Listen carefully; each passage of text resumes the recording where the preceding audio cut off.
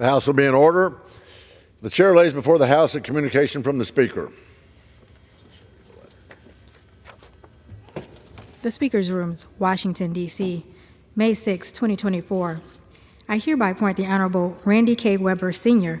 to act as Speaker pro tempore on this day. Signed, Mike Johnson, Speaker of the House of Representatives. Pursuant to the order of the House of January 9, 2024, the chair will now recognize members from lists submitted by the majority and minority leaders for morning hour debate. The chair will alternate recognition between the parties with time equally allocated between the parties and each member other than the majority and minority leaders and the minority whip limited to 5 minutes, but in no event shall debate continue beyond 1:50 p.m. The chair recognizes the gentleman from Pennsylvania, Mr. Joyce, for 5 minutes.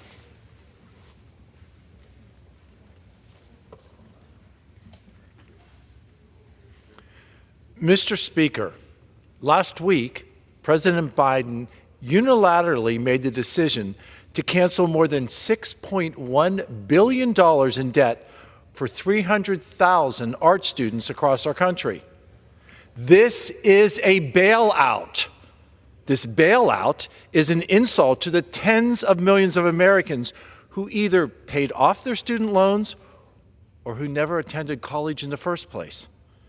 Instead of using taxpayer dollars in an attempt to win votes, President Biden should be turning his attention to the runaway inflation that has impacted every man, woman, and child in America.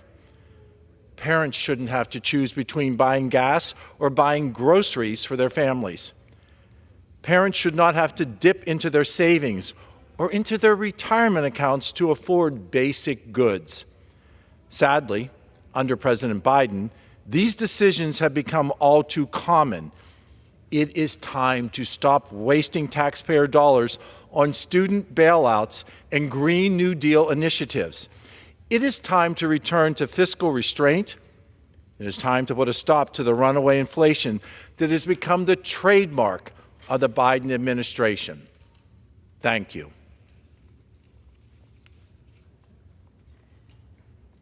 Mr. Speaker, last week, the House Homeland Security Committee released documents that identified over 45 airport locations that were used by President Biden to secretly fly over 400,000 illegal immigrants into our country.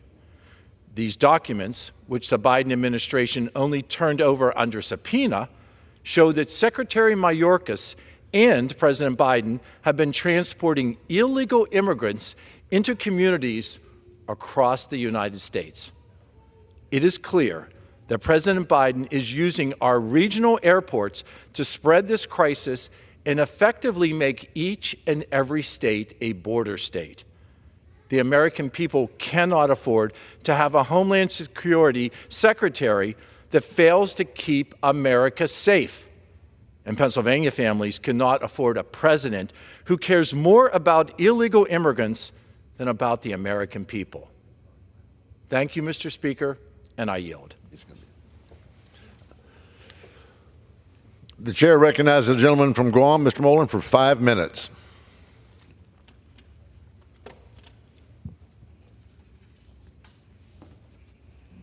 Thank you, Mr. Speaker. Today I rise to recognize Mayor John Cruz as he serves his final term representing the village of Hagåtña after almost 2 decades. Before becoming the mayor of Guam's capital, Cruz faithfully served the government of Guam for 25 years. His tenure shows his commitment to the people of Guam has been unwavering since the beginning. He has been a strong advocate for the island and a champion of public service. Present day, Cruz is known by many of his constituents for his beautification efforts in his village, ensuring Guam's special capital remains a cultural and an historical hub. Most importantly, Cruz is a family man, a devoted Catholic, and a reliable mayor who puts his constituents first. I'd like to thank Mayor Cruz for his dedication to the people of Hagåtña. His leadership has been instrumental in making the village what it is today. I wish him the very best in retirement, and I'm certain his legacy will be an inspiration to all future leaders to come. Thank you, Mayor Cruz.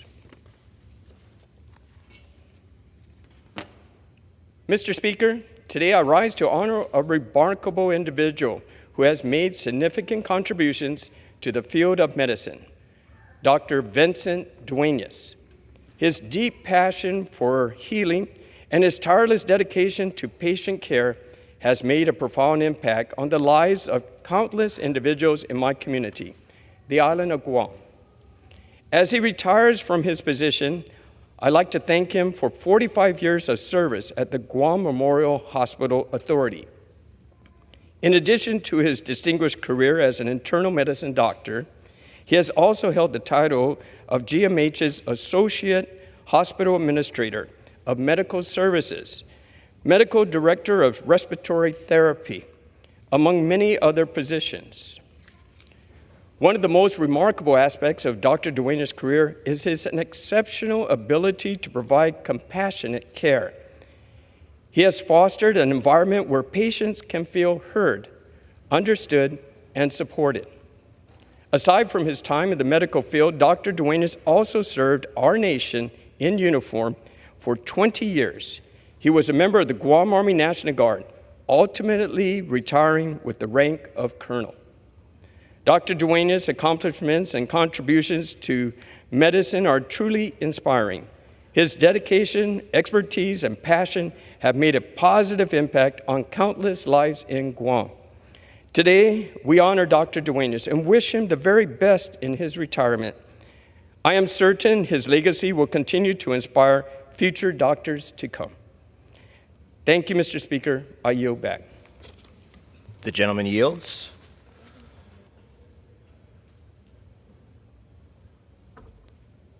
Ready to go? The chair recognizes the gentleman from Texas, Mr. Weber.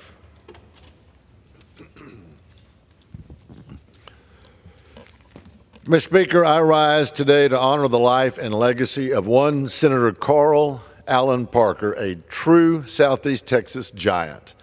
Born in Port Arthur during the Great Depression, Senator Parker dedicated decades to serving the people of Southeast Texas. He was a distinguished lawyer, statesman, and beloved native son of Port Arthur. Senator Parker leaves behind a legacy of unwavering dedication to public service and tireless advocacy for the people of our great state.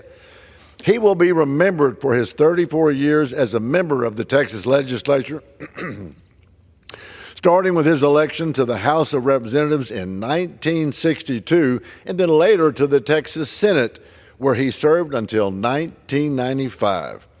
As we mourn the passing of this remarkable man, let us also celebrate his extraordinary life and the lasting impact he had on our state. May his legacy inspire future generations of public servants to follow in his footsteps and continue the work of building a better Texas for us all. Mr. Speaker, I rise today with a heavy heart to honor the extraordinary life of the Honorable Kenneth Randall Hufstetler, State District Judge of the 300th District Court of Brazoria County. His relentless dedication to public service and remarkable contributions to our community will always be remembered as a Brazoria County icon. Randy was a Texan whose life exemplified faith, family, and service. His tenure as a judge was marked by a steadfast commitment to upholding our United States Constitution. With integrity and diligence, he interpreted and applied the law to ensure fairness and justice in every single case that crossed his bench. Despite losing his battle to cancer too soon, Randy's legacy of courage and strength will endure, inspiring us all. Though he may no longer walk among us, Randy's impact will continue to be felt in the lives he touched and the values he instilled. To his beautiful family, Danette and kids, Randy was the epitome of love, strength, and devotion, cherishing each moment with them as the greatest gift of his life. And to Judge Kenneth Randall Hufstetler, we say farewell with gratitude and admiration. Mr. Speaker, I rise today to honor a distinguished Texan, Gerald Sullivan, who has been selected as the 2024 Buck and Ball honoree. Gerald's story is nothing but a pure Lone Star legend, showcasing grit, guts, and a whole lot of Texas-sized success. From Galveston County to the halls of Texas A&M, Gerald's entrepreneurial spirit has left an indelible mark. As chairman of the Port of Galveston, he steered us through Hurricane Ike's wrath, ensuring our port's and Galveston's resilience. His dedication to education and sharing insights with students reflects his commitment to the next generation. Not to mention the Sullivan's family's century-long legacy in the beef cattle industry, grazing cattle and saltgrass pastures along the coastal bend, and then shipping them from the Port of Galveston to Caribbean nations like Haiti and Cuba. Gerald and Suzanne, his lovely bride, congrats, Gerald, on receiving the Buck and Ball Award from the Bryan Museum in Galveston, where they are preserving Texas history. Gerald, your commitment and dedication are inspiring to Southeast Texas, and I'm glad and proud to call you a friend. Mr. Speaker, I yield back. The gentleman yields. For purposes, the gentleman from Florida seek recognition. The chair recognizes the gentleman from Florida, Mr. Gates, for 5 minutes. Mr. Speaker, I seek unanimous consent to enter into the congressional record Part 2 of the interim report that I have prepared for the House of Representatives entitled Unwelcome in Niger. Without objection.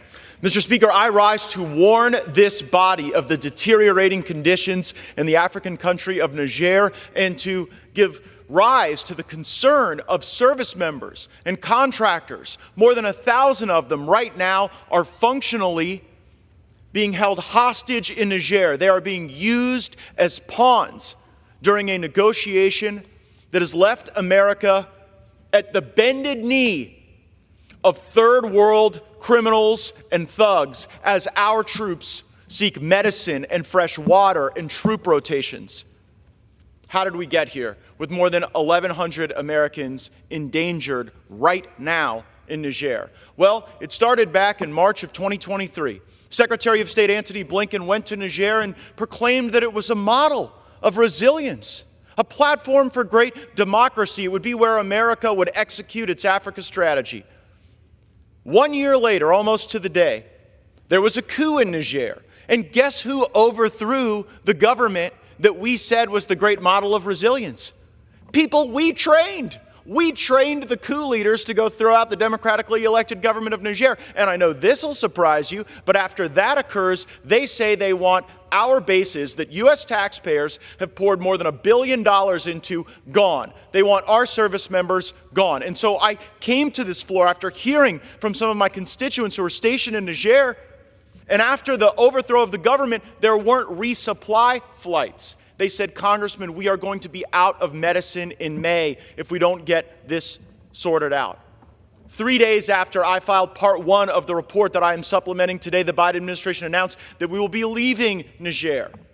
A welcome sign, I'm sure, but the leaving didn't actually happen. We have people who are now more than 200 days into a 180-day rotation, and while the negotiation regarding retrograde and withdrawal are ongoing, the government in Niger is using the well-being and health of our service members as leverage to get what they want out of our government.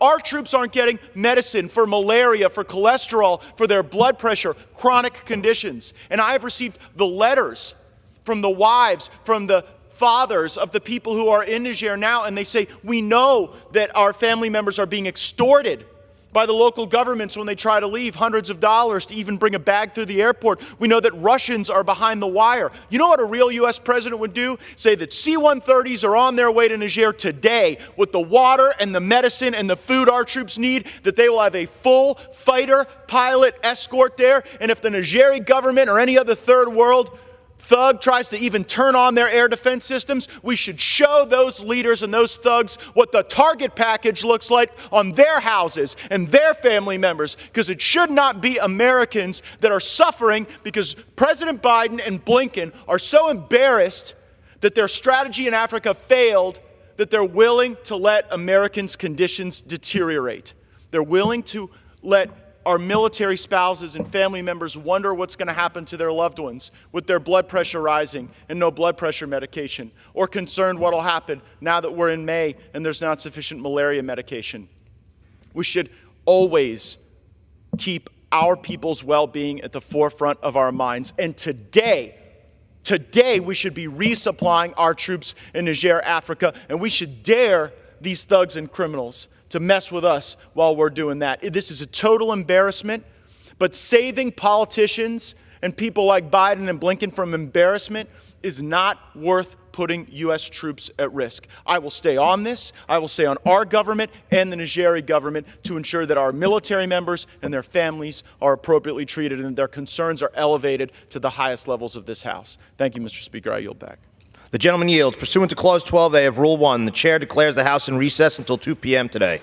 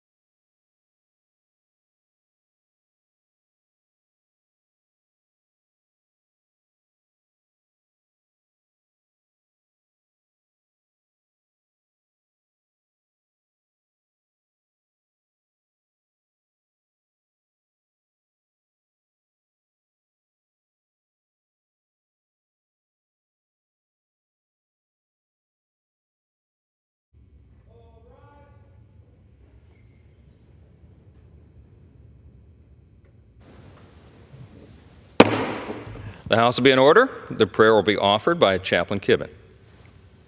Would you pray with me? Lord of the universe, look down upon your people and grant us your peace. From generation to generation, we have found ways to disparage and destroy one another, allowing racism, prejudice, and discrimination to color our judgment and enrage our worst selves. You have warned us that there will be wars and rumors of wars. Nations will rise against nation. Earthquakes, famines, pestilence, and persecution will threaten our freedoms and dismantle our security. On this day of Holocaust remembrance, remind us that the insidious malice that crept into our culture and led to the horrific deaths of tens of millions, including Jews, Roma, Jehovah's Witness, gays, and the disabled, is an evil that is still at work today, pervading our communities. The present turmoil reveals a pivotal moment where you call us to bear testimony to our faithfulness to you and to you alone. In the words of Elie Wiesel, for the dead and the living, we must bear witness. Grant us courage and unite us under the values of dignity, respect, justice, and righteousness, that when we reflect on history's extermination of entire peoples, we would affirm that never again means now. In the strength of your name we pray. Amen. Amen. The chair has examined the journal of the last day's proceedings and announces to the House the approval thereof. Pursuant to Clause 1 of Rule 1, the journal stands approved. The Pledge of Allegiance will be led by the gentleman from Alabama, Mr. Carl. Thank you, Mr. Speaker. Would you please address the flag? I pledge allegiance to the flag of the United States of America and to the republic for which it stands, one nation, under God, indivisible, with liberty and justice for all. The chair lays before the House a communication. The Honorable, the Speaker, House of Representatives, sir, pursuant to the permission granted in Clause 2H of Rule 2 of the Rules of the U.S. House of Representatives, the clerk received the following message from the Secretary of the Senate on May 3, 2024 at 9:35 a.m. that the Senate passed Senate 2181, Senate 3126, Senate 3249, Senate 3285, that the Senate agreed to Senate Concurrent Resolution 34, Senate Concurrent Resolution 35, that the Senate agreed to relative to the death of the Honorable Daniel Robert Graham, former United States Senator from the state of Florida, Senate Resolution 668, that the Senate agreed to relative to the death of the Honorable David Hampton Pryor, former United States Senator from the state of Arkansas, Senate Resolution 673, that the Senate passed without amendment H.R. 593, that the Senate agreed to House Concurrent Resolution 89. Signed sincerely, Kevin F. McCumber, Acting Clerk. The clerk will report the veto message. Oh, the chair lays before the House another communication. The Honorable, the Speaker, House of Representatives, sir. Pursuant to the permission granted in Clause 2H of Rule 2 of the Rules of the U.S. House of Representatives, I have the honor to transmit a sealed envelope received from the White House on May 3, 2024 at 12:28 p.m., set to contain a message from the President on his objections to House Joint Resolution 98, which he returns without his signature. Signed sincerely, Kevin F. McCumber, Acting Clerk of the House. The clerk will report the veto message. To the House of Representatives, I am returning herewith, without my approval, House Joint Resolution 98, a resolution that would disapprove of the National Labor Relations Board's, NLRB, rule entitled Standard for Determining Joint Employer Status. Since day one, my administration has fought to strengthen workers' rights to organize and bargain for higher wages, better benefits, and safer working conditions. The NLRB's rule would prevent companies from evading their bargaining obligations or liability when they control a worker's working condition, even if they reserve such control over exercise and indirectly through a subcontractor or other intermediary. If multiple companies control the terms and conditions of employment, then the right to organize is rendered futile whenever the workers cannot bargain collectively with each of those employers. Without the NLRB's rule, companies could merely easily avoid liability simply by manipulating their corporate structure, like hiding behind subcontractors or staffing agencies. By hampering the NLRB's efforts to promote the practice and procedure of the collective bargaining, Republicans are siding with union-busting corporations over the needs of workers and their unions. I am proud to be the most pro-union, pro-worker president in American history. I make no apologies for my administration protecting the rights to organize and bargain collectively. Therefore, I am vetoing this resolution. Signed sincerely, Joseph R. Biden, Jr., the White House, May 3, 2024. The objections of the President will be spread at large upon the Journal, and the veto message and the joint resolution will be printed as a House document. For what purposes does the gentleman from Alabama seek recognition?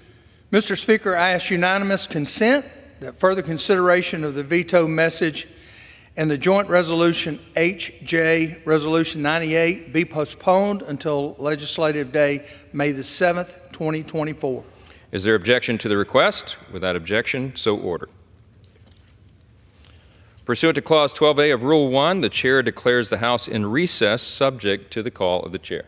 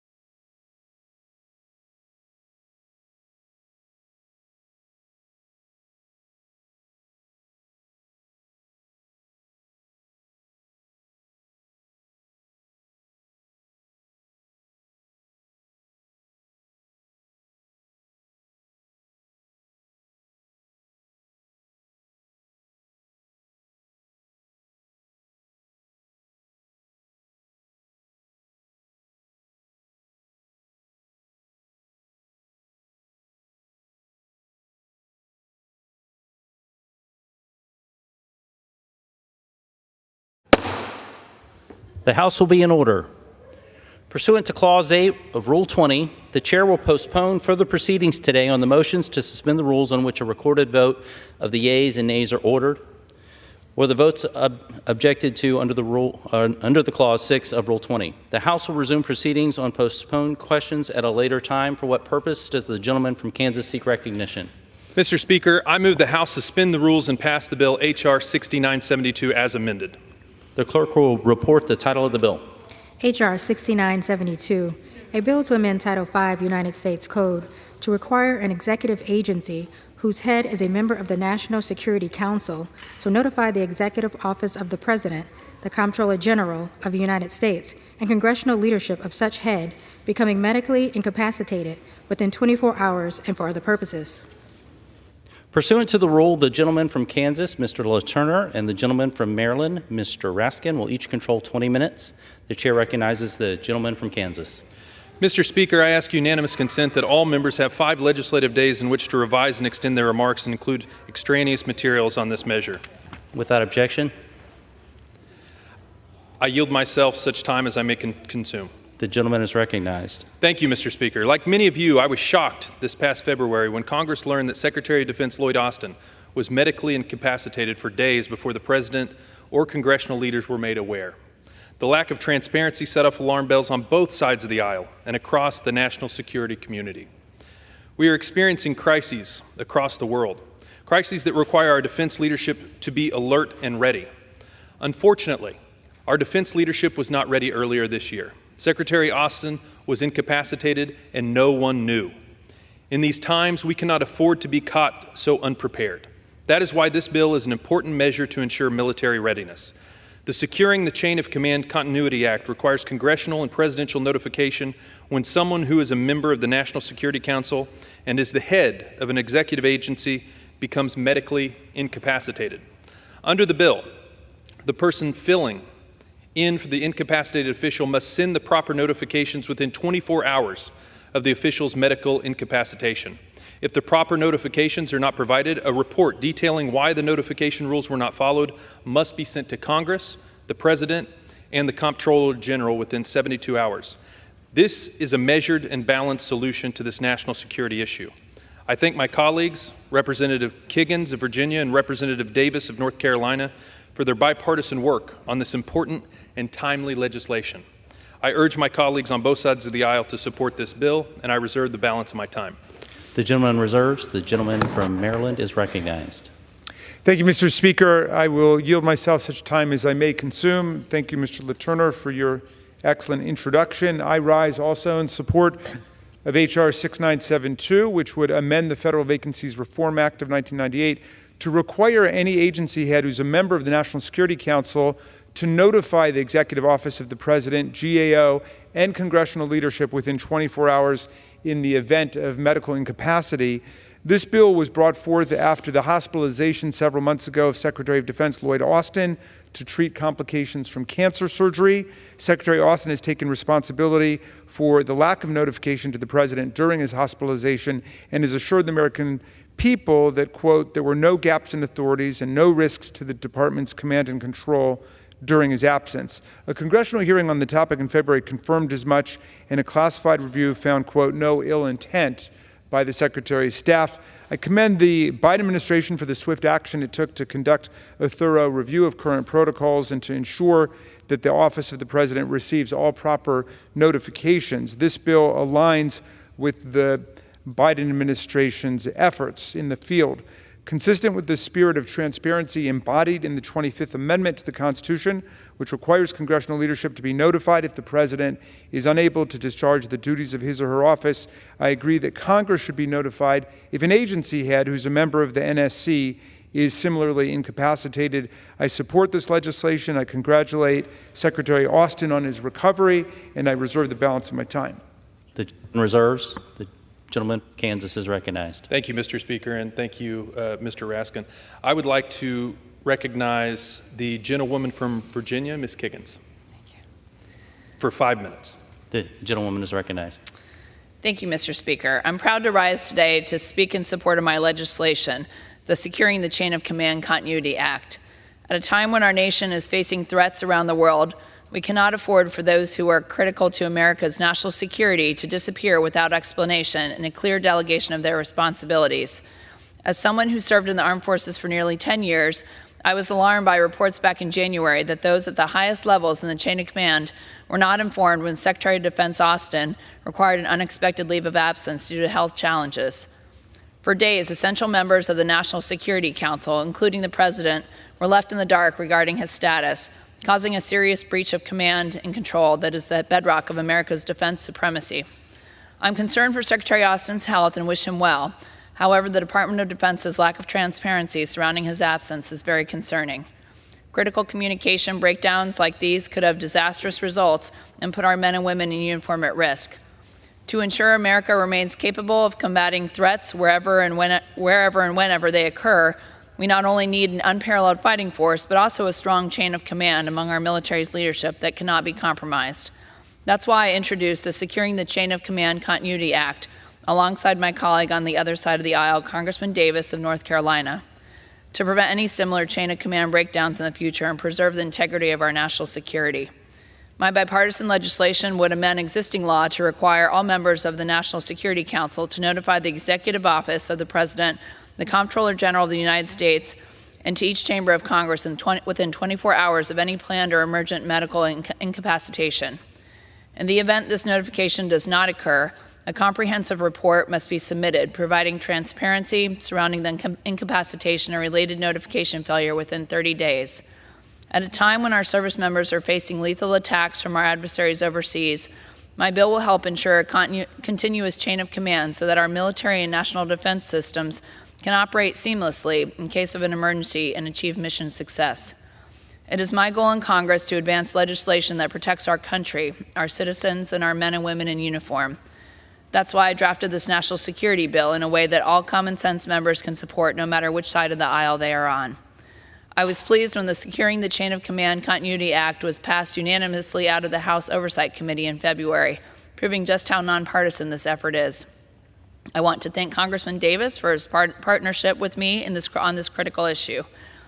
The world is a dangerous place. We cannot afford a lack of transparency from our senior military leaders. We must preserve the integrity of our national security, and I urge my colleagues to vote in favor of this common sense, bipartisan legislation that will keep our country and our military men and women safe. Thank you, and I yield back. Reserve. The gentleman reserves. The gentleman from Maryland is recognized. Thank you, Mr. Speaker. I'd like to yield 2 minutes to the gentleman from North Carolina. The gentleman is recognized. Thank you, Mr. Speaker and Ranking Member Raskin. I rise in support of H.R. 6972, the Securing Chain of Command Continuity Act. As a proud United States Air Force veteran, I join my colleague, Representative Kiggins of Virginia, who also served our country in uniform, to introduce this bipartisan bill. If we have learned anything from the past several months, it is indeed we are in a more dangerous world. As tensions and threats rise across the globe, timely responses are vital to safeguarding the American people and saving lives. Congress must require National Security Council agencies to provide a notice of the incapacitation of their agency heads within 24 hours. That's reasonable. This requirement for our nation's leaders is a minimum expectation to ensure transparency and accountability. The American people deserve nothing less. Thank you. I support the legislation, and I yield back the balance of my time. Thank you. I want to thank the gentleman from North Carolina for his eloquent remarks, and I will reserve. The gentleman reserves. The gentleman from Kansas is recognized. Thank you, Mr. Speaker. I yield 5 minutes to the gentleman from Wisconsin, my friend, Mr. Van Orden. Thank you, Mr. Letourneau. Mr. Speaker, I spent over 25 years in the United States military. I've designed elements from as large as a SEAL team down to a small tactical unit. And the first thing that you establish is something called CCIRs, Commander's Critical Information Requirements. And the first one is, where's the commander? Is the commander in place and able to make decisions?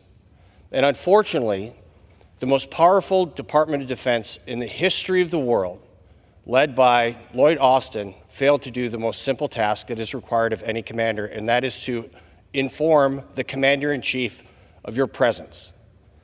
This, to me, is another sign of an incredibly incompetent Department of Defense and the Biden administration's inability to lead and protect this nation. I am so thankful that my colleagues across the aisle have identified this also. And they know that the Biden administration must be held account for their lack of leadership in protecting the United States of America. It is unquestionable that the world is a much more dangerous place under the Biden administration and under Secretary Austin's leadership of the Department of Defense. So again, I would like to thank my colleagues from across the aisle for this bipartisan effort to hold the Biden administration accountable and to make sure that any member of the National Security Council who is incapable of performing their duties is informing the President in a timely manner. And with that, I yield back. I reserve. The gentleman reserves. The gentleman from Maryland is recognized.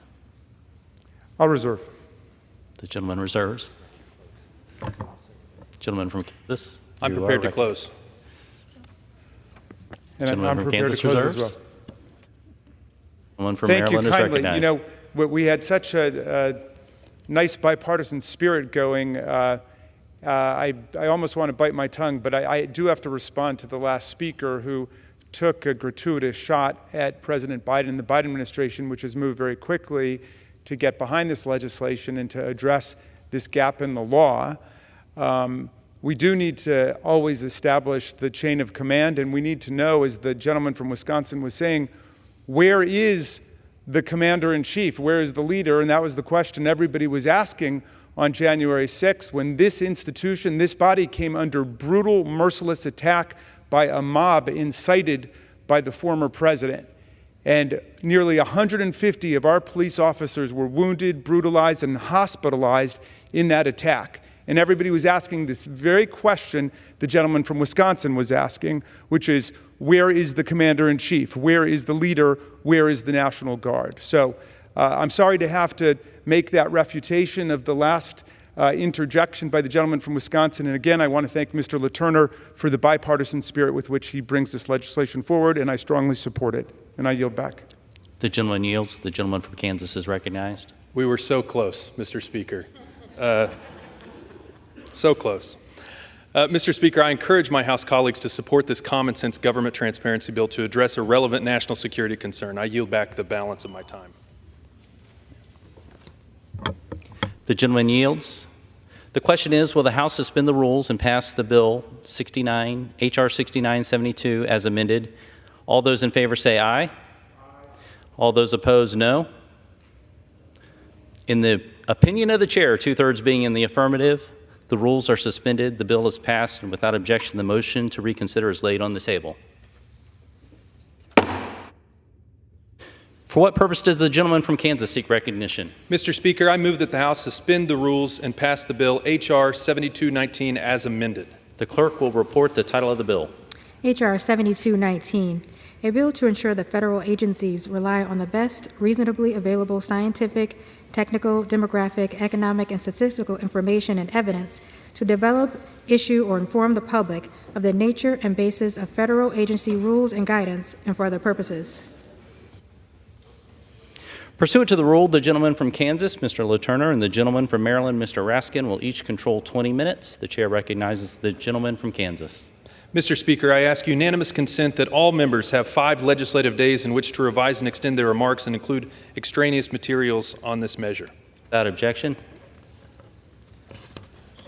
I yield myself such time as I may consume. The gentleman is recognized. Thank you, Mr. Speaker. I rise in support of this bill, the Information Quality Assurance Act. Each year, thousands of regulations are imposed as an added burden on the American public. The Code of Federal Regulations in which these rules are housed spans 243 volumes that contain over 180,000 single-spaced pages. Agency guidance explaining these regulations to the public likely spans millions more pages. If we must have rules imposed by federal regulatory agencies, we should, at the very least, ensure that regulatory agencies rely on the best available information. Unfortunately, agencies frequently do not rely on the best available information to create their regulations.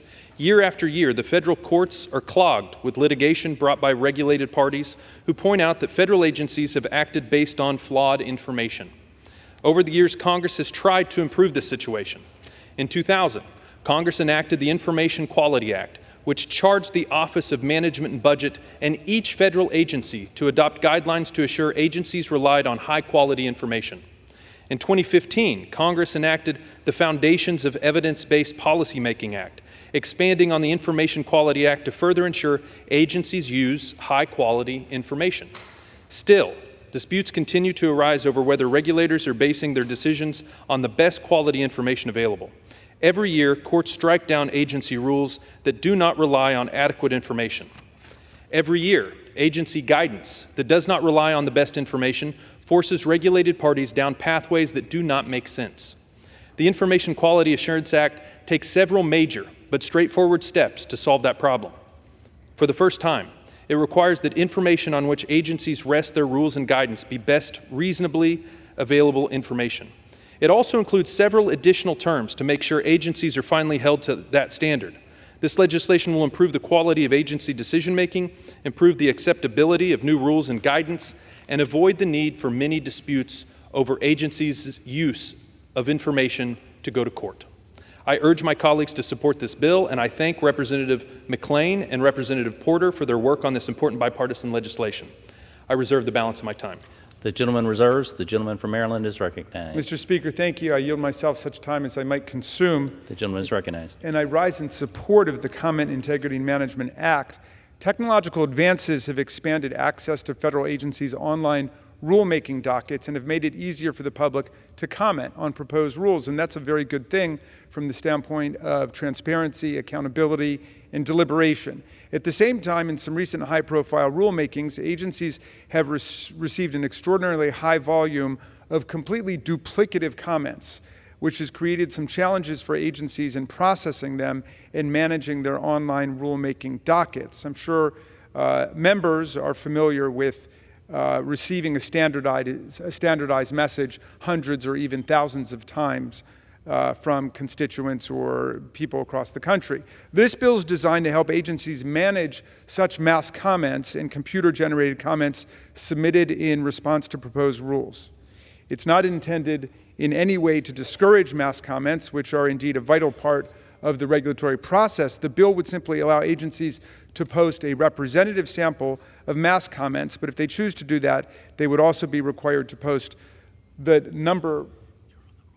Hold that thought, if you would, Mr. Speaker.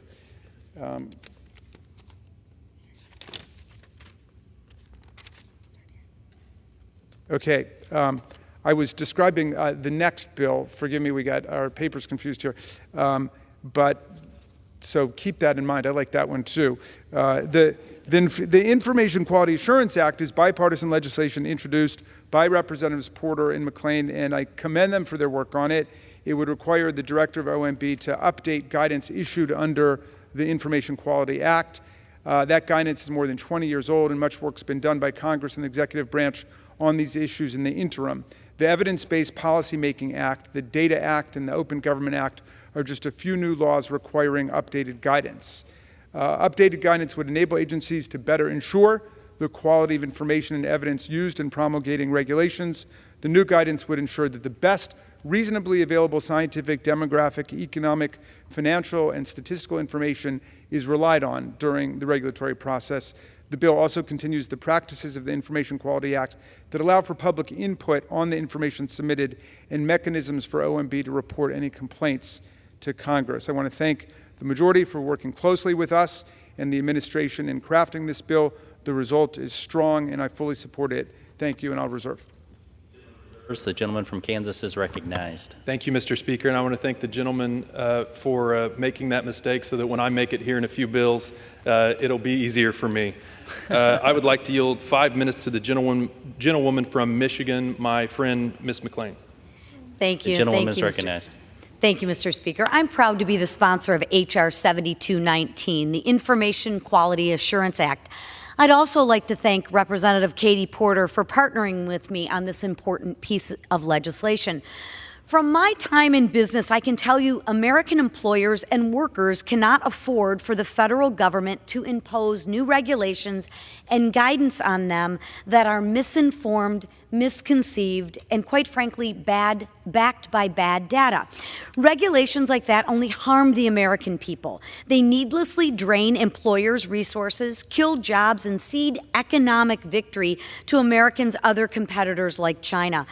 The same can be said of ill-informed and ill-conceived agency guidance. When the agency's guidance rests on flawed information, it risks sending regulated parties and their resources down rabbit holes just to avoid the threat of misguided agencies' enforcement actions. One of the most important ways we can make sure the federal government does not issue ill-informed regulations and guidance is also, quite frankly, one of the simplest. It is to require that federal regulators to be based on new regulations and guidances on the most reasonably available information. My Information Quality Assurance Act does just that. It requires three simple things. First and foremost, it requires agencies to use the best data possible in drafting legislation. This includes data on the impacts the regulation will have on the American people. Second, it requires the agencies to make public in a timely fashion any model, methodology, or source of scientific, technical, demographic, economic, or statistical information upon which it intends to utilize the rulemaking. And third, it makes sure the public has a chance to question whether that information is the best that's reasonably available. With these three simple common sense reforms, we can make sure the federal regulatory systems avoid a mountain of mistakes that would unfairly burden American people. And that is what our job in Congress truly is making the government more efficient so that we can help the most amount of people. By making these three simple changes to how agencies utilize data, we can achieve that simple goal and make life better for people in this country. And it's clear my colleagues on the other side of the aisle agree. This bill passed through Oversight Committee with unanimous, be careful, listen for it, with unanimous bipartisan support. That is the kind of thing this country needs right now. I am proud to lead this bipartisan bill to improve the way our government works for generations to come. I urge all of my colleagues to support this bill, and I yield back the remainder of my time. Thank you. Reserve the balance of my time. The gentleman reserves. The gentleman from Maryland is recognized. I'll reserve, and I'm ready to close. The gentleman reserves. The gentleman from Kansas is recognized. I'm prepared to close, Mr. Speaker. The gentleman from Kansas reserves. The gentleman from Maryland is recognized. Great. Despite the fact that I didn't know we were on this bill originally, we are in very strong and unanimous support on our side of the aisle for this, and yield back. The gentleman yields. The gentleman from Kansas is recognized. Thank you, Mr. Speaker. I urge my colleagues to support this bill to ensure that agencies rely on the best reasonably available information to create their regulations. I yield back the balance of my time. The gentleman yields. The question is, will the House suspend the rules and pass the bill H.R. 7219 as amended? Those in favor say aye. Aye. Those opposed, no. Mr. Speaker, I request the yeas and nays. Opinion of the chair, 2/3 being in the affirmative. Bill is passed. Does the gentleman rise? I request the yeas and nays. Thank you. The yeas and nays are requested. All those in favor of taking the vote by the yeas and nays will rise and remain standing until counted. A sufficient number having risen, the yeas and nays are ordered. Pursuant to Clause 8 of Rule 20, further proceedings on the question will be postponed. For what purpose does the gentleman from Kansas seek recognition? Mr. Speaker, I move that the House suspend the rules and pass the bill H.R. 7528 as amended. The clerk will report the title of the bill. H.R. 7528, a bill to amend Section 206 of the E-Government Act of 2002 to improve the integrity and management of mass comments and computer-generated comments in the regulatory review process and for other purposes. Pursuant to the rule, the gentleman from Kansas, Mr. LaTurner, and the gentleman from Maryland, Mr. Raskin, will each control 20 minutes. The chair recognizes the gentleman from Kansas. Mr. Speaker, I ask unanimous consent that all members have 5 legislative days in which to revise and extend their remarks and include any extraneous material on this measure. Without objection, I yield myself such time as I may consume. the gentleman is recognized. Thank you, Mr. Speaker. Every American deserves the opportunity to participate in our political system, which includes sharing their views on agency rulemaking. Agencies are required to provide an opportunity to participate in rulemaking by submitting written views or data on draft rules. Recent advances have expanded the ability for the public to comment on proposed rules electronically. However, agencies may struggle to manage computer-generated or mass comments. H.R. 7528, the Comment Integrity and Management Act, provides additional support to agencies navigating these new challenges by allowing them to the flexibility necessary to manage electronic comments. The bill requires agencies to verify that any comment submitted electronically has been submitted by an actual human. The bill also provides agencies with additional authorities to assist in processing and analyzing mass comments submitted electronically. It requires agencies to identify, to the extent practicable, if the comment is a mass comment and indicate this identification on any publicly available copy of the comment. This bill also requires agencies to establish and make public any policies they have regarding how they will handle computer-generated and mass comments in the rulemaking process. Further, this legislation requires the Office of Management and Budget to issue implementing guidance to agencies and requires the Government Accountability Office to submit a report to Congress. It's time that our federal agencies adapt their processes to accommodate the latest technologies. I thank Representative Clay Higgins for his idea and work in developing this forward-thinking legislation. I reserve the balance of my time. The gentleman reserves. The gentleman from Maryland is recognized. And thank you, Mr. Speaker. I yield myself such time as I might consume. The gentleman is recognized. And I rise in support of the Comment Integrity and Management Act again. As I was saying, I was very eager to support my friend Mr. Higgins' legislation here. The basic issue is that it's gotten easier for people to post comments online in a rulemaking, and that's a really good thing because it means that the process of implementing regulations is more accessible, it's more transparent, it's more open, it's more participatory. But a number of the agencies have found, I think, what members of Congress have found, which is sometimes you get the same paragraph 100 times, 1,000 times, 3,000 times, and this bill would simply allow agencies to post a representative sample of mass comments like this, but if they choose to do that, they still are required to post the number of such comments received so that the volume of public sentiment is still fairly and effectively registered.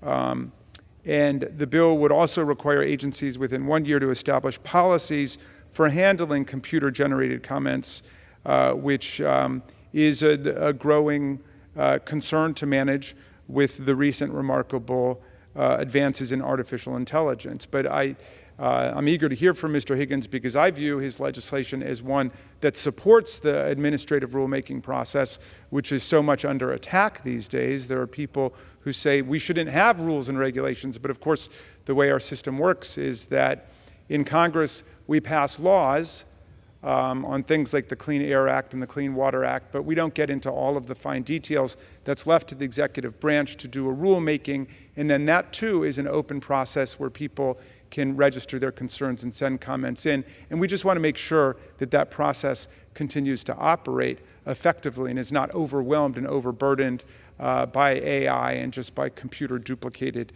comments. So I thank Mr. Higgins, I thank Chairman Comer and his staff for working with our side to address some of the concerns we had with the original language.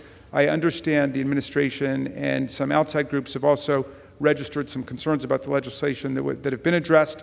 We've worked with them and our majority counterparts to incorporate their feedback into this revised version of the bill. I'm pleased to support the bill at this time, and I reserve the balance of my time. The gentleman reserves. The gentleman from Kansas is recognized. Mr. Speaker, I yield 5 minutes to the gentleman from Louisiana, Mr. Higgins. I thank the gentleman from Kansas, and I appreciate the commentary of my friend and colleague, the ranking member of the Oversight Committee, Representative Raskin. It may interest you, Mr. Speaker, to know that Representative Raskin and I have worked in a spirit of mutual respect and camaraderie for 8 years now, and we have enjoyed many vigorous debates in this body, and I find it encouraging that he has risen enthusiastically now twice in support of my bill. I rise in support of H.R. 7528, the Comment Integrity and Management Act. This bill is essential in the digital age, where our constituents engage with us more and more through electronic means. It seeks to safeguard citizens' First Amendment right to participate in the federal rulemaking process. This participation includes the invaluable process of submitting public comments on proposed federal rules and regulations, comments that help shape the very fabric of our governance. With the advent of digital technology and the rise of artificial intelligence being of increasing import, the channels for such participations have expanded, providing broader access, but also introducing new challenges. These challenges include computer-generated comments, which can obscure genuine public input and hinder our agency's ability to gauge public sentiment effectively. The cornerstone of this bill is its commitment to ensuring that every comment submitted by electronic means comes from a real person, not an automated program. By requiring human verification, we're taking a significant step towards preserving the authenticity of public input. Furthermore, the Comment Integrity and Management Act equips our agencies with the flexibility and tools necessary to efficiently manage the comments they receive. This includes the authority to identify and process computer-generated and mass comments, ensuring that they are handled transparently and effectively. Additionally, the legislation directs the Office of Management and Budget to issue guidance on best practices for managing electronic comments and mandates a report for the United States Government Accountability Office on the prevalence and impact of computer-generated comments. I urge my colleagues to recognize the importance of adapting our processes to the realities of the 21st century. It is imperative that we ensure every American is heard and that genuine public input is not drowned out by the noise of automation. This bill represents a good government approach to embracing technological advancements while safeguarding the principles of public participation and transparency in the rulemaking process. I urge my colleagues to support this bill, and I yield back. Mr. Speaker, I have no further speakers, and I reserve the balance of my time. The gentleman reserves. The gentleman from Maryland is recognized. I'm ready to close, Mr. Speaker. The gentleman reserves. The gentleman. Yes. Oh. You are recognized to close. Great. Now, I just wanted to salute the distinguished gentleman from Louisiana for making the administrative rulemaking process up to date and rapid and transparent and effective for all of us so we can keep it going. I urge all members to support this bill, and I yield back the balance of my time. The gentleman yields. The gentleman from Kansas is recognized. Thank you, Mr. Speaker. H.R. 7528 helps ensure every American is heard and not drowned out by an influx of computer-generated comments. I encourage my colleagues to support this necessary legislation. I yield back the balance of my time. The gentleman yields. The question is, will the House suspend the rules and pass the bill, H.R. 7528, as amended?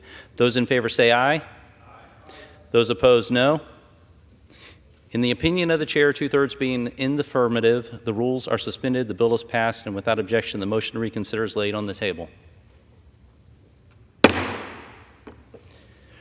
For what purpose does the gentleman from Kansas seek recognition? Mr. Speaker, I move that the House suspend the rules and pass the bill H.R. 7527 as amended. The clerk will report the title of the bill. H.R. 7527, a bill to direct the United States Postal Service to issue regulations requiring Postal Service employees and contractors to report to the Postal Service traffic crashes involving vehicles carrying mail that result in injury or death and for other purposes. Pursuant to the rule, the gentleman from Kansas, Mr. LaTurner, and the gentleman from Maryland, Mr. Raskin, will each control 20 minutes. The chair recognizes the gentleman from Kansas.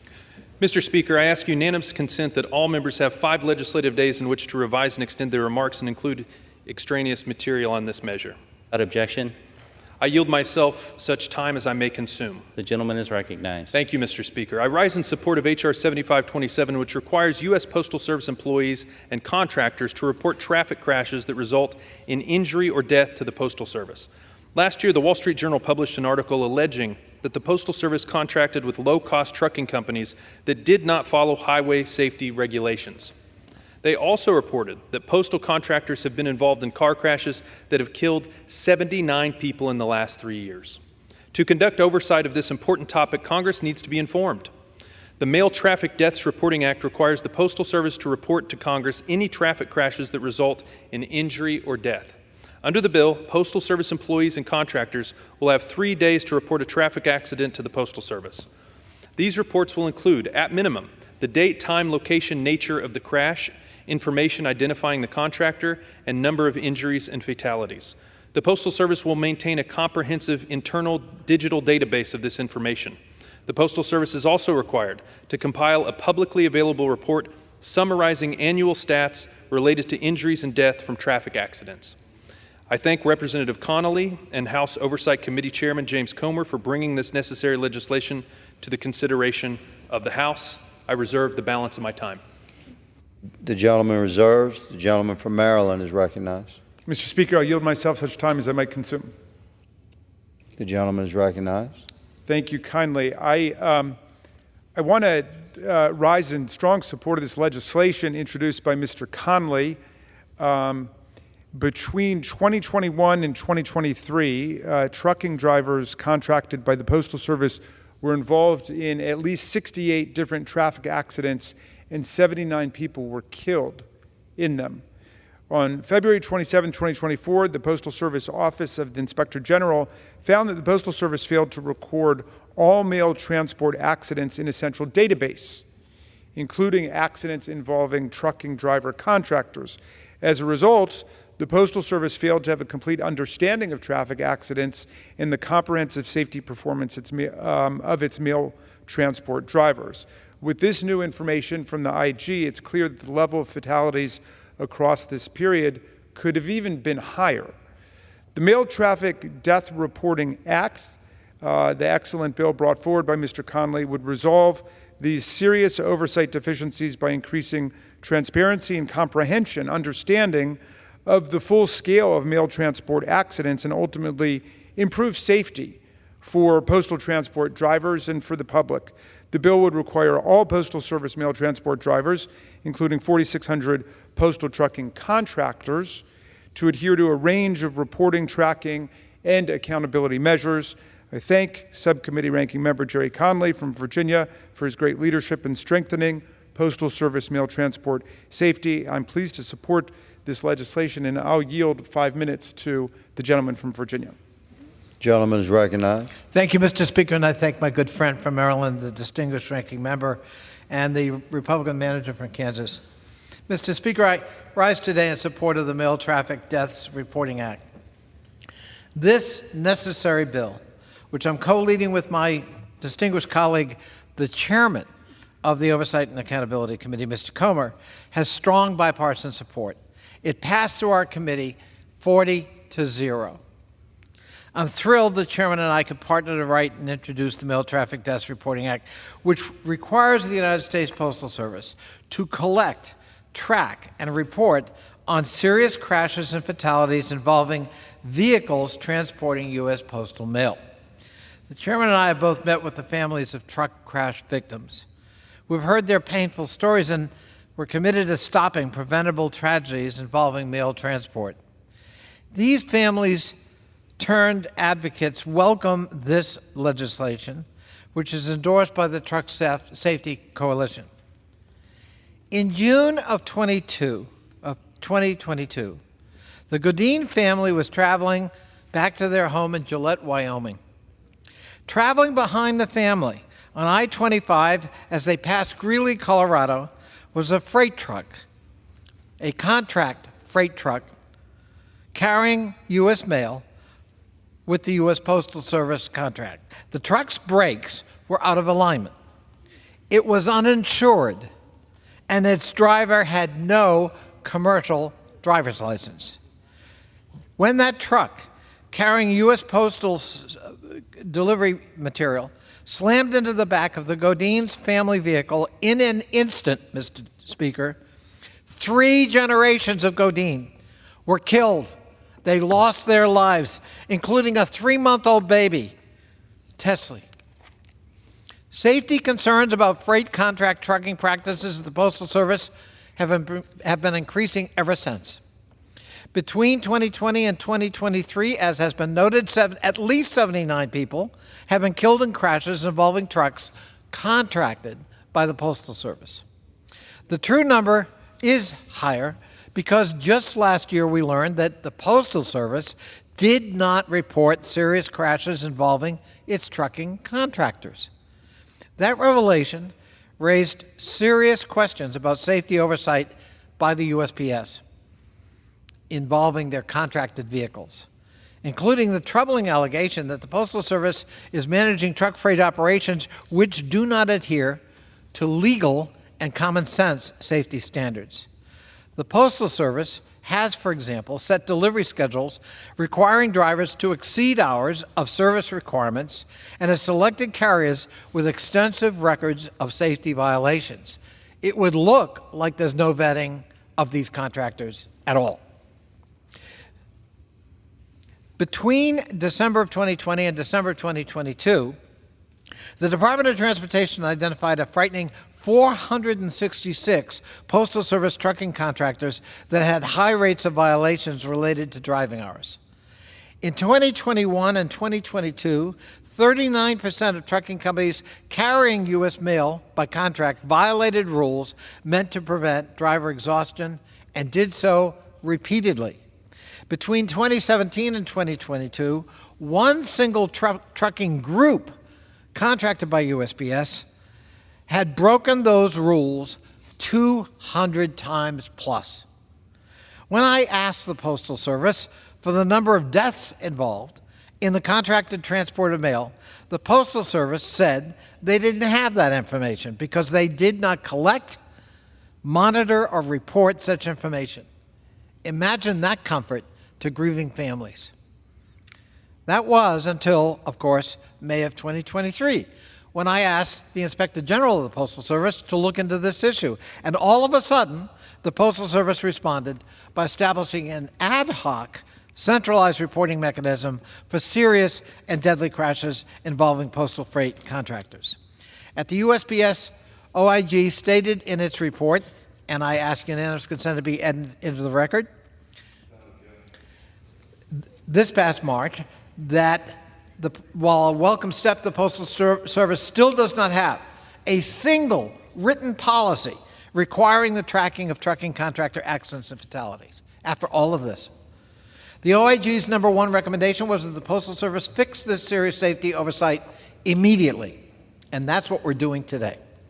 Our legislation would codify the #1 recommendation of the OIG to begin to improve USPS freight trucking safety and to provide accountability.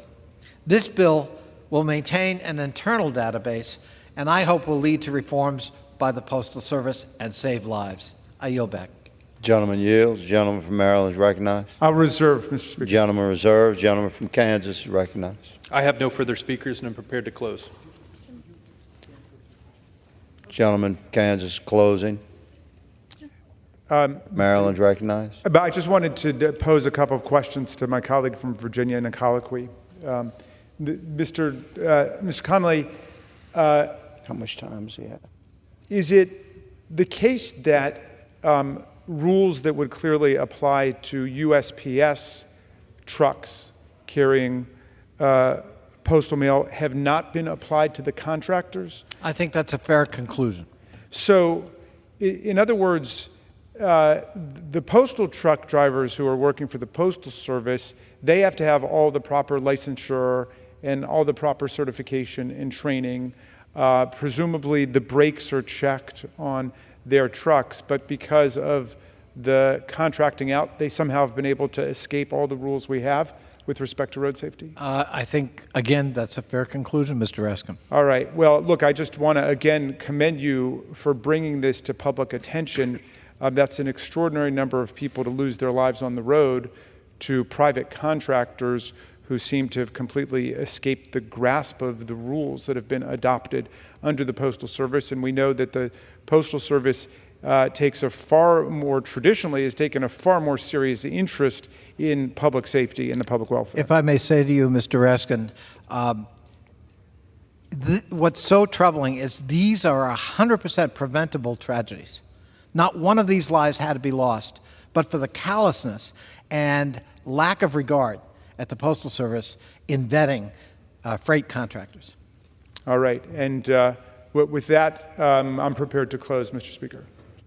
Gentleman closes. Gentleman from Kansas. Gentleman from Maryland is recognized. Thank you, Mr. Speaker. This is excellent bipartisan legislation with Congress acting just as it should to address a serious public policy problem. And let's hope that we pass this quickly, the President signs it quickly, and we don't lose any more Americans or Postal Service workers on the road. And I thank you and urge everyone to support it. I yield back. The gentleman yields. Gentleman from Kansas is recognized. Thank you, Mr. Speaker. The Postal Service is tasked with the challenging job of providing fast, reliable mail service nationwide. While they do so, their safety should be prioritized. I encourage all my colleagues to support this common sense bill that increases transparency into the Postal Service's safety record to improve the public safety throughout our nation. I yield back the balance of my time. The gentleman yields. The question is, will the House suspend the rules and pass the bill H.R. 7527 as amended? Those in favor say aye. Aye. Those opposed, no. In the opinion of the chair, 2/3 being in the affirmative, the rules are suspended, the bill is passed, and without objection, the motion to reconsider is laid on the table.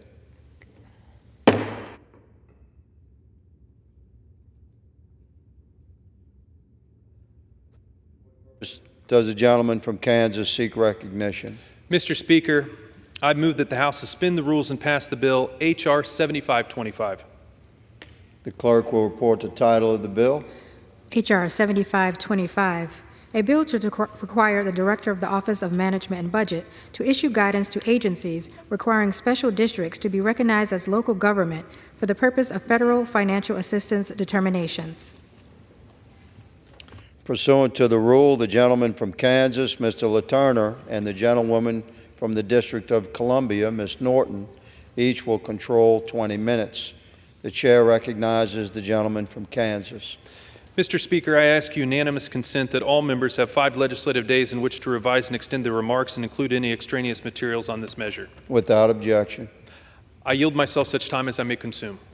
The gentleman is recognized. Thank you, Mr. Speaker. I rise in support of H.R. 7525, which establishes a definition in law for special district and clarifies that special districts are eligible to receive federal financial assistance. Many Americans receive essential services through special districts, units of local government authorized under state law to deliver specific services to communities. There are approximately 35,000 special districts across the country in every single state.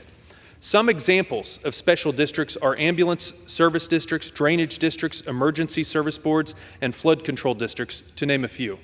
These special districts provide critical services to mostly rural communities across the nation. The Office of Management and Budget already recognizes special districts as units of local government, similar to townships or villages. Yet special districts often struggle to compete for or access to federal funding.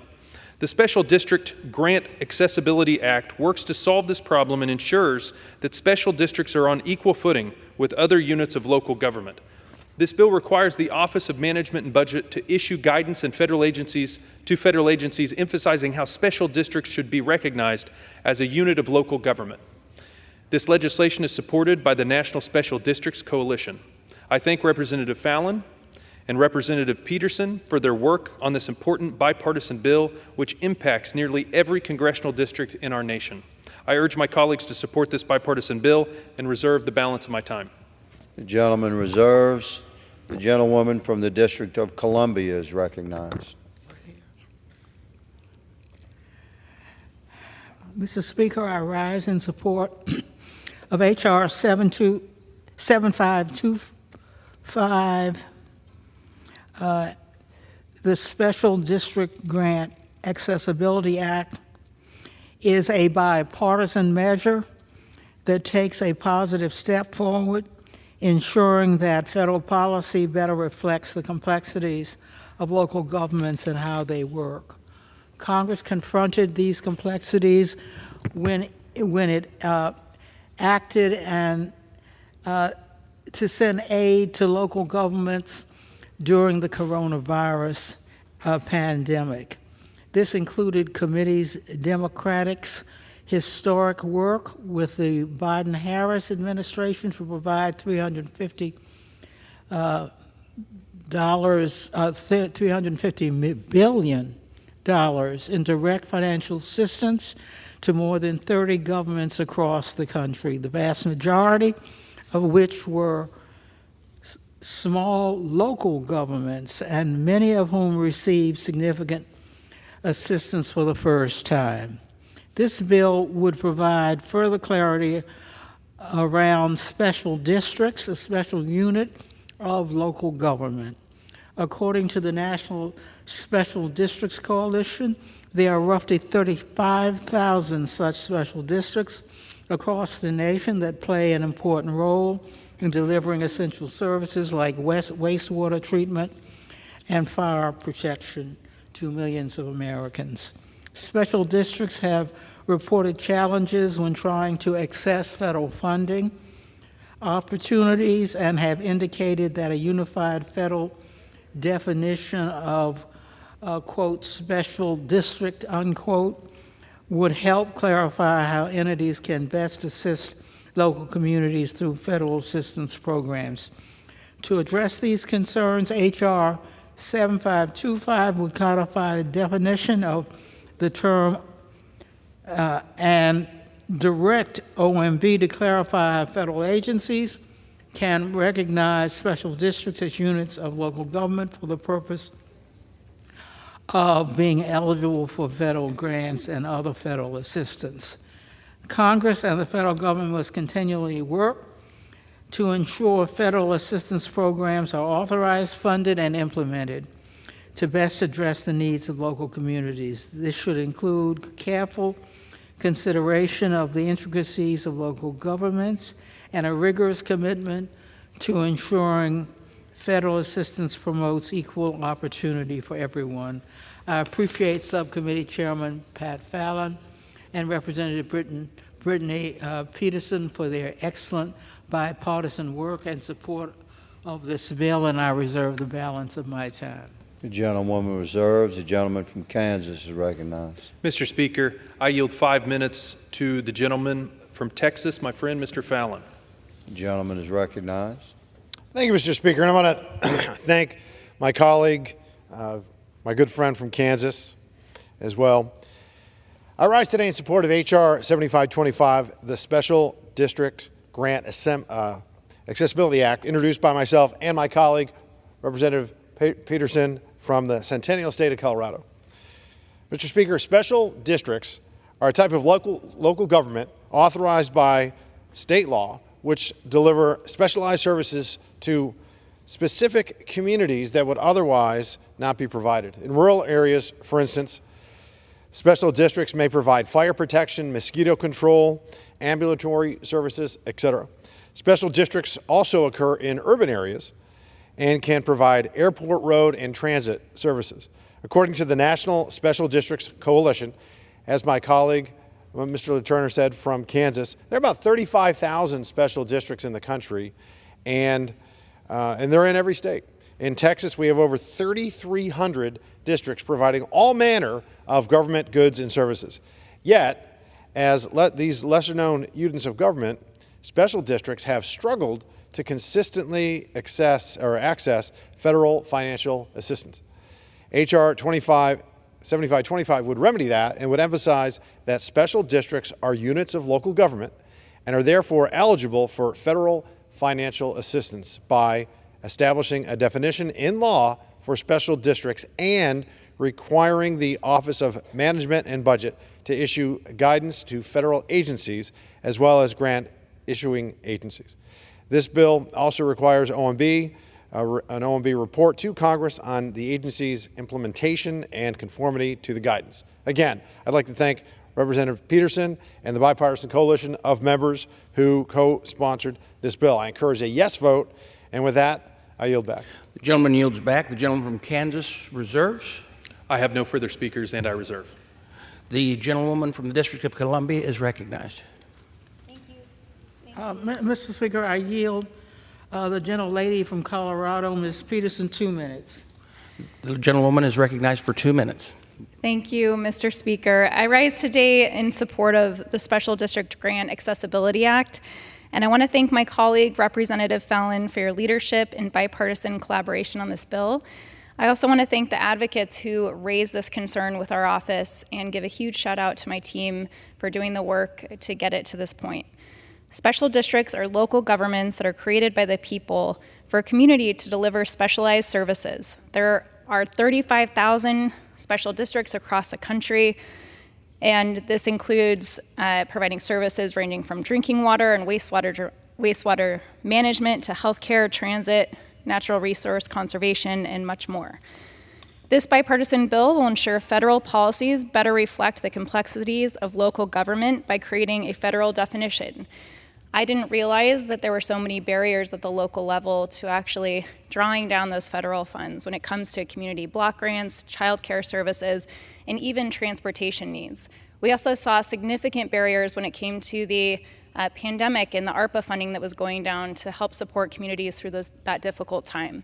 So we know that this is a very important, it is a small step forward, but it's going to make a big difference for people across Colorado and the nation, and I urge your support. And with that, I yield back. The gentlewoman yields back. The gentlewoman from the District of Columbia reserves. Mr. Speaker, I reserve the balance of my time. The gentleman from Kansas is recognized. I have no further speakers. I'm prepared to close. The gentleman reserves. The gentlewoman from District of Columbia is recognized.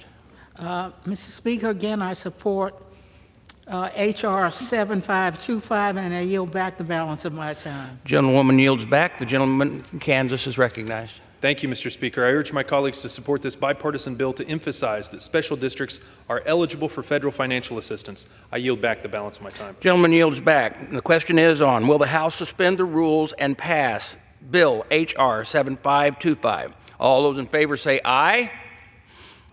Those in favor say no. In the opinion of the chair, the ayes have it. Two-thirds being in the affirmative, the rules are... For what purpose, gentleman from Kansas, seek recognition? Mr. Speaker, I request the yeas and nays. The yeas and nays being requested. All those in favor of taking the vote by the yeas and nays will rise and remain standing until counted.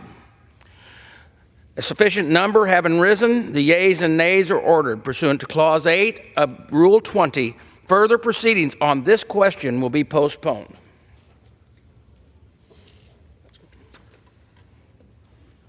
For what purpose does the gentleman from Kansas seek recognition? Mr. Speaker, I move that the House suspend the rules and pass the bill S-2073 as amended. The clerk will read the bill. The clerk will report the title of the bill. Senate 2073, an act to amend Title 31 United States Code to require agencies to include a list of outdated or duplicative reporting requirements and annual budget justifications and for other purposes. Pursuant to the rule, the gentleman from Kansas, Mr. LaTurner, and the gentlewoman from the District of Columbia, Ms. Norton, will each control 20 minutes. The chair recognizes the gentleman from Kansas. Mr. Speaker, I ask unanimous consent that all members have 5 legislative days in which to revise and extend their remarks and include extraneous material on this measure. Without objection. I yield myself such time as I may consume. The gentleman is recognized. Thank you, Mr. Speaker. Every year, numerous laws require federal agencies to produce thousands of reports, with a single report costing tens of thousands of taxpayer dollars. While many reports help inform Congress and the public, some are outdated and duplicative. With nearly 100 agencies issuing annual reports as required under law, there is a great opportunity for cost savings and improving government efficiency by addressing outdated reports. Agencies are already required to compile lists of the reports they generate, but this information is not included in an agency's annual budget document, which Congress scrutinizes on an annual basis. The Eliminate the Useless Reports Act requires each agency to identify and reduce the frequency of duplicative or outdated reports in its regular budget justification documents. This bill would increase government efficiency and save taxpayer dollars by eliminating unnecessary reports. I would like to thank Representatives Garcia and Grothman for their leadership on this issue, and Budget Committee Chairman Arrington for his collaboration with the House Oversight Committee for advancing this bill today. I encourage my colleagues to support this bipartisan common sense bill. I reserve the balance of my time. The gentleman from Kansas reserves. The gentlewoman from the District of Columbia is recognized. Mr. Speaker, I rise today in support of S. 2073, and I want to thank my colleague from California, Ranking Member Robert Garcia, for introducing the House Companion to Eliminate Useless Reports Act, the companion to the Eliminate Useless Reports Act of 2023. I'm proud to support this bipartisan legislation. The accumulation of outdated and redundant reports is something that the Oversight Committee has tried to deal with several times over the past few decades. The Eliminate Useless Reports Act takes an innovative approach. It would establish clear procedures for federal agencies to request the elimination or modification of duplicative or outdated reports in their annual budget justifications. This would ensure that the correct committee of jurisdiction with the appropriate expertise considers this request. This bill would better inform Congress and the executive branch and ensure that agencies are not wasting time or resources on redundant or archaic reports. I urge support of this legislation, and I reserve the balance of my time. Gentlewoman from the District of Columbia reserves. The gentleman from Kansas is recognized. Mr. Speaker, I yield 5 minutes to the gentleman from Wisconsin, Mr. Grothman. Gentleman from Wisconsin is recognized for 5 minutes. Thanks. I think we'll get this done in less than 5 minutes. As has been pointed out, anybody around here a while knows that frequently when a bill passes, we include requirements that an agency provide reports. It looks another way for a congressman to pass a bill is just to pass a freestanding bill that requires another report. Obviously, these reports aren't cheap. Spends a great deal of hours as the agencies compile the reports. It's time to have a look at these reports and see how many are necessary and how many we can do away with. The President's most recent budget request identified 53 reports that were outdated or duplicative. Some examples: Department of Commerce report on business licensing activities in Iraq. This report was signed into law in 2003 during the start of the Iraq War. As our presence there diminished, the need for regular reporting on Iraq-bound business licenses has outlived its usefulness. A Department of Labor report on community college and career training grants. Another report, outdated. The authorization of the appropriations has expired. No funds have been appropriated for this program since 2014. Nevertheless, the requirement for the report lives on. An annual FTC report on the market concentration of the ethanol industry. The FTC has submitted the report every year since 2005, but each and every year the ethanol market has not been overly concentrated. Entry into the market is easy, and the present circumstances do not justify a presumption that a single ethanol producer could set prices. In other words, the usefulness of the report is no longer in existence. The Eliminate Useless Reports Act simply requires each agency to identify and recommend eliminating, modifying, or reducing the frequency of duplicative reports. Recommendations from agencies will be considered by the relevant committees so they can take appropriate legislative steps. This bill would increase the efficiency of identifying outdated or duplicative reports.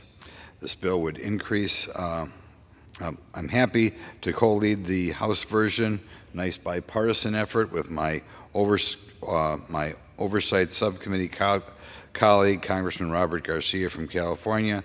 I'm also thankful for the bipartisan Senate co-sponsors of this bill, Senators Ossoff and Langford. I urge adoption of Senate Bill 2073, an important bipartisan step towards improving the efficiency of federal government. Thank you, and I yield the remainder of my time. Gentleman from Wisconsin yields back. The gentleman from Kansas reserves. Mr. Speaker, I have no further speakers, and I reserve. The gentlewoman from District of Columbia is recognized. Mr. Speaker, I urge support for S2073, and I yield back the balance of my time. The gentlewoman from District of Columbia yields back the balance of her time. The gentleman from Kansas is recognized. Thank you, Mr. Speaker. I encourage my colleagues to support this bill that will increase government efficiency. I yield back the balance of my time. The gentleman yields back. The question is, will the House suspend the rules and pass Senate 2073? Those in favor say as amended. Those in favor say aye. Those opposed, no. In the opinion of the chair, 2/3 being in the affirmative, the rules are suspended and the bill is passed without objection, and the motion to reconsider is laid on the table. For what purpose does the gentleman from Kansas seek recognition? Mr. Speaker, I move that the House suspend the rules and pass the bill H.R. 7524 as amended. The clerk will report the title of the bill. H.R. 7524, a bill to amend Title 40 United States Code to require the submission of reports on certain information technology services funds to Congress before expenditures may be made and for other purposes. Pursuant to the rule, the gentleman from Kansas, Mr. LaTurner, and the gentlewoman from District of Columbia, Ms. Norton, each will control 20 minutes. The chair recognizes the gentleman from Kansas. Mr. Speaker, I ask unanimous consent that all members have 5 legislative days in which to revise and extend their remarks and include extraneous materials on this measure. Without objection. I yield myself such time as I may consume. The gentleman is recognized. Thank you, Mr. Speaker. I rise in support of H.R. 7524, the GSA Technology Accountability Act. The General Services Administration's Technology and Transformation Services, or TTS, manages several federal technology projects and initiatives. These projects and initiatives are mostly funded through 2 funds, the Citizen Services Fund and the Acquisition Services Fund. There is little transparency, however, into how money from these funds is allocated and what TTS is doing with its resources. This bill requires the administrator of GSA to submit an annual report to Congress regarding each program funded by the Citizen Services Fund and some programs funded by the Acquisition Services Fund. This annual report will include information about funded programs, projects, and initiatives, and reimbursements associated with each program. This bill provides much-needed transparency into TTS programs and technology-related projects. I thank Representative Pete Sessions, Chairman of the House Oversight Committee Subcommittee on Government Operations and the Federal Workforce, and Representative Jerry Connolly for their work on this legislation. I encourage my colleagues to support this common-sense bill to increase transparency and provide additional oversight of taxpayer dollars. I encourage my colleagues to support this bill, and I reserve the balance of my time. Gentleman from Kansas reserves. The gentlewoman from the District of Columbia is recognized. Mr. Speaker, I yield myself such time as I may consume. The gentlewoman is recognized. Mr. Speaker, I rise today to support, in support of GSA Technology Accountability Act. I thank my colleagues, Representatives Comer and Chairman Sessions, and their staffs for their partnership and collaboration on this bill. I'm pleased to support the updated form of this bill. The bill would bring increased transparency to some of the General Services Administration's leading programs that are funded by the Federal Citizen Services Fund and the Federal Acquisition Fund. As GSA continues to make the technological advancements that allow the American people to securely access government services, this bill will allow Congress to fulfill its vital oversight responsibilities. Once again, I thank my colleagues for working with us to address GSA's concerns about the original legislation and ensure that this bill allows for increased transparency without creating unnecessary administrative burdens. I urge my colleagues to support this legislation, and I reserve the balance of my time. The gentlewoman from the District of Columbia reserves. The gentleman from Kansas is recognized. Mr. Speaker, I yield 5 minutes to the gentleman from the great state of Texas, my friend, Mr. Sessions. The gentleman from Texas is recognized for 5 minutes. Thank you very much, Mr. Speaker, and I want to thank the distinguished gentleman, my friend from Kansas. I would also like to thank my colleague from the District of Columbia representing the minority or the Democratic Party on the Government Reform and Oversight Committee. Today, I rise in support of this bill. It's a bill that we've written. We've tried to make it bipartisan, and we've tried to include ideas from a number of people that were on the committee. As the chairman of the Government Reform and Oversight Subcommittee on Government Operations and the Federal Workforce, we work together, not only holding hearings, but discussing need for transparency and better technology for projects from the General Services Administration. As it stands now, the government's internal technology consultancy is mostly opaque in its operation, resulting in the lack of competition and a few instances of serious failures from the GSA's products. And those are products that were developed in-house. Last year, the GSA Inspector General reported that Login.gov, a GSA product that was intended to be a single sign-on solution for the federal government and government agencies, was intentionally misleading federal agencies about its technical capabilities and ability to actually authenticate the users. In other words, Mr. Speaker, as people came in to do business with a government agency, GSA had a front to that would with the surety tell that agency wherever they were going with great likelihood exactly who that person was.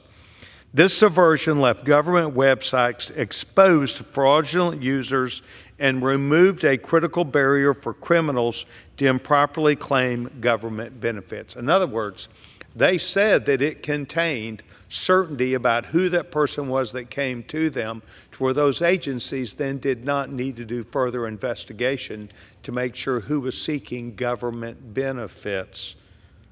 While we do not currently know the total amount of fraud that was committed because Login.gov did not provide adequate system security that it was required and stated that it was prepared to do.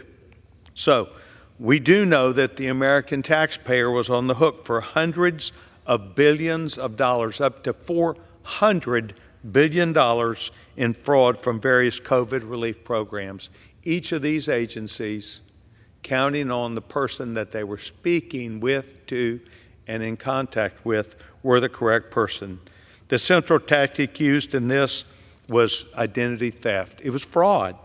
In order to prevent such fraud in the future, federal systems must have to identify verification capacities and how they intend for them to work. Instead, the GSA marketed and federal agents paid for an identity verification system that was either not present and certainly did not work. It left the door wide open for criminals pretending to be someone else to steal benefits, to steal information, and otherwise compromise government systems with a false identity.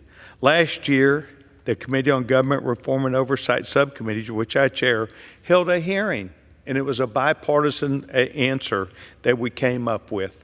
It's a problem. So I appreciate my colleagues, including the gentleman from Virginia, Mr. Conley, his support of this legislation, but certainly back in the committee as we brought this bill forward. It was a bipartisan answer that no matter whose fault it was, it needed to be fixed. We looked at it, I think, the same way, and I'm very proud of this committee, and I'm very proud of my colleagues, the Democrats, the minority party, for working with us just like it was a part of their responsibility, which it was, and I totally support that. So, with Login.gov, the Technology Transformation Service failed. Now we're going to provide the transparency that's required in this bill. I'm very proud of this work that was done on a bipartisan basis. I yield back my time. The gentleman from Texas yields back. The gentleman from Kansas is recognized. Mr. Speaker, I have no further speakers, and I'm prepared to close. The gentleman The gentleman reserves. The gentlewoman from the District of Columbia is recognized. Mr. Speaker, I urge members to support this bipartisan bill and yield back the balance of my time. Gentlewoman yields back. The gentleman from Kansas is recognized. Thank you, Mr. Speaker. I encourage my colleagues to support this common sense bill to increase transparency and provide additional oversight of taxpayer dollars. I yield back the balance of my time. Gentleman yields back. The question is, will the House suspend the rules and pass the bill H.R. 7524 as amended? All those in favor say aye.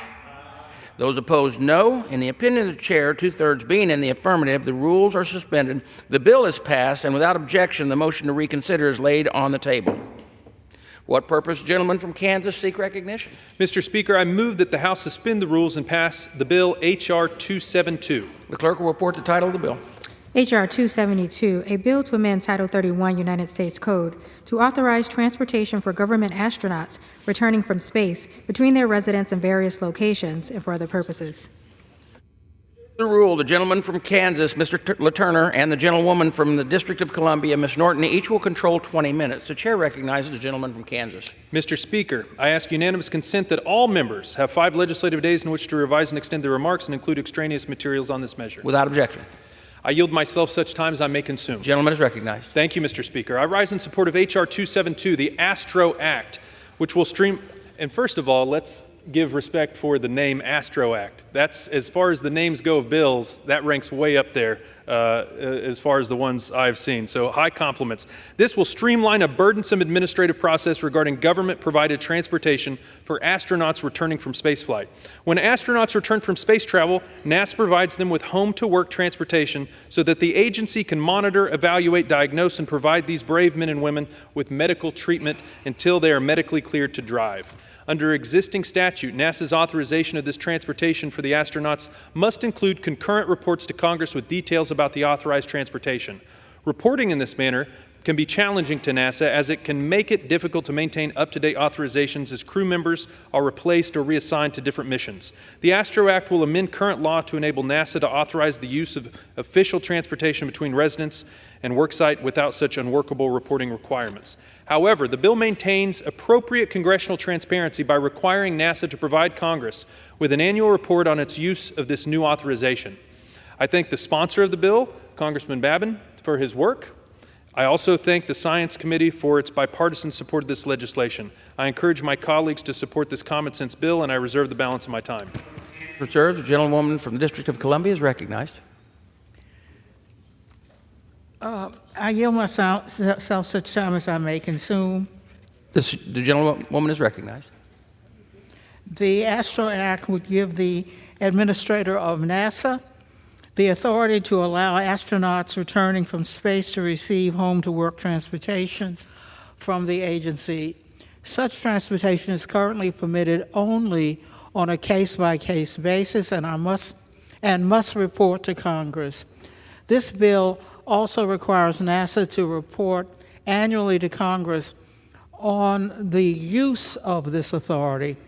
These seem like reasonable changes to me, and I support this bill, and I reserve the balance of my time. Gentleman from the District of Columbia reserves. The gentleman from Kansas is recognized. Mr. Speaker, I yield 5 minutes to the gentleman from Texas, my friend Dr. Babin. The gentleman from Texas is recognized for 5 minutes.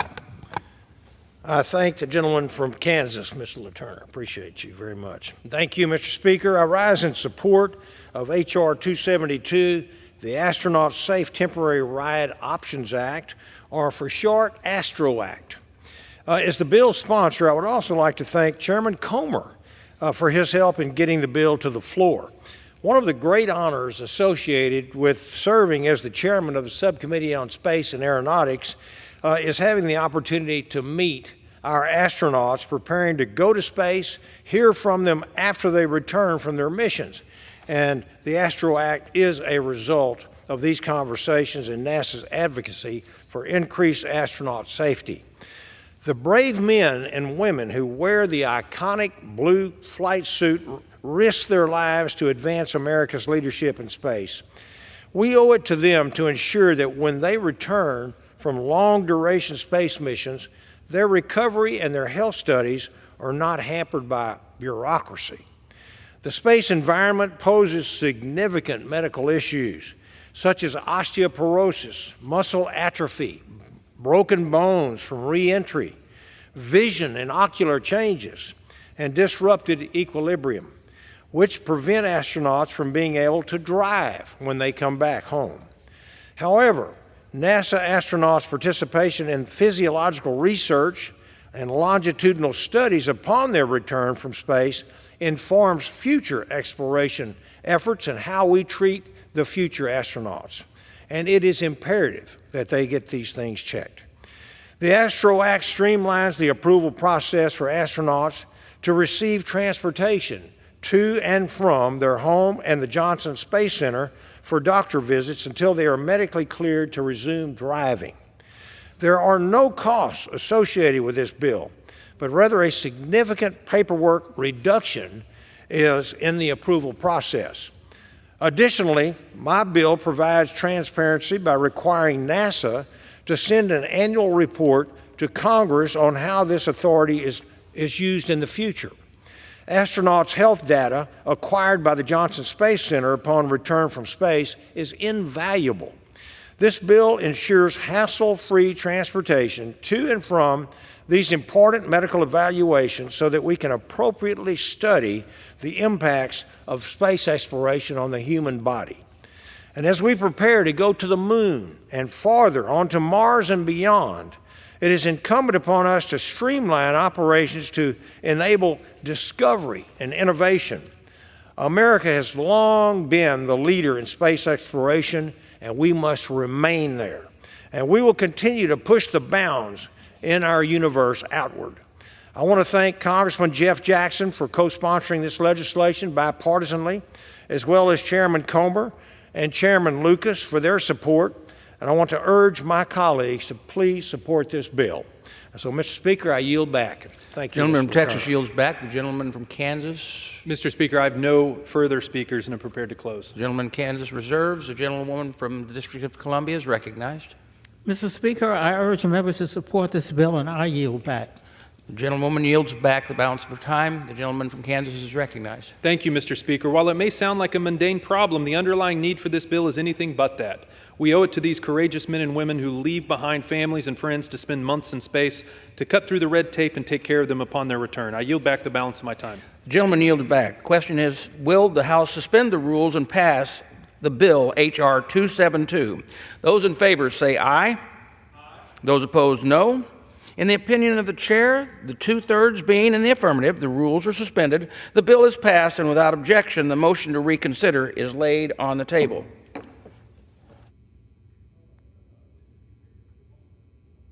Mr. Gentleman from Kansas, seek recognition. I ask unanimous consent that notwithstanding Rule 17, during consideration of H.R. 3354, Representative Wexton of Virginia be permitted to use a medical assistive communication device while under recognition. Without objection. Mr. Speaker, I move that the House suspend the rules and pass the bill H.R. 3354. Report to the bill. Title of the bill. H.R. 3354, a bill to designate the facility of the United States Postal Service located at 220 North Hatcher Avenue in Purcellville, Virginia, as the Secretary of State Madeleine Albright Post Office Building. For the purpose, pursuant to the rule, the gentleman from Kansas, Mr. LaTurner, and the gentlewoman from the District of Columbia, Ms. Norton, each will control 20 minutes. The chair recognizes the gentleman from Kansas.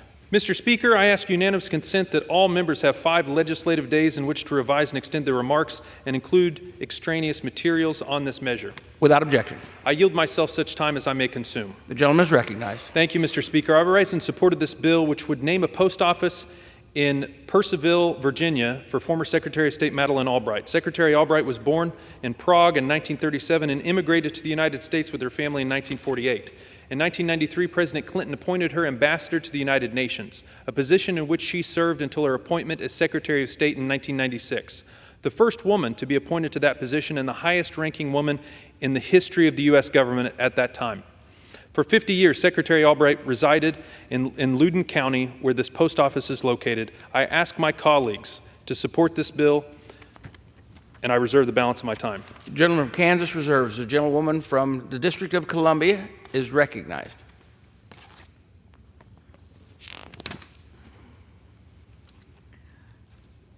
Mr. Speaker, I yield myself such time as I may consume. The gentlewoman is recognized. Mr. Speaker, I rise today in support of H.R. 3354 to designate the facility at the United States Postal Service located at 220 North Hatcher Avenue in Purcellville, Virginia, as the Secretary of State Madeleine Albright Post Office building. This legislation, introduced by my tremendous colleague, Representative Jennifer Wexton of Virginia, would designate a post office after former Secretary of State Madeleine Albright. Secretary Albright fled communist rule under Czechoslovakia and immigrated to Denver, Colorado in 1948. She committed herself to a life of public service, including working for the U.S. Senate under then-Senator Edmund Muskie, and later served the Carter administration as a White House staff member and a staffer of the National Security Council. Secretary Albright was appointed by President Clinton as ambassador to the United Nations in 1993 and was a critical force behind the expansion of NATO to, quote, build for the very first time a peaceful, democratic, and undivided transatlantic community. She was committed, end quote. She was committed to democratization and security of European nations that escaped Soviet rule. Secretary Albright is remembered as an important force behind the global fight against climate change, including by supporting the ratification of the Kyoto Protocol, an international treaty to fight global climate change. This protocol was eventually adopted in 1997, and I now yield to the gentlewoman from Virginia, Representative Wexton, for any remarks she may have. The gentlewoman is recognized.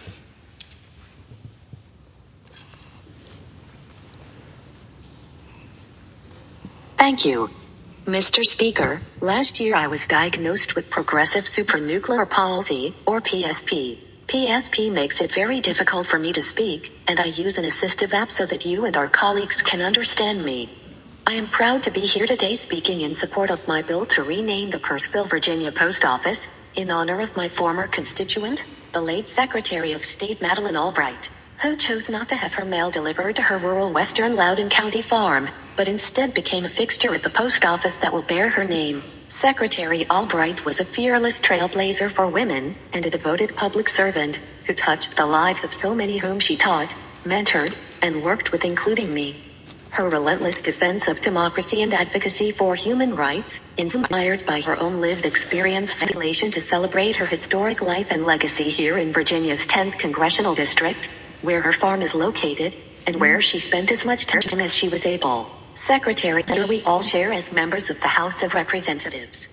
Throughout her life, Secretary Albright received numerous accolades and awards, including the Presidential Medal of Freedom in 2012. I am honored that the Virginia delegation, and I can bestow this posthumous honor on Secretary Albright and her family and help ensure that her legacy continues to live on in Virginia for generations to come.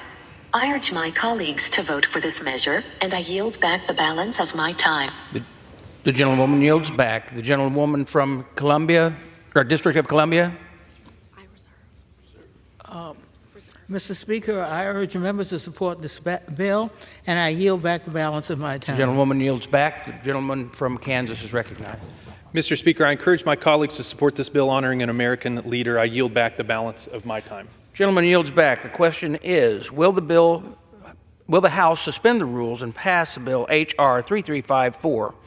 Those in favor say aye. Those opposed, no. In the opinion of the chair, the two-thirds being in the affirmative. Mr. Speaker.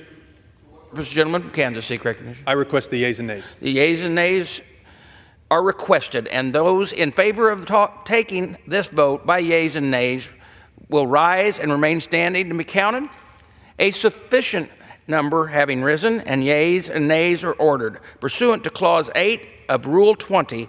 Further proceedings on this question will be postponed. For what purpose the gentleman from Kansas seek recognition? Mr. Speaker, I move that the House suspend the rules and pass the bill H.R. 7423. The clerk will report the title of the bill. H.R. 7423, a bill to designate the facility of United States Postal Service located at 103 Benedette Street in Rayville, Louisiana, as a Luke Letlow Post Office building.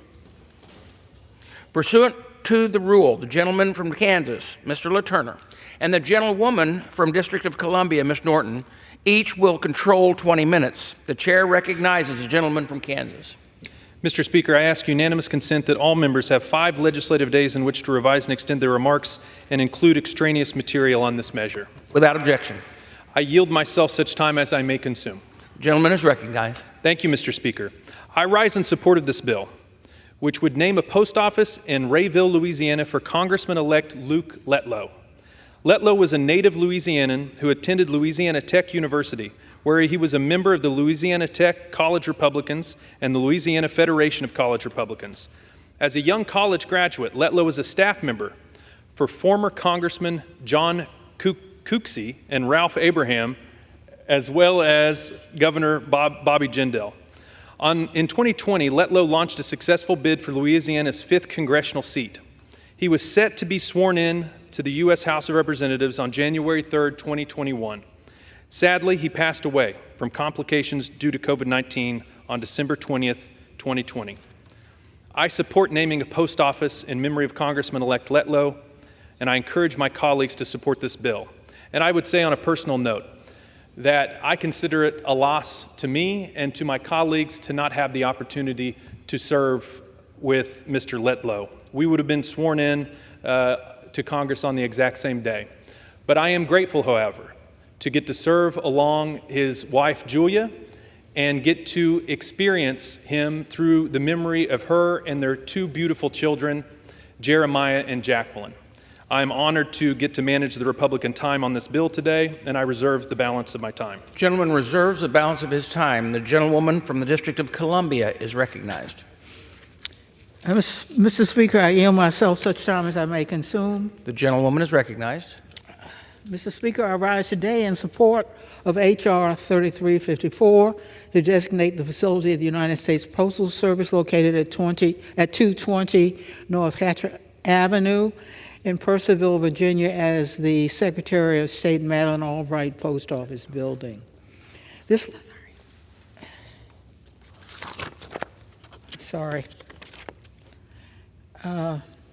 To designate the facility at the United States Postal Service located at 103 Benedette Street in Rayville, Louisiana, as the Luke Letlow Post Office building. Congressman-elect Luke Letlow was poised to represent Louisiana's 5th legislative district after winning the special election seat when he tragically passed away from complications of COVID on December 22nd, 2020. He is remembered by his congressional colleagues for his staunch commitment to public service. I encourage my colleagues to join me in honoring the life of Congressman-elect Letlow by naming the post office at Rayville, Louisiana after him, and I reserve the balance of my time. Columbia reserves. The gentleman from Kansas is recognized. Mr. Speaker, it is my honor to yield 5 minutes, or however much she needs, to the gentlelady from Louisiana, Ms. Letlow. The gentlewoman from Louisiana is recognized for as much time as she may consume. Thank you, Mr. Speaker, and thank you to my friend. I rise today to voice my support for this bill and also to express to the House the heartfelt gratitude of Luke's family, his friends, and all who loved him. My husband was someone I knew to be a truly exceptional and gifted individual. Luke's purpose was always driven by people, and his passion was public service. Luke was the kind of person who would never meet a stranger, who would only meet a stranger, and just a few minutes later could walk away having established an enduring friendship with them. Mr. Speaker, I can't even begin to count the number of people who called, texted, emailed, or wrote me letters in the days after we lost Luke, telling me how he had touched their lives. Throughout his career, I saw so many times when he would spend hours on the phone talking to local mayors and police jurors about the problems in their communities, showing them the same care and attention that he would give if it had been the governor of Louisiana or the Speaker of the House on the other end of the line. As I travel the 5th District to this day, I still meet many of those same people who fondly remember those times that he helped them. But what was different about Luke, and one of the incredible things that set him apart, was the fact that his mind was like an atlas, encyclopedia, and historical narrative of our little corner of Northeast Louisiana. He not only knew the people, he not only knew their concerns, he knew their stories. He could drive through those little small towns all over our region and show you where Ulysses Grant and his troops had prepared for the attack on Vicksburg, where Theodore Roosevelt had gone hunting for the famous black bear, and where Huey and Earl Long played as young brothers and later campaigned for votes as governors. But there's no place that Luke loved more than his own Richland Parish, the home for the Letlow family for 8 generations. His story was deeply rooted in the fertile soil of the Delta, which gave name to his pet project, Richland Roots, a website he created to tell the stories of Richland Parish and its rich history. He would spend countless hours researching the past of the towns and villages of the parish, the landmarks, the churches, and yes, even the post offices. You see, Luke understood that all over Richland Parish, there were these little pieces of the past that were left with us, containing both the stories and the lessons from those who came before us. Now, he'll receive his very own landmark, a little piece of Richland Parish, to help tell his story. It's my hope, Mr. Speaker, that one day another history-loving kid from Richland Parish will see that post office and learn about Luke's story. I hope they'll learn about how his journey took him from the back roads and small towns of Northeast Louisiana to the corridors of the United States Capitol in Washington. I hope they'll learn about how he dedicated himself to the people of our region, working every single day to make their lives better. I hope they'll learn about the fact that even though he was never able to serve as a member of this House, the men and women who served here thought so highly of him that they bestowed this high honor. Mr. Speaker, when Luke's light would shine on you, it was impossible to feel anything other than his warmth and love. He had a way of making you feel exceptional, and I know that to be true for every person in his life. It is what I miss the most. Luke may be gone, but his light will never leave us. I see it every day in the faces of my children, my son Jeremiah and our daughter Jacqueline. I see it every time I go home and I drive those back roads in Richland Parish and see the places that he loved so much. But by bestowing this honor on him, you're ensuring that his name and his legacy will live on long after all of us are gone. So I ask my colleagues to join our majority leader and our Louisiana delegation in supporting this bill on behalf of Luke's family and his friends and all who loved him. Thank you. I yield back. The gentlewoman yields back. The gentleman from Kansas is recognized. Mr. Speaker, I want to thank the gentlelady from Louisiana, and I reserve. The gentleman reserves. The gentlewoman from District of Columbia is recognized. Mr. Speaker, I reserve the balance of my time. The gentlewoman from District of Columbia reserves. The gentleman from Kansas is recognized.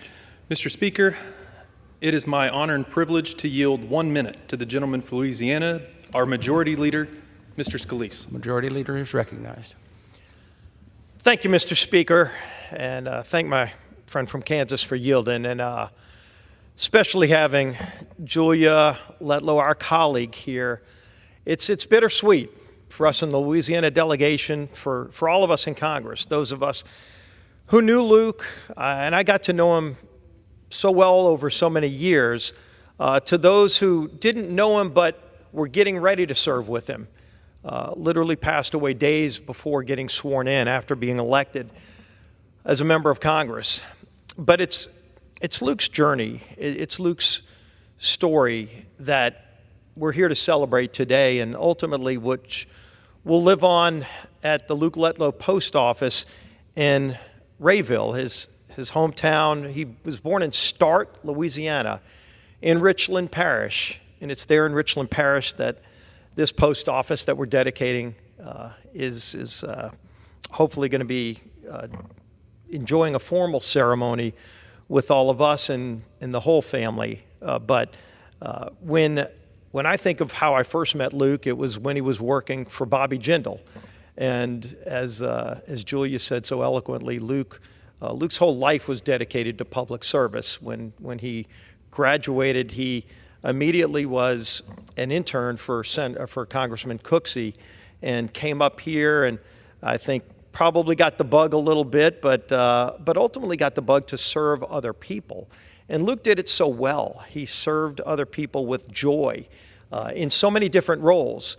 After he worked for Congressman Cooksey, he then worked for candidate Bobby Jindal. That's when I got to know him.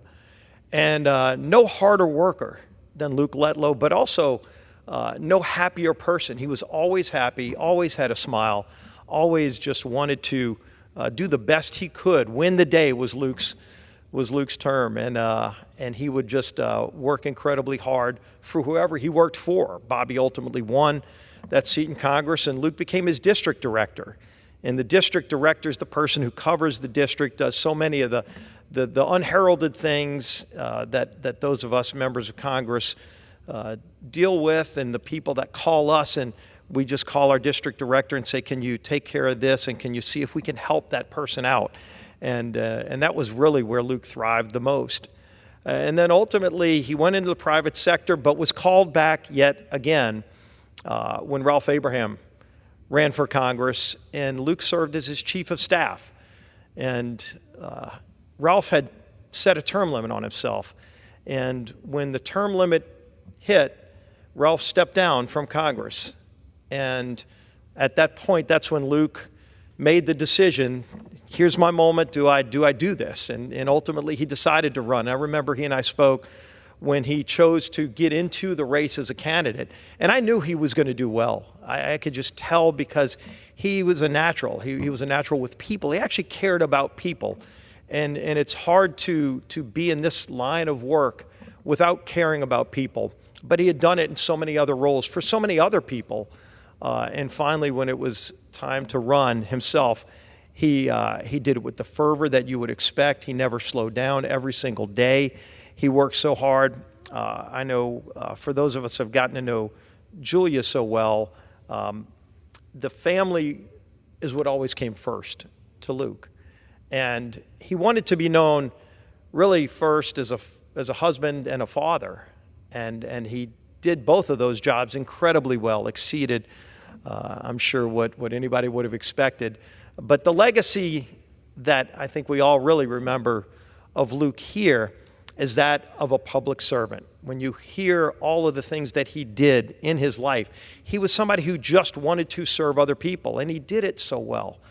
I think the hardest part for me is after he had gotten elected, we talked a lot because he was so eager to get ready for this new role, this new career, to come up to Congress and do something that he had thought about doing for so long, a role he had played helping so many other people who served in Congress. But now this was the time where he was going to start his new career.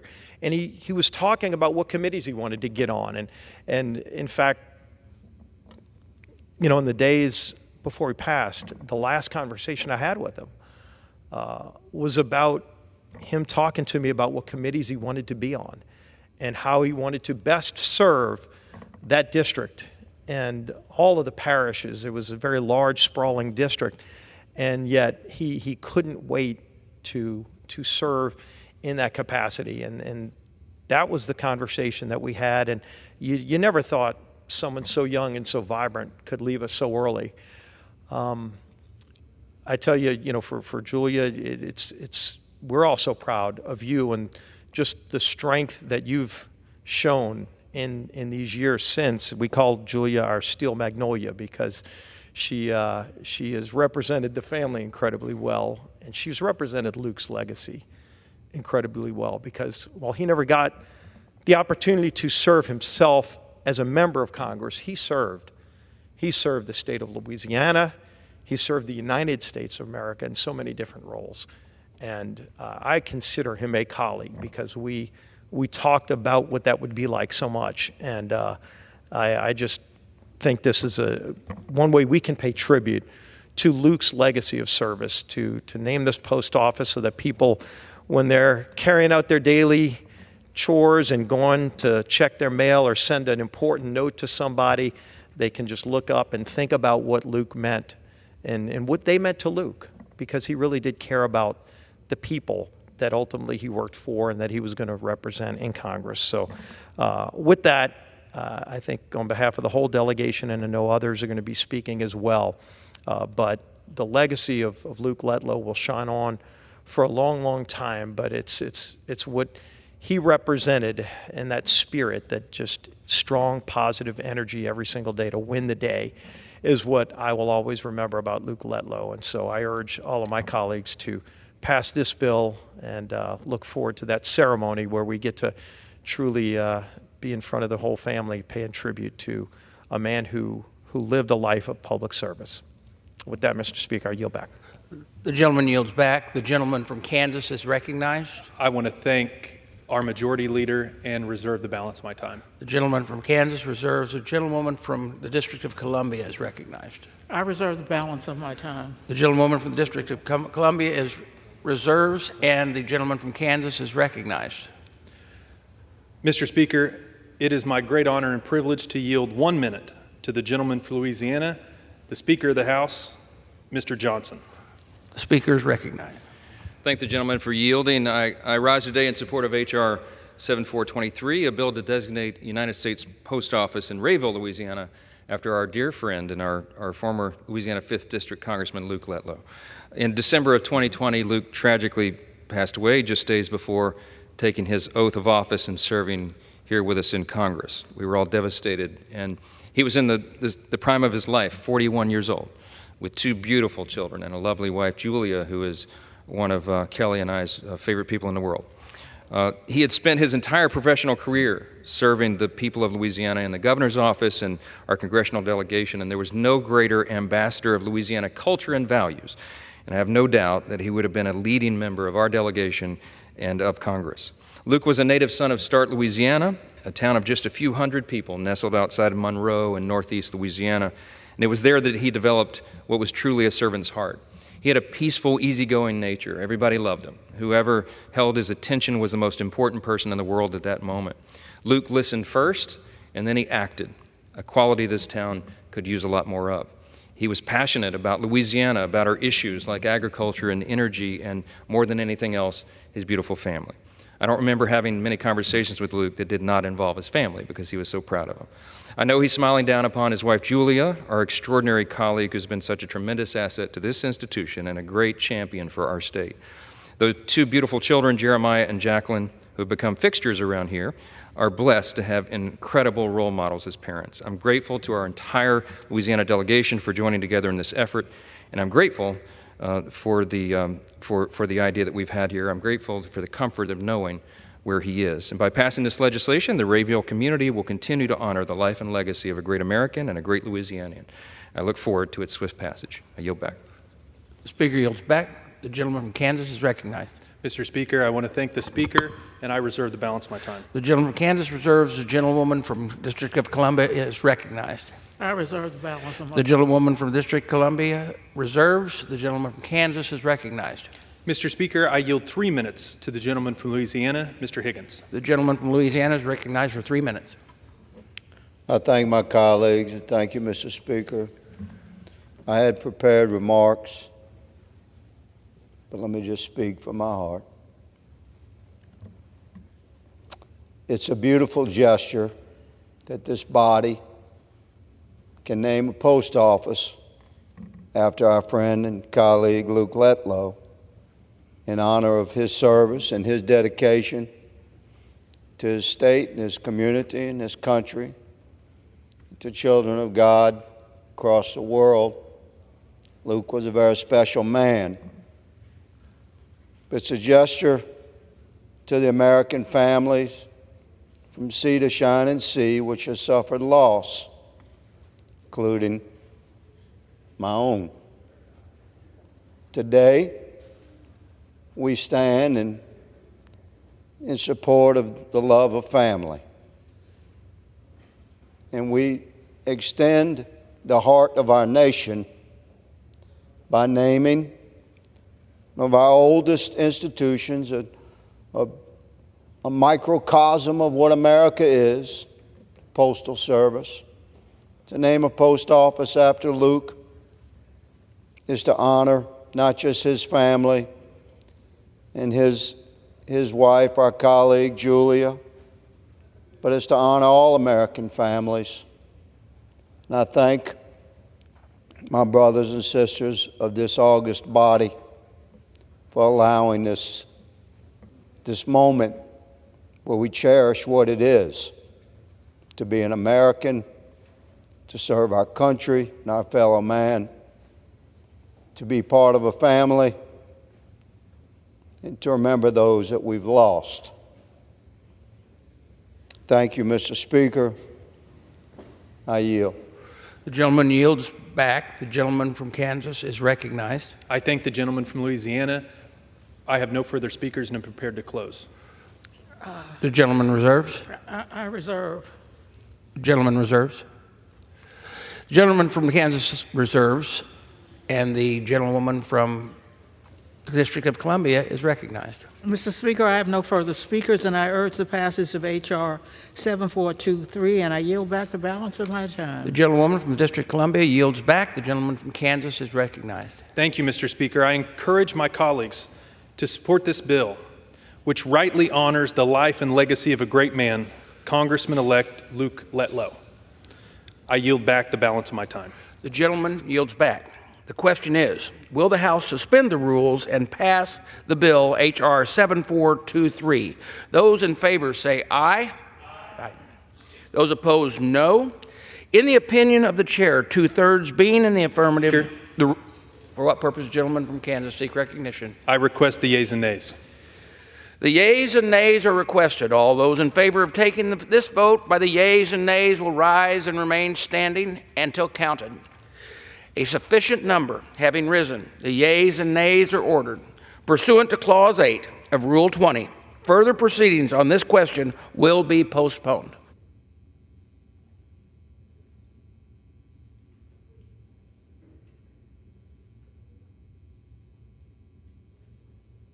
Pursuant to Clause 12A of Rule 1, the Chair declares the House in recess until approximately 6:30 p.m. today.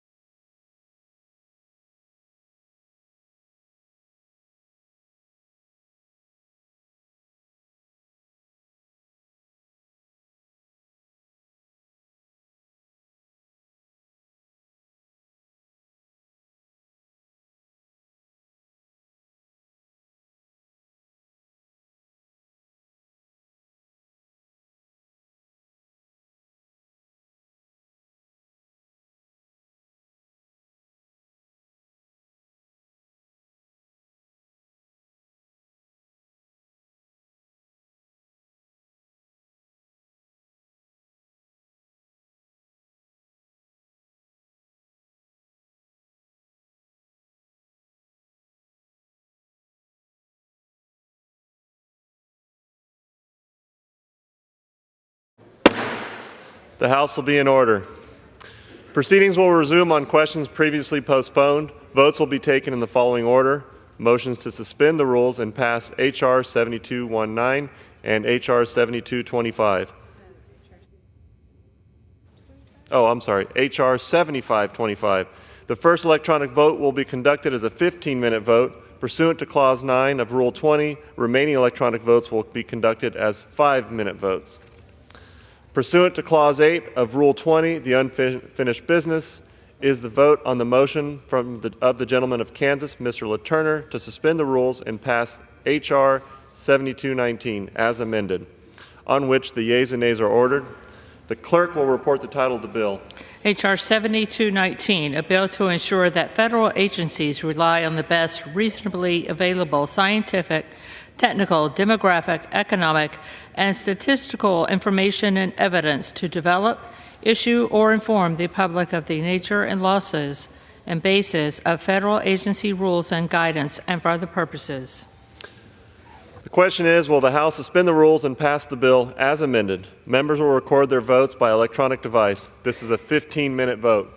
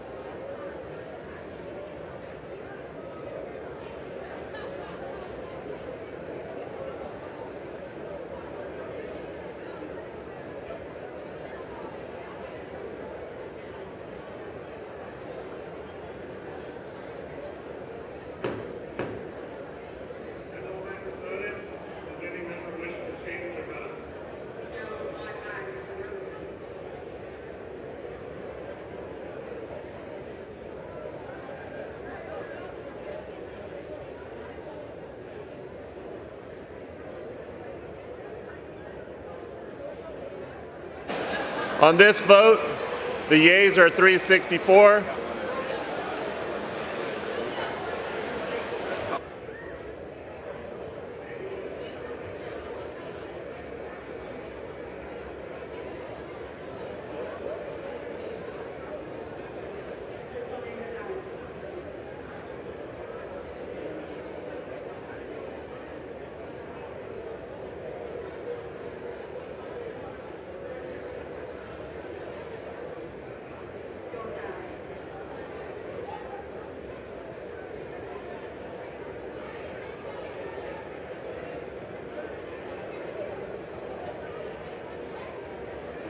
Vote, the yeas are 377, the nays are 4. 2/3 being in the affirmative, the rules are suspended, the bill is passed, and without objection, the motion to reconsider is laid on the table. The chair lays before the House. Oh.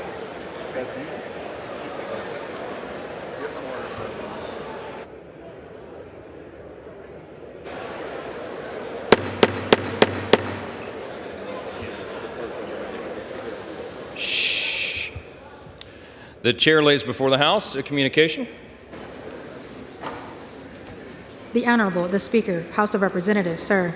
I have the honor to transmit herewith a copy of a letter received from Ms. Kristen Zabrowski-Savitsky and Mr. Raymond J. Rowley III, Co-Executive Directors, New York State Board of Elections, indicating that, according to the unofficial results for the special election held on April 30th, 2024, the Honorable Timothy M. Kennedy was elected for Representative to Congress for the 26th Congressional District of New York. Signed sincerely, Kevin F. McCumber, Acting Clerk. For what purpose does the gentleman from New York seek recognition? Mr. Speaker, I ask unanimous consent that the gentleman from New York, the Honorable Timothy M. Kennedy, be permitted to take the oath of office today. His certificate of election has not arrived, but there is no contest and no question has been raised with regard to his election. Without objection, will Representative-elect Kennedy and members of the New York delegation present themselves in the well? All members will rise and the representative-elect.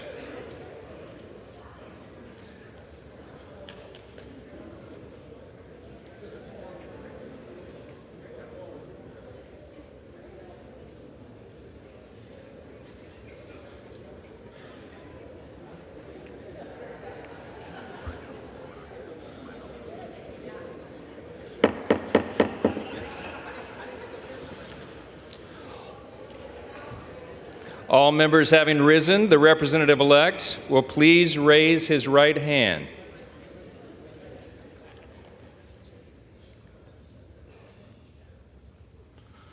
Do you solemnly swear or affirm that you will support and defend the Constitution of the United States against all enemies, foreign and domestic, that you will bear true faith and allegiance to the same, that you take this obligation freely without any mental reservation or purpose of evasion, and that you will well and faithfully discharge the duties of the office on which you are about to enter, so help you God? I do. Congratulations, you're now a member of the 118th Congress.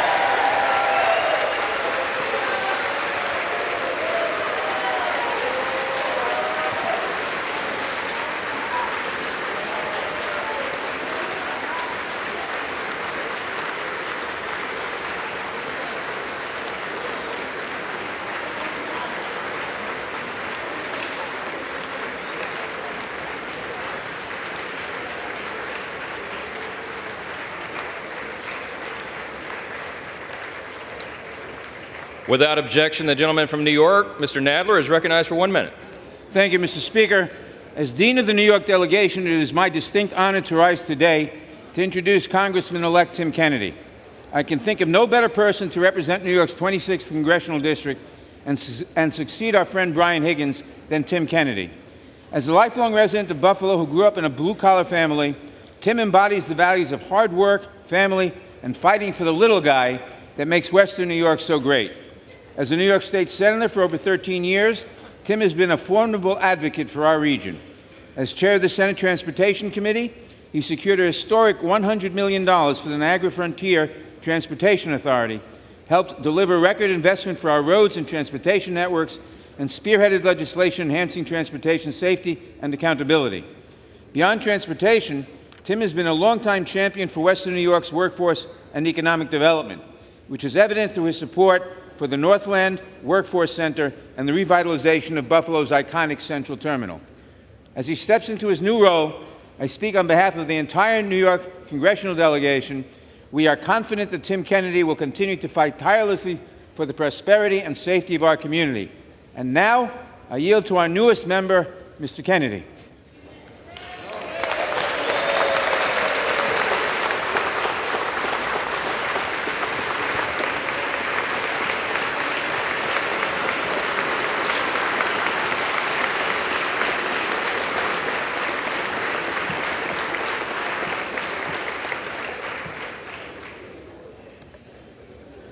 Thank you, Congressman Nadler, my colleagues in the New York delegation, Mr. Speaker, and Leader Jeffries. I stand before you humbled by the opportunity God has given us to be together in this moment. This awesome and magnificent responsibility that's been granted to me by the people of Western New York. I'm grateful to those that have entrusted me with their vote and their confidence to represent our beloved Buffalo-Niagara region in the United States Congress. I want to take a moment to recognize my family who's here with me, my wife Katie, our children,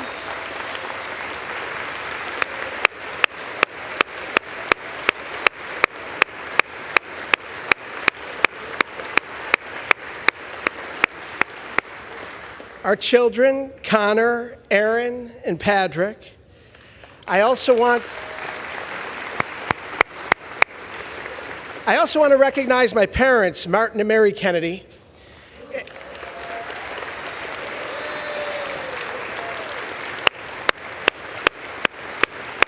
And my in-laws, Dave and Jane Turk. My brother John also made the visit down along with many other family members and friends. I'm grateful that they can all join us here today. Looking down on us, our baby angel Bridget, along with so many other family members and friends who have passed on, whose spirits remain with us here today on this auspicious occasion. They're no doubt toasting and celebrating in the heavens above. Calling Buffalo, New York, and America home were the O'Briens and O'Donohues, Wilsons and Flynns, Dobmeyers and Stearns, McCarthys and Duffys, mixed all together, and the result is a Kennedy. I hail from the city of good neighbors, the community of good neighbors, the original home of the Seneca Nation of Indians, the village of Buffalo, burned to the ground by the British in the War of 1812, rebuilt and incorporated in 1832, the western terminus of the Erie Canal, helping to transform our nation through improved commerce, a border community with our greatest ally, Canada, to the north, a region surrounded by Great Lakes, and in between, one of the greatest wonders of the world, Niagara Falls.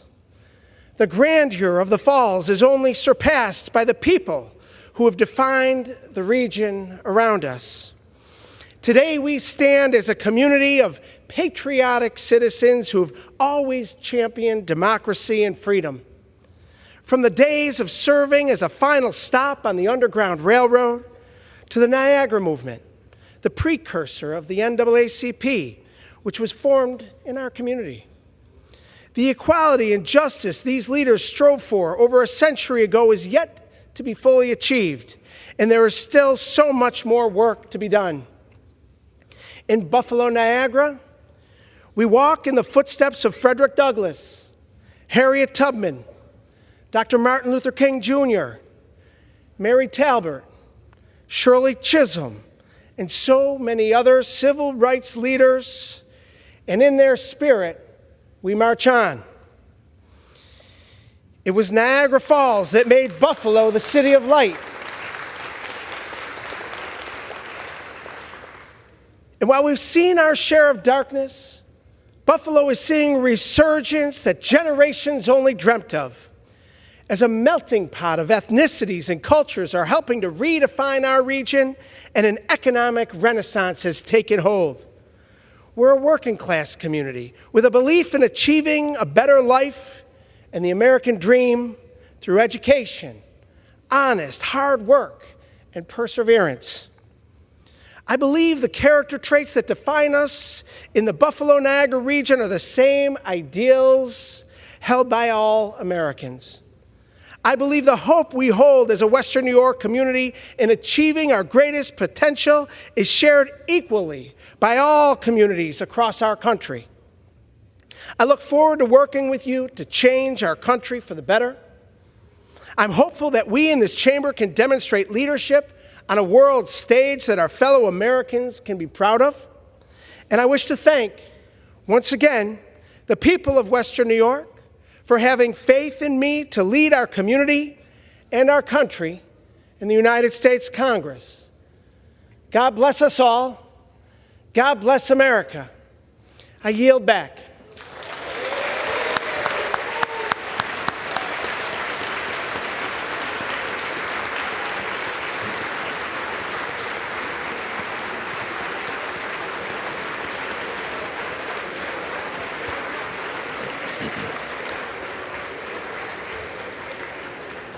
Under Clause 5D of Rule 20, the chair announces to the House that in light of the administration of the oath to the gentleman from New York, the whole number of the House is 430. Pursuant to Clause 8 of Rule 20, the unfinished business is the vote on the motion of the gentleman from Kansas, Mr. Letourneau, to suspend the rules and pass H.R. 7525, on which the yeas and nays are ordered. The clerk will report the title of the bill. H.R. 7525, a bill to require the Director of the Office of Management and Budget to issue guidance to agencies requiring special districts to be recognized as local government for the purpose of federal financial assistance determinations. The question is, will the House suspend the rules and pass the bill? Members will record their votes by electronic device. This is a 5-minute vote.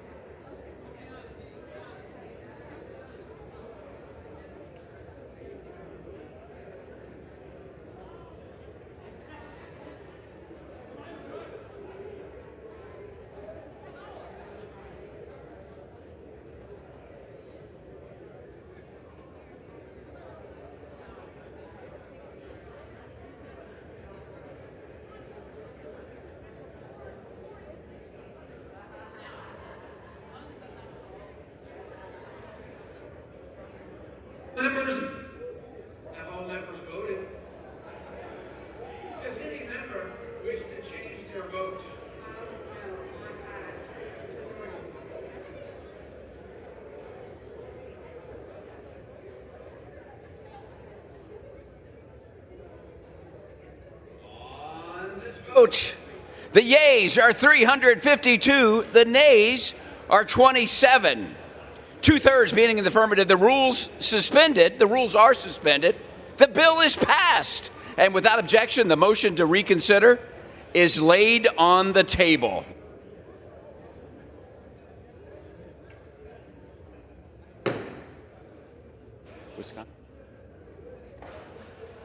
The House will be in order. For what purpose does the gentleman from Wisconsin seek recognition?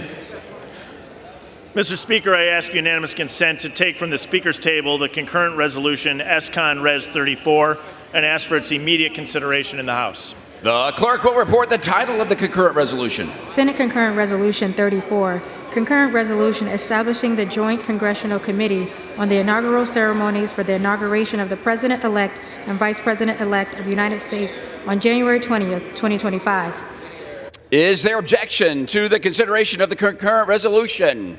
Without objection, the current resolution is agreed to, and the motion to reconsider is laid on the table. The gentleman, for what purpose does the gentleman from Wisconsin seek recognition? Mr. Speaker, I ask unanimous consent to take from the Speaker's table the concurrent resolution S-Con Res 35 and ask for its immediate consideration in the House. The clerk will report the title of the concurrent resolution. Senate Concurrent Resolution 35, concurrent resolution authorizing the use of the rotunda and Emancipation Hall of the Capitol by the Joint Congressional Committee on the inaugural ceremonies in connection with the proceedings and ceremonies conducted for the inauguration of the President-elect and the Vice President-elect of the United States. Is there objection to the consideration of the concurrent resolution? Without objection, the concurrent resolution is agreed to, and the motion to reconsider is laid on the table. The House will be in order. For what purpose does the gentleman from Utah seek recognition? Unanimous consent to speak out of order. Without objection, the gentleman from Utah is recognized. The gentleman from Utah will suspend. Members of the House, the House will be in order. The gentleman from Utah, you may proceed. We rise before you today with heavy heart as we mourn the loss of a true American hero, Sergeant Bill Hooser. In the line of duty, Sergeant Hooser demonstrated unparalleled courage and commitment to serving our communities. His dedication to protecting and serving the people of Santaquin, Utah was unwavering, yet his life was cut short in a senseless act of violence, a tragedy that took him from us far too soon. Sergeant Hooser's sacrifice serves as a stark reminder of the dangers our law enforcement officers face each and every day. They put their lives on the line to keep us safe, to uphold justice, and to maintain law and order. Sergeant Hooser exemplified the very best of that high and noble calling.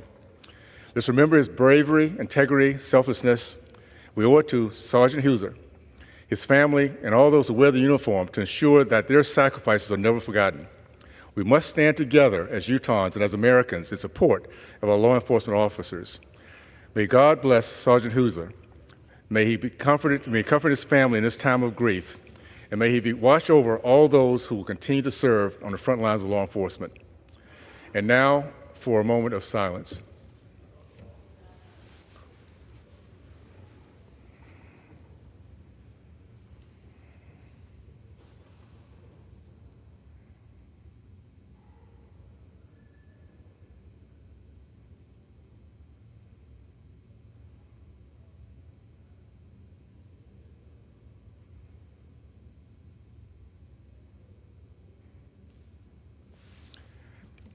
Thank you, Mr. Speaker. I yield back. Thank you, Representative Burgess. The chair will now entertain requests for 1-minute speeches. For what purpose does the gentleman from Tennessee seek recognition?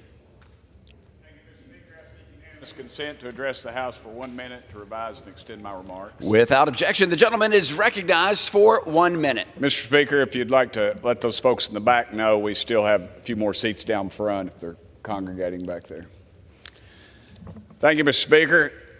This May is National Missing Persons Month. Over 600,000 people go missing in the United States every year.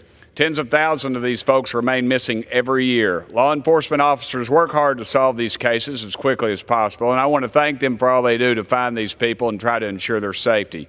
Congress should do everything it can, though, to help the men and women in law enforcement do their jobs and bring these people home. That's why I joined Congressman Joe Neguse in leading a bipartisan bill to improve reporting requirements for individuals who go missing on public lands. This bill, called the TRACE Act, enhances reporting requirements with the National Missing and Unidentified Persons System so investigators across multiple agencies, excuse me, Mr. Speaker, multiple agencies have access to all the important information to catch criminals behind people's disappearance. No missing person case should go unsolved just because investigators couldn't easily access the information they need. Improving the way our agencies record and share case details could save lives, Mr. Speaker. 600,000 missing persons is too many. One missing person is too many. We should do all we can to find them and help them get home safely. Thank you, Mr. Speaker. I yield the remainder of my time. Thank you very much. For what purpose does the gentleman from California seek recognition? Without objection, the gentleman is recognized for 1 minute.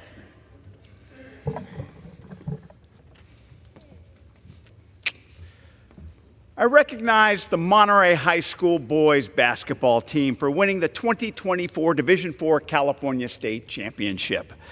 The Toradors are the second basketball team ever from Monterey County to win a state title, and Mr. Speaker, this one was special. Throughout their season, the Toradors were determined to be victorious. However, after winning their league title, they actually lost in the sectional playoffs. Nevertheless, due to their overall performance during the year, the Toradors were given an at-large invitation to the state playoffs and the 14th seed. Although they weren't happy with that ranking, they were thrilled with the opportunity to show that they were better than that and played with a huge chip on their shoulders. They beat the 3rd seed, they beat the 6th seed, they beat the 2nd seed, they beat the 4th seed, and yes, eventually Monterey High Toradors beat the #1 seed to capture the state championship. It's historic wins like that, it's teams like this, and it's the attitude that they had that defined determination. So congratulations to Coach Daniels and the determined Toradors for their historic victory and for making California's 19th Congressional District very proud. Thank you, Mr. Speaker. I yield back. Thank you very much. For what purpose does the gentleman from Georgia seek recognition? Ask unanimous consent to address the House for 1 minute. Revise and extend my remarks. Without objection, the gentleman is recognized for 1 minute. Mr. Speaker, I rise today to honor the life of Donald Liebram Jr. Don, a native of Columbus, Georgia, graduated from Columbus High School and went on to attend the University of Georgia. Don played football for the Bulldogs, winning an SEC championship in 1959 and the Orange Bowl in 1960. After his impressive career at Georgia, Don joined the family business, Georgia Crown Distributing Company. Don worked his way up to become the president of Georgia Crown, where the company saw continued success under his leadership. In 1992, he became chairman of the board of the company. Don also served 5 consecutive terms on the University System Board of Regents after he was appointed by Georgia Governor Zell Miller. This included time as Regents chairman from 1994 to 1995. Outside of his professional career, Don was known as a generous and kind man. He was a founding member of the University System of Georgia Foundation, as well as a member of numerous professional, civic, and social organizations. Don was larger than life. He positively impacted everyone he met, and he will be sorely missed by all. Thank you, Mr. Speaker, and I yield back. Thank you very much. For what purpose does the gentleman from North Carolina seek recognition? To address the House for 1 minute. To revise and extend. Without objection, the gentleman is recognized for 1 minute.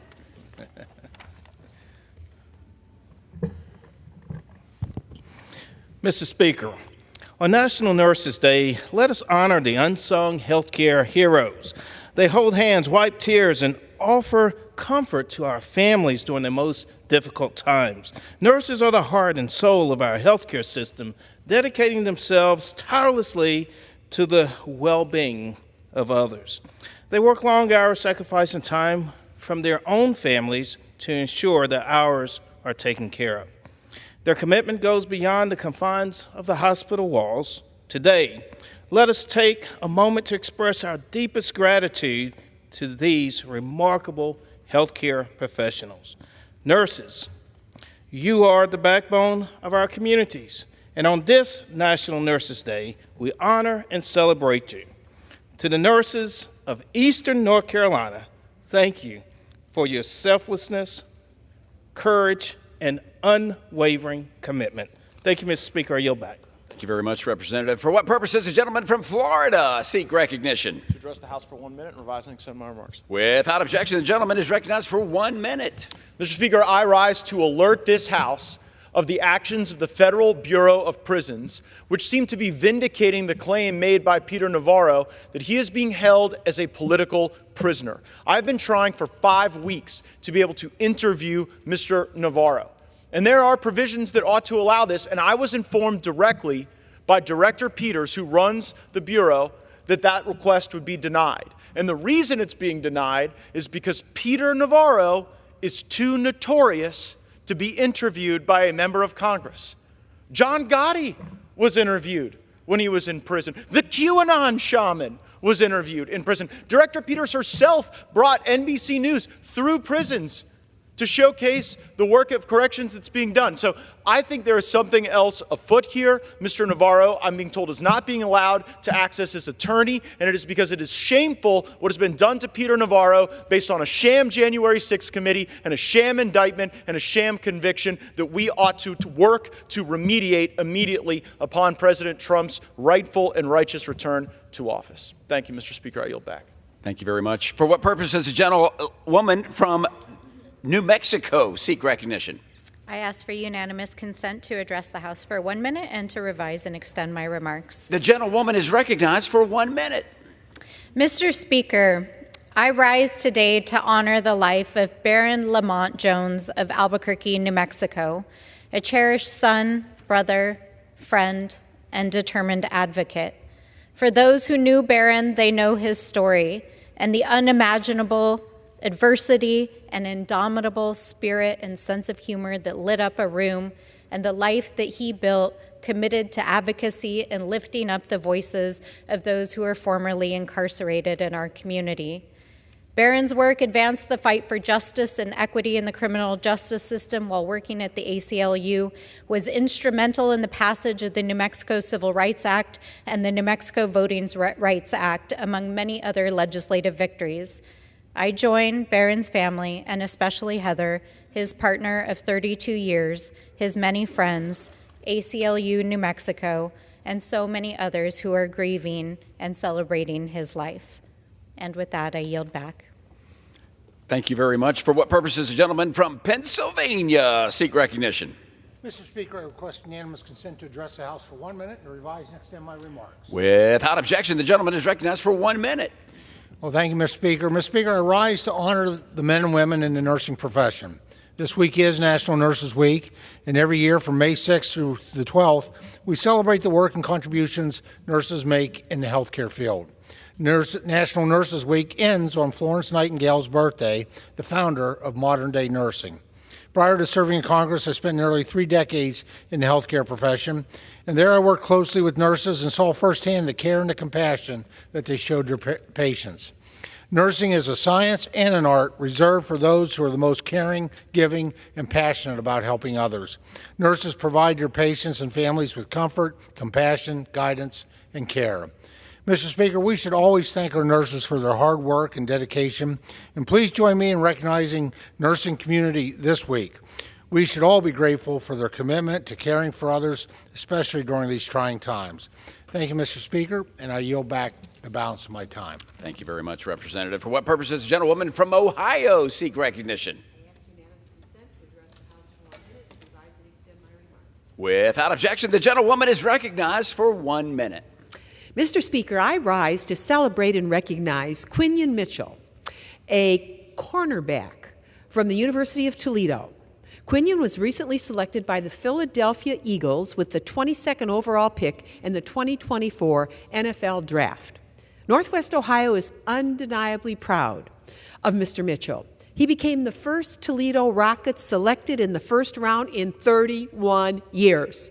Mr. Mitchell was the first defensive back taken in this year's draft, and he also became the first UT player ever named as a semifinalist for the Chuck Bednarik Award given annually to the nation's top defensive player. His selection in the draft now marks 3 straight years that a Toledo player has been selected by an NFL franchise. And I want to congratulate, with heartfelt congratulations, Quinion Mitchell for his remarkable achievements. He truly embodies the spirit of excellence that the University of Toledo and Northwest Ohio strive to achieve. We all know Quinion will continue to make us proud as he shines on the national stage. Go Rockets, go Quinion, go Birds. Thank you, Mr. Speaker. I yield back.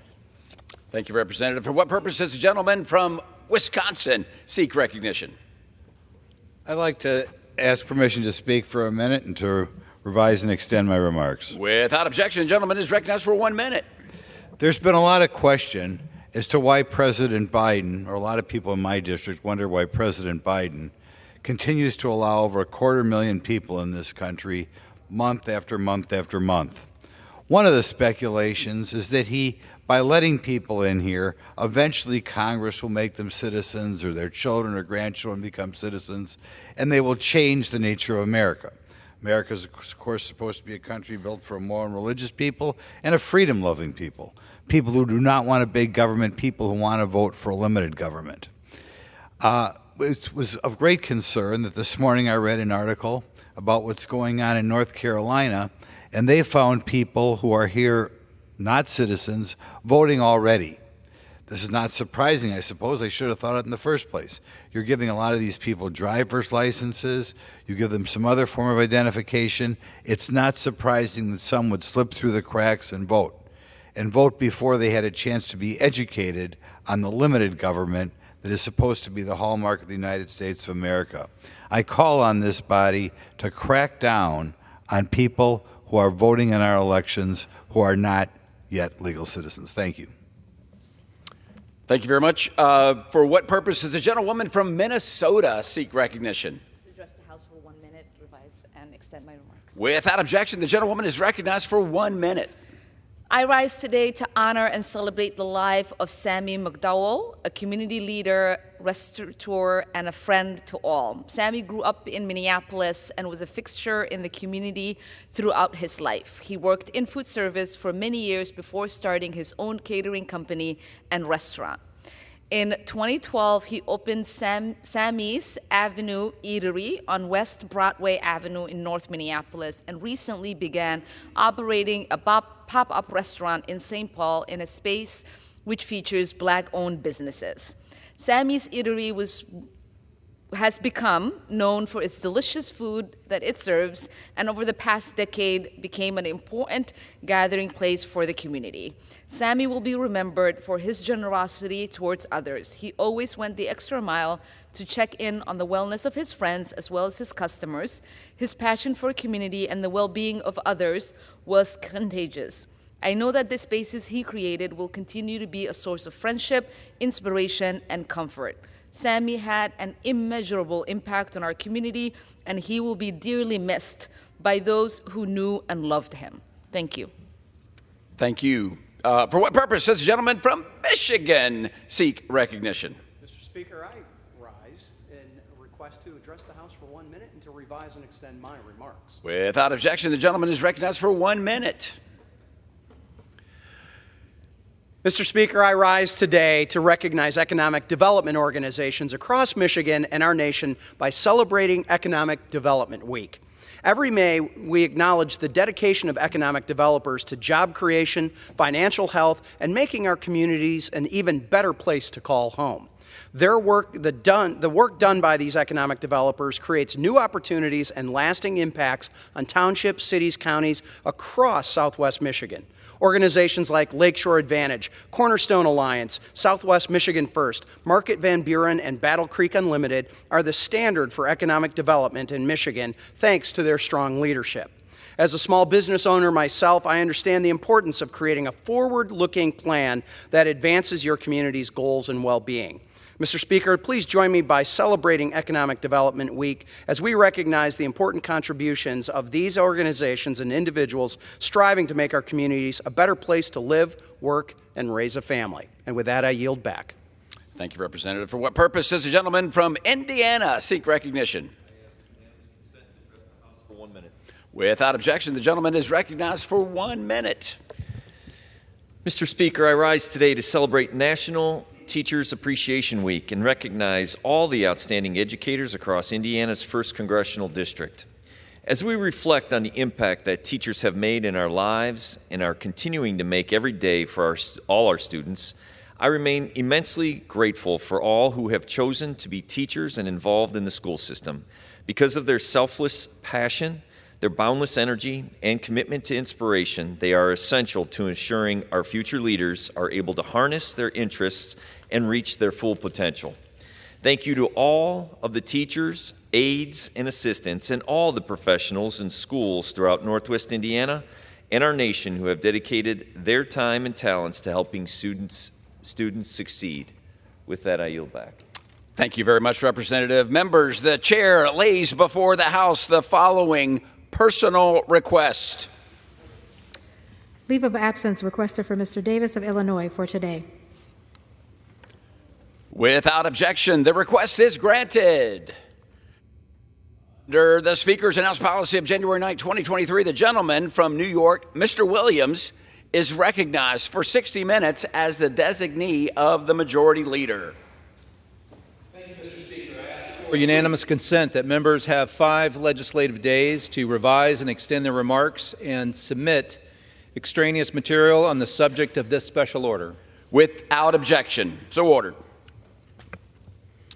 Thank you, Mr. Speaker. America, these are troubling times. The very fabric of our society is being pulled apart. Violent protests are spreading across college campuses in our own nation. Crime marches unchecked in our cities, and the numbers of fentanyl overdoses rise unabated. And now this, the tragic deaths of 2 of Central New York's finest, their lives taken in the line of duty as they stood in the gap between civil society and chaos.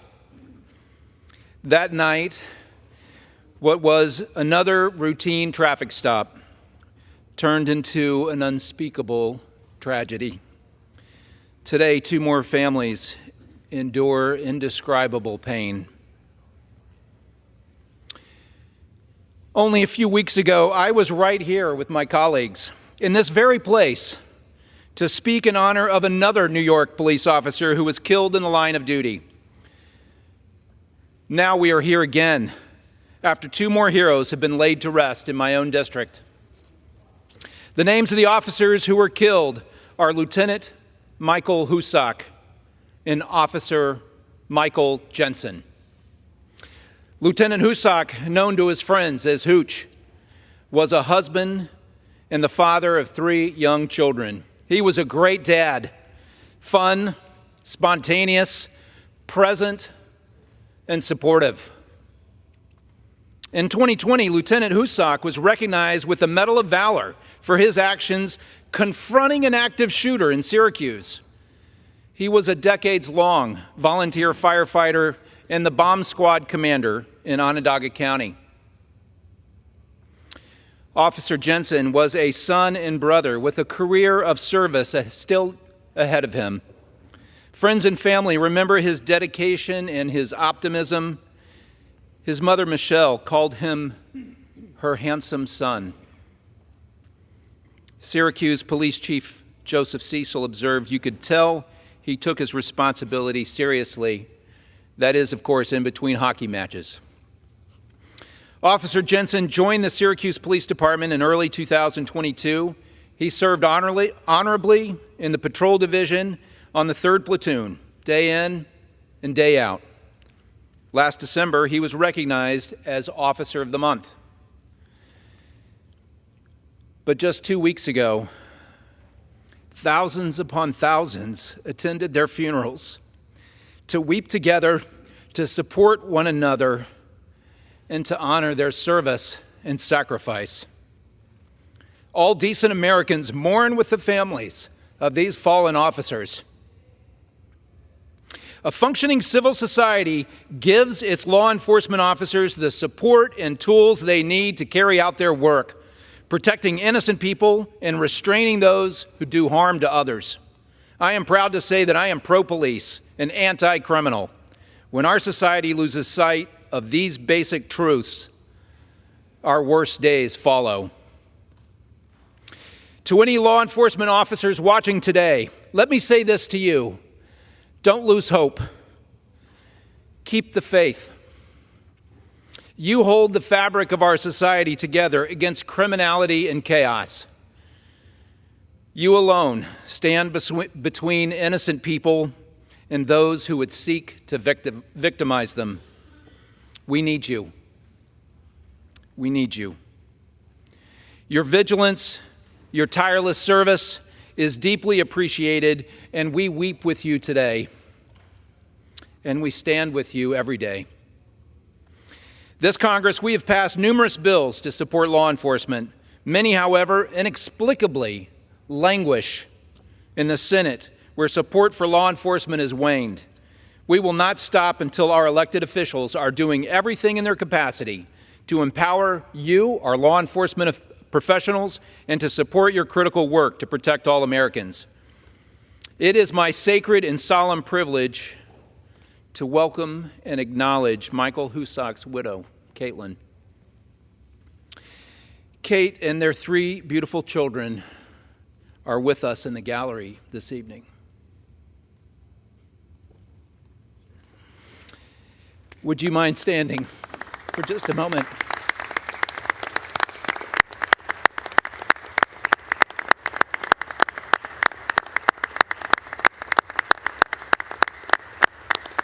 Thank you for being here with us. Thank you for blessing us. Today, Kate, this nation honors your brave husband. Kids, this nation is grateful for his noble service. Humbly, I will tell you that we mourn with you and that we recognize your suffering and your sacrifice. May God bless and keep you and watch over each one of you. You will not be forgotten. Since these tragic events just a few short weeks ago, countless members of Congress have sought me out to express their shock and anger and sorrow at the loss of our heroes. And I've invited them to join me in this solemn occasion and will yield as much time as necessary that they may stand with me. Mr. Speaker, I'd like to yield 5 minutes to my colleague from New York, Mr. D'Esposito.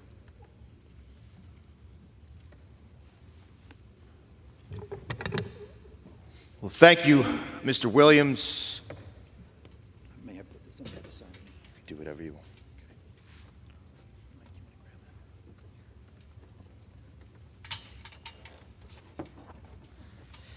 And thank you to my colleagues that join us here tonight to salute 2 fallen heroes. Just weeks ago, we stood on the floor of this great house and saluted another member of law enforcement whose life was taken far too soon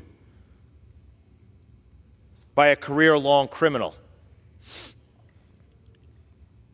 And when Jonathan Diller's wife and widow spoke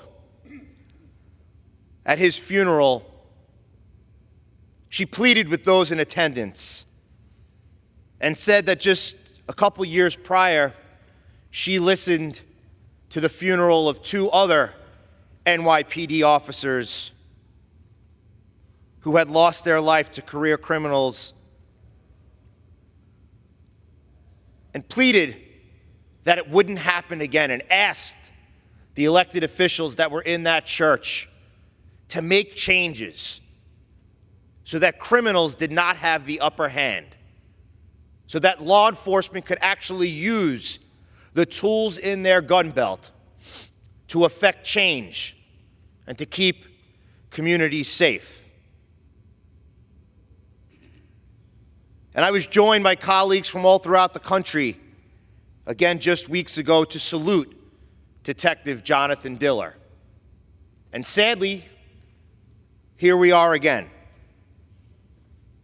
paying tribute to Syracuse police officer Michael Jensen and Onondaga County Sheriff's Lieutenant Michael Husak, who paid and made that ultimate sacrifice, who legitimately were standing the line between good and evil, and paid the price with their life on April 15th. And just a couple weeks later, in North Carolina, 4 more law enforcement officers paid the ultimate sacrifice in the line of duty.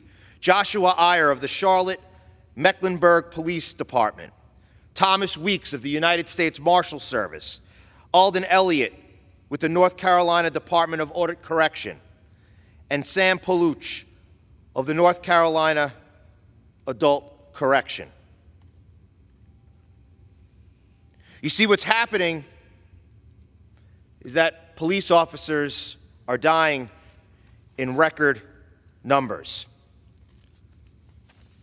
More than 23,000 members of law enforcement have died in the line of duty since 1786. 136 members of law enforcement died in the line of duty in 2023. And in my home state of New York, and in a department that I was proud to serve for 16 years as a detective, 5,363 of my brothers and sisters were injured on the job in 2023. Our PBA president has called the assaults, quote, a full-blown epidemic. Those 5,363 attacks in 2023 was 13% higher than the previous year. And people keep asking, well, why? What's the issue? The issues are that in New York, we have a state legislature led by Democrats who have chosen to put criminals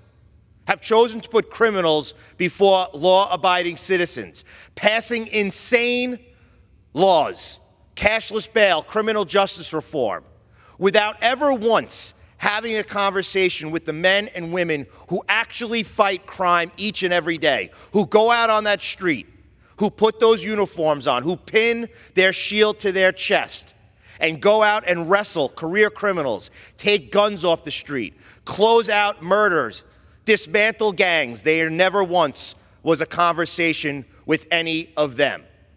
And what it's led to is a more dangerous New York. What it's led to is a New York where criminals feel emboldened. In fact, Mr. Speaker, you go into stores now in New York and across this country, and there are everyday things that we want to buy. They're locked up. Why? Because criminals are emboldened, because Democrats across this country, and specifically in New York, have failed the American people. They've made our state less safe. But to the family that's sitting in the gallery, realize that you have elected officials, not only in this body, but across this country, who will fight each and every day for our brothers and sisters in blue. And Nicole, Samuel, Gabriel, you may not have your father to walk you to that first hockey game, to that first day of school, to something important in your life, but realize that you have law enforcement officers from across this country who will walk with you each and every day by your side, because that's exactly what we promised when we took our oath. We promised that we would never forget our fallen. And Mr. Speaker, next week, thousands upon thousands of law enforcement officers from around this country will come here to the nation's capital to pay tribute, to pay homage to men and women who have paid and made the ultimate sacrifice. And just weeks ago, they started etching the names of hundreds of members of law enforcement who gave their life in 2023. And etched in one of the statues at our National Law Enforcement Officers Memorial is a quote. And it says, "It is not how these officers died that made them heroes, it's how they lived." So the family of our heroes that are here tonight realize it's not how they died that made them heroes, it's about how they lived. It's about the change they made. It's about the arrests and the criminals that they put behind bars. It's about how they went out there each and every day to make their community that much safer, and realize that we will carry on their legacy forever, because that is our job. So, Mr. Speaker, I thank my colleagues that are here this evening that haven't worn the uniform, that are speaking out on behalf of all of those that do. Because law enforcement throughout this country needs to hear that they have people supporting them, that will pass legislation to keep them safe and to give them the resources that they need to defend themselves and keep those communities safe. To my colleague from New York, Mr. Williams, thank you for gathering us here this evening to make sure that we pay tribute to the fallen, and I promise you, we will never forget. Mr. Speaker, I yield back. Thank you. I'm proud to stand with Mr. D'Esposito. He's worn the badge and the uniform and knows of what he speaks. I yield as much time as he may consume. Mr. Sauber from Minnesota. Mr. Speaker, I rise today to honor all of America's fallen law enforcement heroes. A few weeks ago, as was stated, in upstate New York, they suffered a terrible loss when 2 law enforcement officers were fatally shot while pursuing a driver who fled a traffic stop. And in my home state of Minnesota, we are still mourning the deaths of 2 Burnsville police officers and a firefighter paramedic who were killed responding to a domestic crisis. These men were not only law enforcement officers, they were husbands, fathers, friends, and beloved members of our communities. These tragedies are real reminders of the dangers that our law enforcement officers face every day. We can never take their sacrifice or service for granted. As a former police officer with over 20 years of experience on the job, I have seen and experienced firsthand the violence committed against law enforcement. However, in the years since leaving law enforcement, I have noticed a dramatic rise in violent attacks against America's law enforcement. I am deeply concerned by this troubling trend of violence against those who protect and serve our communities. A recent story published in the Minneapolis Star and Tribune reported that assaults against police in Minnesota are up 160% from 10 years ago. While some are asking why this is the case, to me the answer is obvious. The reckless defund the police movement and other anti-police rhetoric pushed by those on the far left has emboldened criminals, worsening the danger law enforcement face when they put on that uniform.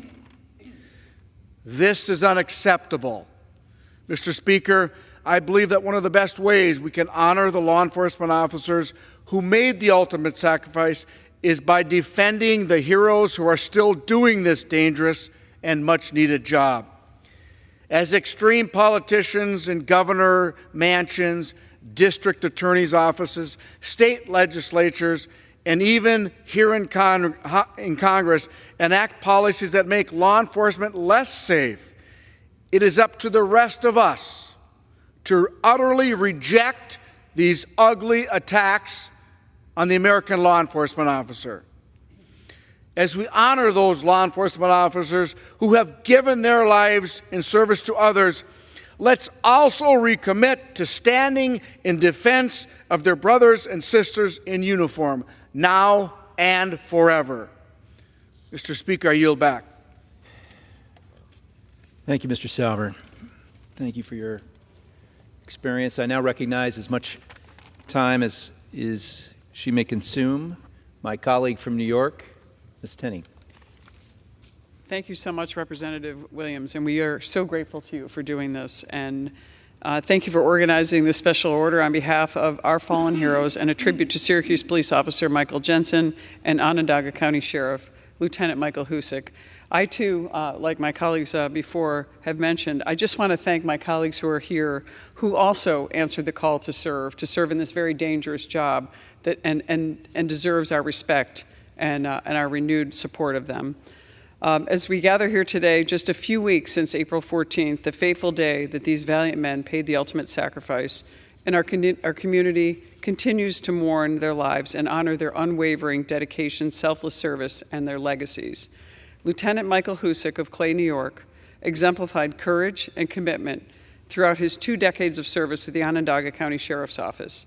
A testament to his unwavering bravery, his actions earned him the esteemed Medal of Valor in 2020. As we remember him today, let us not only reflect on his achievements as a police officer, but also on the legacy of the love and devotion to his family he leaves behind, survived by his beloved wife and 3 children. Since Officer Michael Jensen joined the Syracuse Police Department just a few years ago on February 26, 2022, he had made an unforgettable impact on the force and our community. His dedication to duty and exemplary service earned him the distinguished title of Officer of the Month just recently in December of 2023. While his time among us was tragically cut short, his memory will be forever in the hearts of his family, friends, and fellow officers, and everyone in his hometown of Rome, New York, in my former district now represented by Mr. Williams, but a very important part of upstate New York. As we honor their memory, let us also reaffirm our unwavering support for the brave men and women who continue to safeguard our communities each and every day, especially those of the Syracuse Police Department and the Onondaga County Sheriff's Office, who continue to defend our community in the wake of such a tragedy. May the memory of these courageous men inspire us all to strive for a future where our men and women in uniform are not taken for granted, where their sacrifices are honored and their dedication to protecting and serving our communities is met with unwavering respect and the support they deserve. I yield back. Thank you. Thank you, Ms. Tenney. I'm so honored to be joined by my New York colleagues and would welcome one more. Mr. Molinaro from New York, you are recognized for as much time as you may consume. Thank you, Mr. Speaker, and I thank my colleague, Congressman Williams, for reminding us of the unyielding sacrifice and tragic loss that far too many in law enforcement and their families face far too often in this country. And now to the families of Michael Husak and Michael Jensen, again, to honor the memory of their loved one. 2 heroic men in upstate New York who gave their lives in service to a community is not only commendable, it is sadly becoming all too necessary. Yet again, we rise on another night to recognize and to memorialize the lives of 2 American heroes. In this case, 2 officers in upstate New York who gave the ultimate sacrifice on behalf of their community. Yet again, another city and county mourn the loss of one of its finest, 2 of its finest. And yet again, another 2 police officer families suffer unspeakable loss. These 2 men, Michael Husak and Michael Jensen, committed a lifetime of service to Onondaga County and the city of Syracuse in New York. They were routinely carrying out their obligations to a community when, yet again, the same headlines we have seen consistently over and over again throughout New York and throughout this country fell victim to an assailant who began shooting at them, killing them both.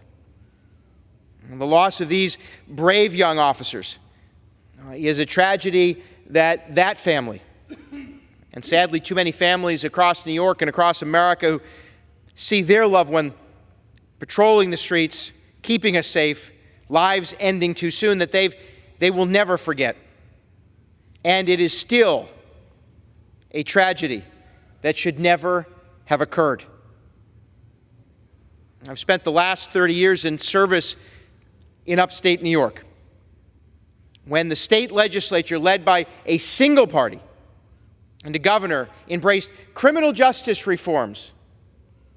They ignored the very fact that they were making our communities less safe. They ignored that countless members of law enforcement, district attorneys, and those of us who engaged in the criminal justice system for so long said cashless bail would result in a more dangerous community.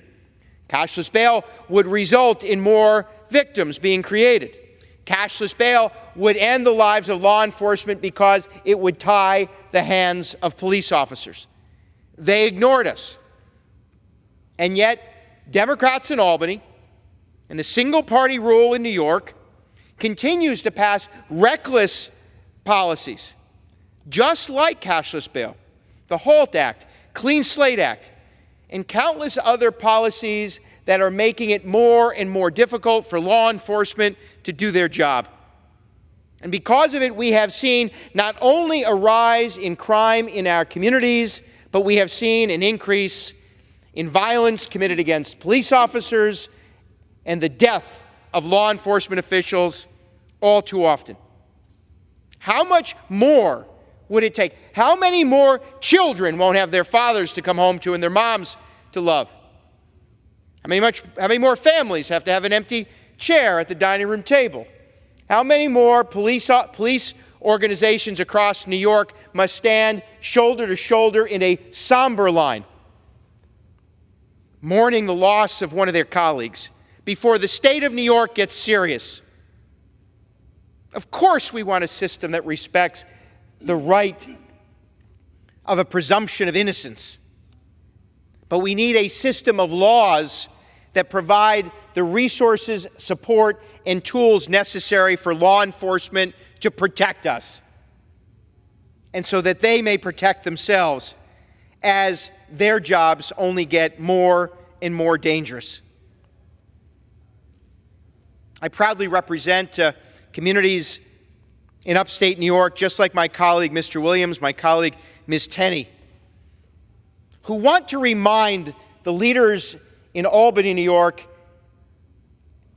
and in Washington, the violence that we've seen and the loss of lives that we experience isn't only occurring in big cities, but it's sadly occurring in communities big and small like those we represent. We have an obligation to the men and women who sacrifice for us to keep them safe. And now we have the families of Michael Husak and Michael Jensen that we owe reforms that make the jobs of the men and women they left behind even safer. And so I again commend my colleague, Mr. Williams, for reminding us of the loss of these two men, the sacrifice they made, and that we are indebted to their families that now live on with great loss. And I hope that their loss is not in vain, and that the message that we get not only from tonight, but from these tragedies that occur over and over again, is that those who are entrusted in states like New York to make laws to keep us safe finally get serious about it. And with that, Mr. Speaker, to those men and women who serve in law enforcement across America and across New York, may you truly, genuinely come home to a community that supports you and families that love you. And I yield back. Thank you, Mr. Molinaro. I'm again honored to be joined by another veteran of law enforcement, Mr. Rutherford of Florida, to whom I yield as much time as he may consume. Thank you. I thank the gentleman from New York, and I really appreciate you hosting this special hour so that we can recognize the sacrifice of these two men. As a law enforcement officer, my fundamental duty is to serve mankind, to safeguard lives and property, to protect the innocent against deception, the weak against oppression or intimidation, and the peaceful against violence and disorder, and to respect the constitutional rights of all men, the liberty, equality, and justice. Mr. Speaker, that is the code of ethics for every law enforcement officer across this great country. That is the code and the oath that binds us all together as law enforcement officers. So as a former sheriff, I rise today with a truly heavy heart to honor the life of Lieutenant Michael Husak, of Michael Jensen. And as you've heard, Mr. Speaker, on Sunday, April 14th of 2024, Lieutenant Husak and Officer Jensen were killed in the line of duty while responding to a traffic stop that went awry.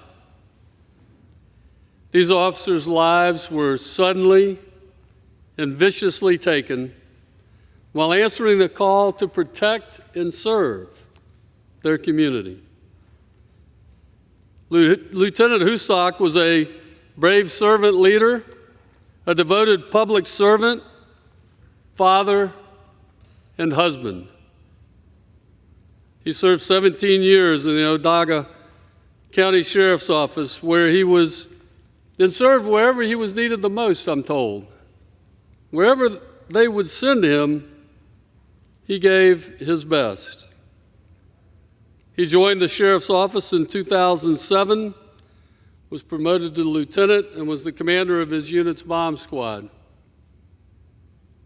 According to those closest to him, if you knew Lieutenant Husak, you felt like you were immediately his best friend.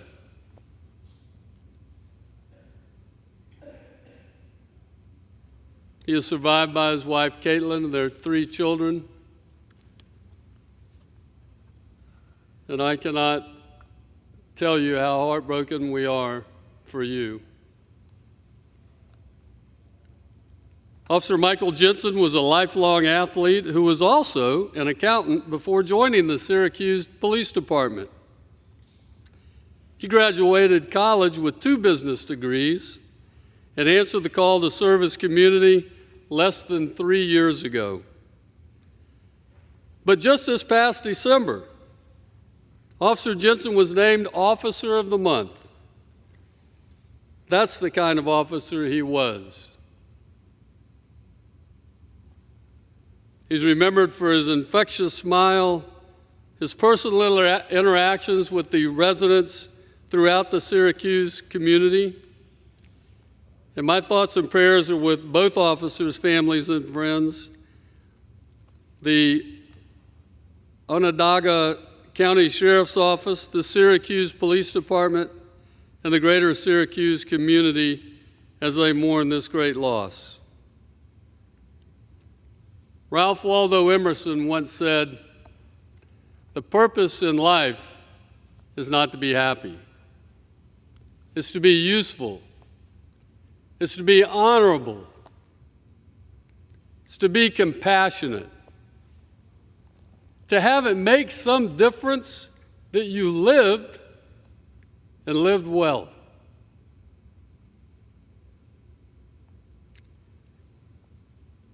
These fine officers laid down their lives protecting the community that they loved. They lived their lives honorably, with compassion, and dedicated to serving and making a positive difference in the lives of others. Simply stated, Lieutenant Husak and Officer Jensen truly lived well. And I pray that we may all live our lives, that we may all live our lives worthy of their sacrifice. May their service and sacrifice never be forgotten. May God bless them, and may God bless their loved ones. Mr. Speaker, I yield back.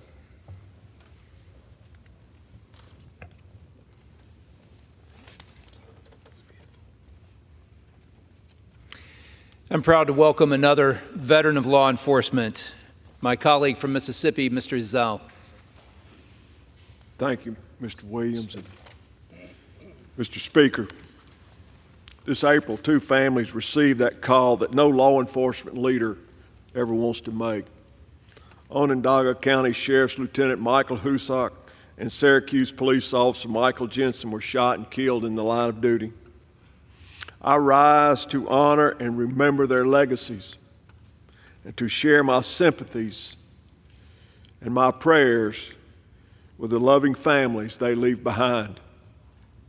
As a former sheriff and a 42-year law enforcement officer, I want to make it abundantly clear that the sacrifices made by Lieutenant Husak and Officer Jensen are not in vain. Like countless other officers from upstate New York to South Mississippi, they put on the badge and went out in their community to protect and serve, putting themselves in harm's way because they believed in right and wrong. Mr. Speaker, one of the things you learn very quickly during a career in law enforcement is that the families of our officers serve alongside them. Parents, siblings, spouses, and children each make tremendous sacrifices because of the loved ones' service to their community. And none is as difficult as the sacrifice the families and friends have made of these two heroes. My heart breaks for you and the Onondaga County Sheriff's Office, the Syracuse Police Department, and everyone who had the pleasure of knowing Lieutenant Husak and Officer Jensen. My prayers, as well as the prayers of this body and the entire nation, are with those loved ones as you grieve. Mr. Speaker, it's time for America to wake up. Wake up, America, and realize what's going on in this country. Our law enforcement officers are dying. Families are suffering. But know that we are here with you and will always be as we pray, God bless you and give you comfort. And with that, Mr. Speaker, I yield back. Thank you, Mr. Ezell. Glad to welcome my colleague from Utah, Ms. Malloy, to whom I yield for as much time as she may consume. Thank you. Mr. Speaker, I rise today to express gratitude and reverence to our law enforcement community. Self-governance, like what we have in this country, is a meaningless exercise without the enforcement of our laws.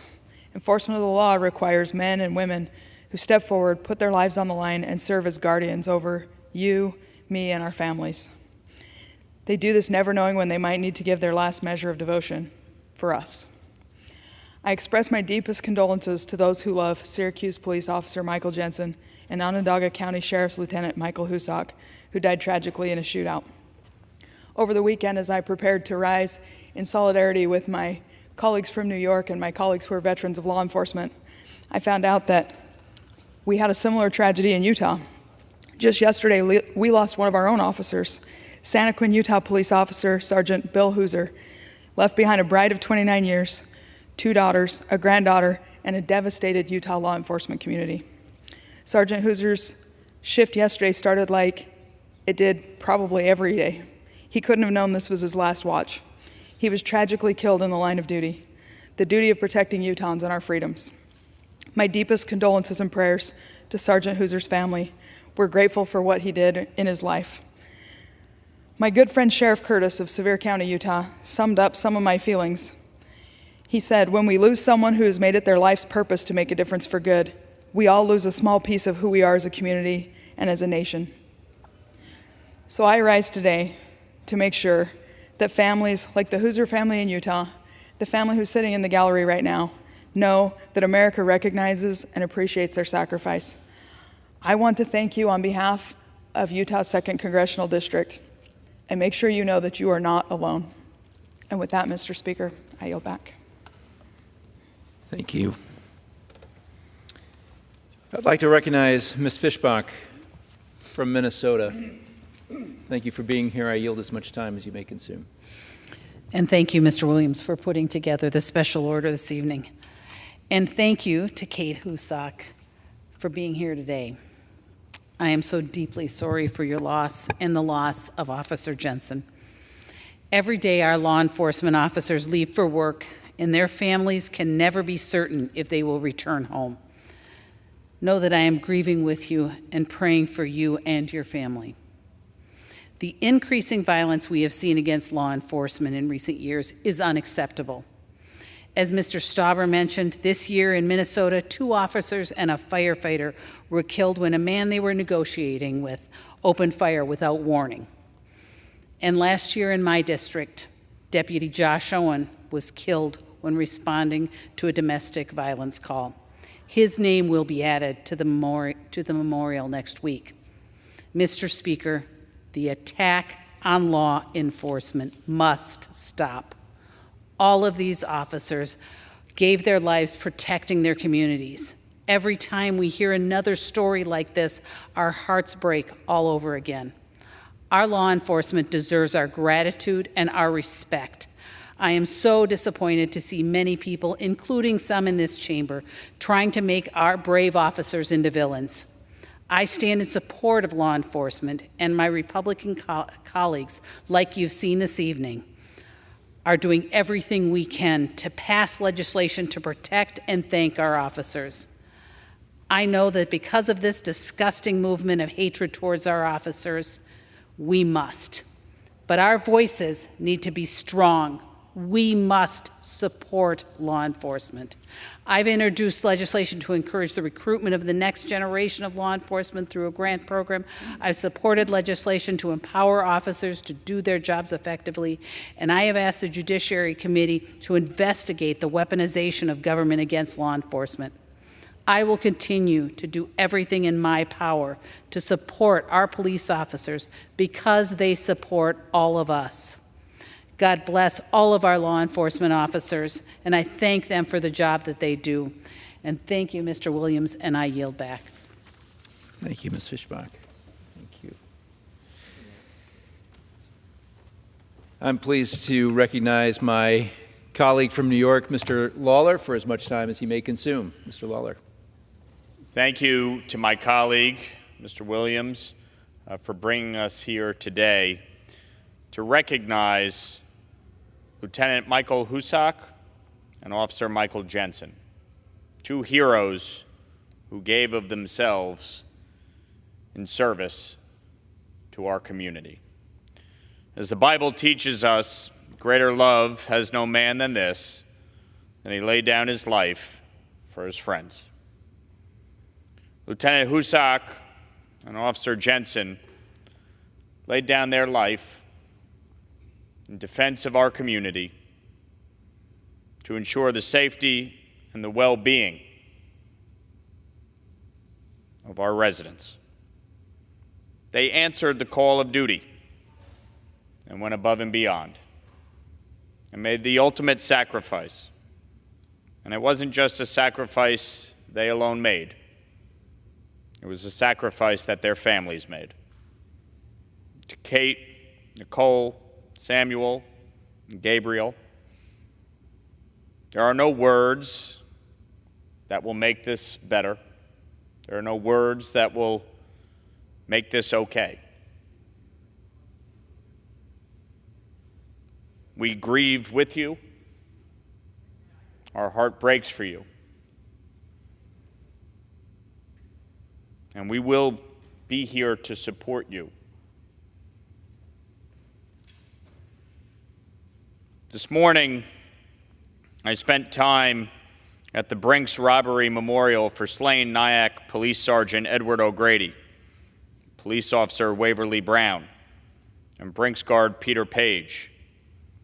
Nearly 43 years ago, they were killed in the 1981 Brinks robbery. 9 children were left fatherless.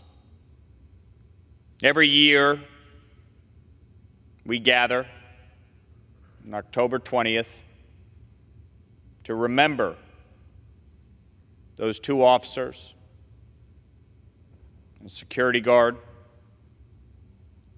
who died in that horrific robbery. And every year, one by one, their killers were released.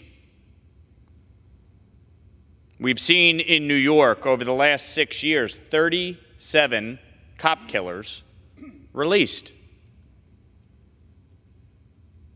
The depraved indifference for law enforcement is unconscionable.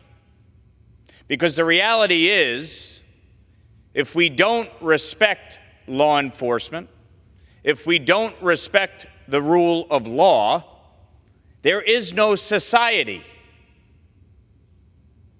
The reason we have seen a rapid increase in crime in New York is precisely because there is no respect for the rule of law, and people do not believe there are consequences for actions.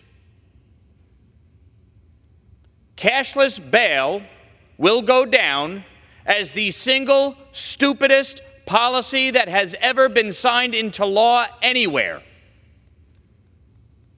Since that law took effect, over 40% of those that have been arrested for a felony offense and then released under cashless bail have been rearrested for committing another offense. You look at cashless bail, you look at Raise the Age, the HALT Act, Clean Slate, and the continued parole for unrepentant cop killers. And as a result, we have a lawless society. Last year, $4 billion in retail theft. Why? Because quality of life crimes aren't prosecuted anymore in New York. We let people walk right out the store with whatever they want.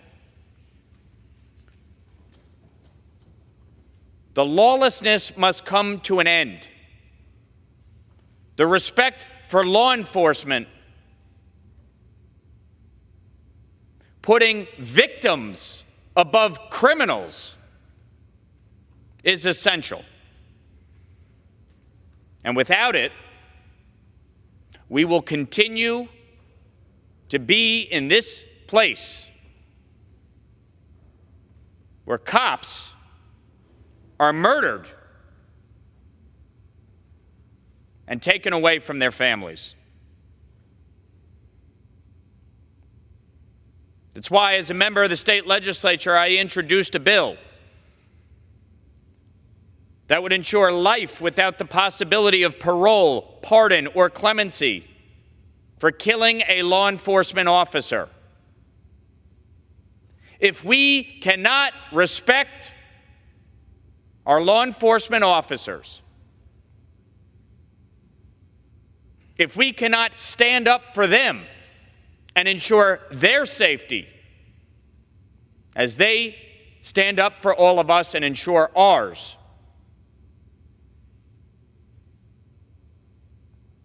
then we do not deserve a safe and just society. So to the family of Lieutenant Husak and Officer Jensen, we will continue to fight for justice for you.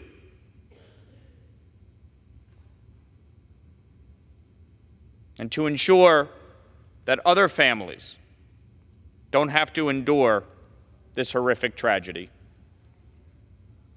Mr. Speaker, I yield back.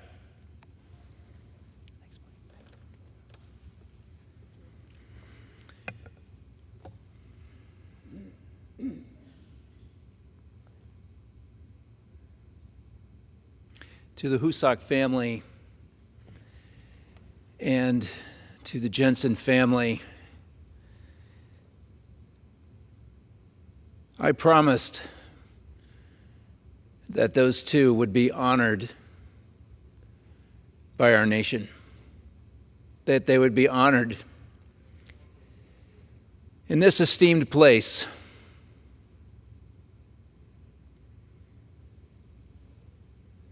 And that you too would be recognized and honored.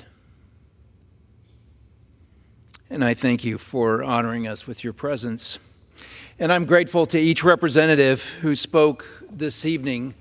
Somber times like these invite us to reflect and to take a closer look at many things that so often we take for granted.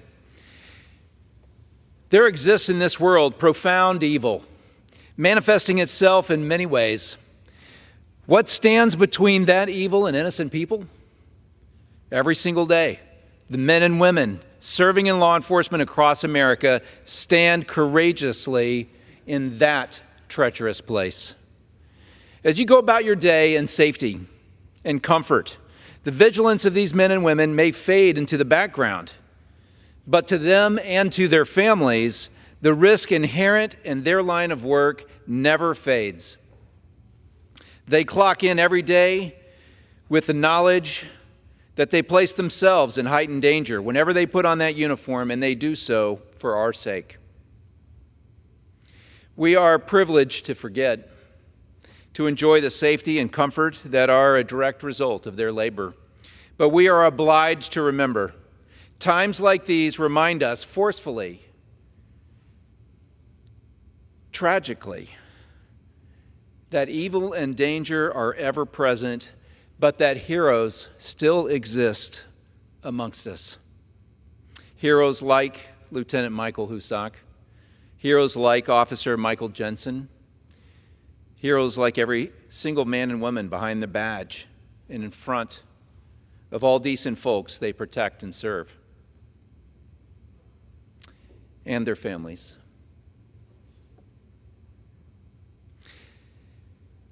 I thank you for joining us today. Thank you. And to America, I would say, if you know any folks that serve in law enforcement, right now is a good time to thank them. Our police officers, firefighters, EMS, and their families dedicate their lives so that we may be safe. Recognizing the commitment and sacrifice they voluntarily make is something we all can and we should do. Words may only accomplish so much, but they do mean something. Convey it to those around you as you see them, that you recognize their sacrifice and that they are not alone and not forgotten. I'll start by thanking Caitlin Husak and her children, Nikki, Gabe, Sam, who I've thoroughly enjoyed getting to know today. And thank you for joining us once again. And I humbly speak that for everyone here and for everyone watching, that you are not alone. Mr. Speaker, I've concluded the special orders. I have no further speakers, and I yield back. Thank you very much. Under the Speaker's announced policy of January 9, 2023, the gentleman from Illinois, Mr. Jackson, is recognized for 60 minutes as the designee of the Minority Leader. Thank you, Mr. Speaker. We too acknowledge the tremendous loss that the family has incurred, and thank you for your service. It is with great honor that I rise today to co-anchor this Congressional Black Caucus Special Order Hour along with my distinguished colleague, Representative Sheila Scherflus McCormick.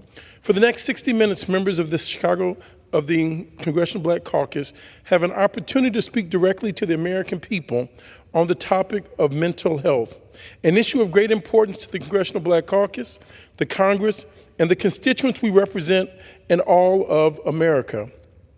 It is now my privilege to yield to the Honorable Congresswoman Coleman from the great state of New Jersey. Thank you for the Honorable Bessie Watson Coleman.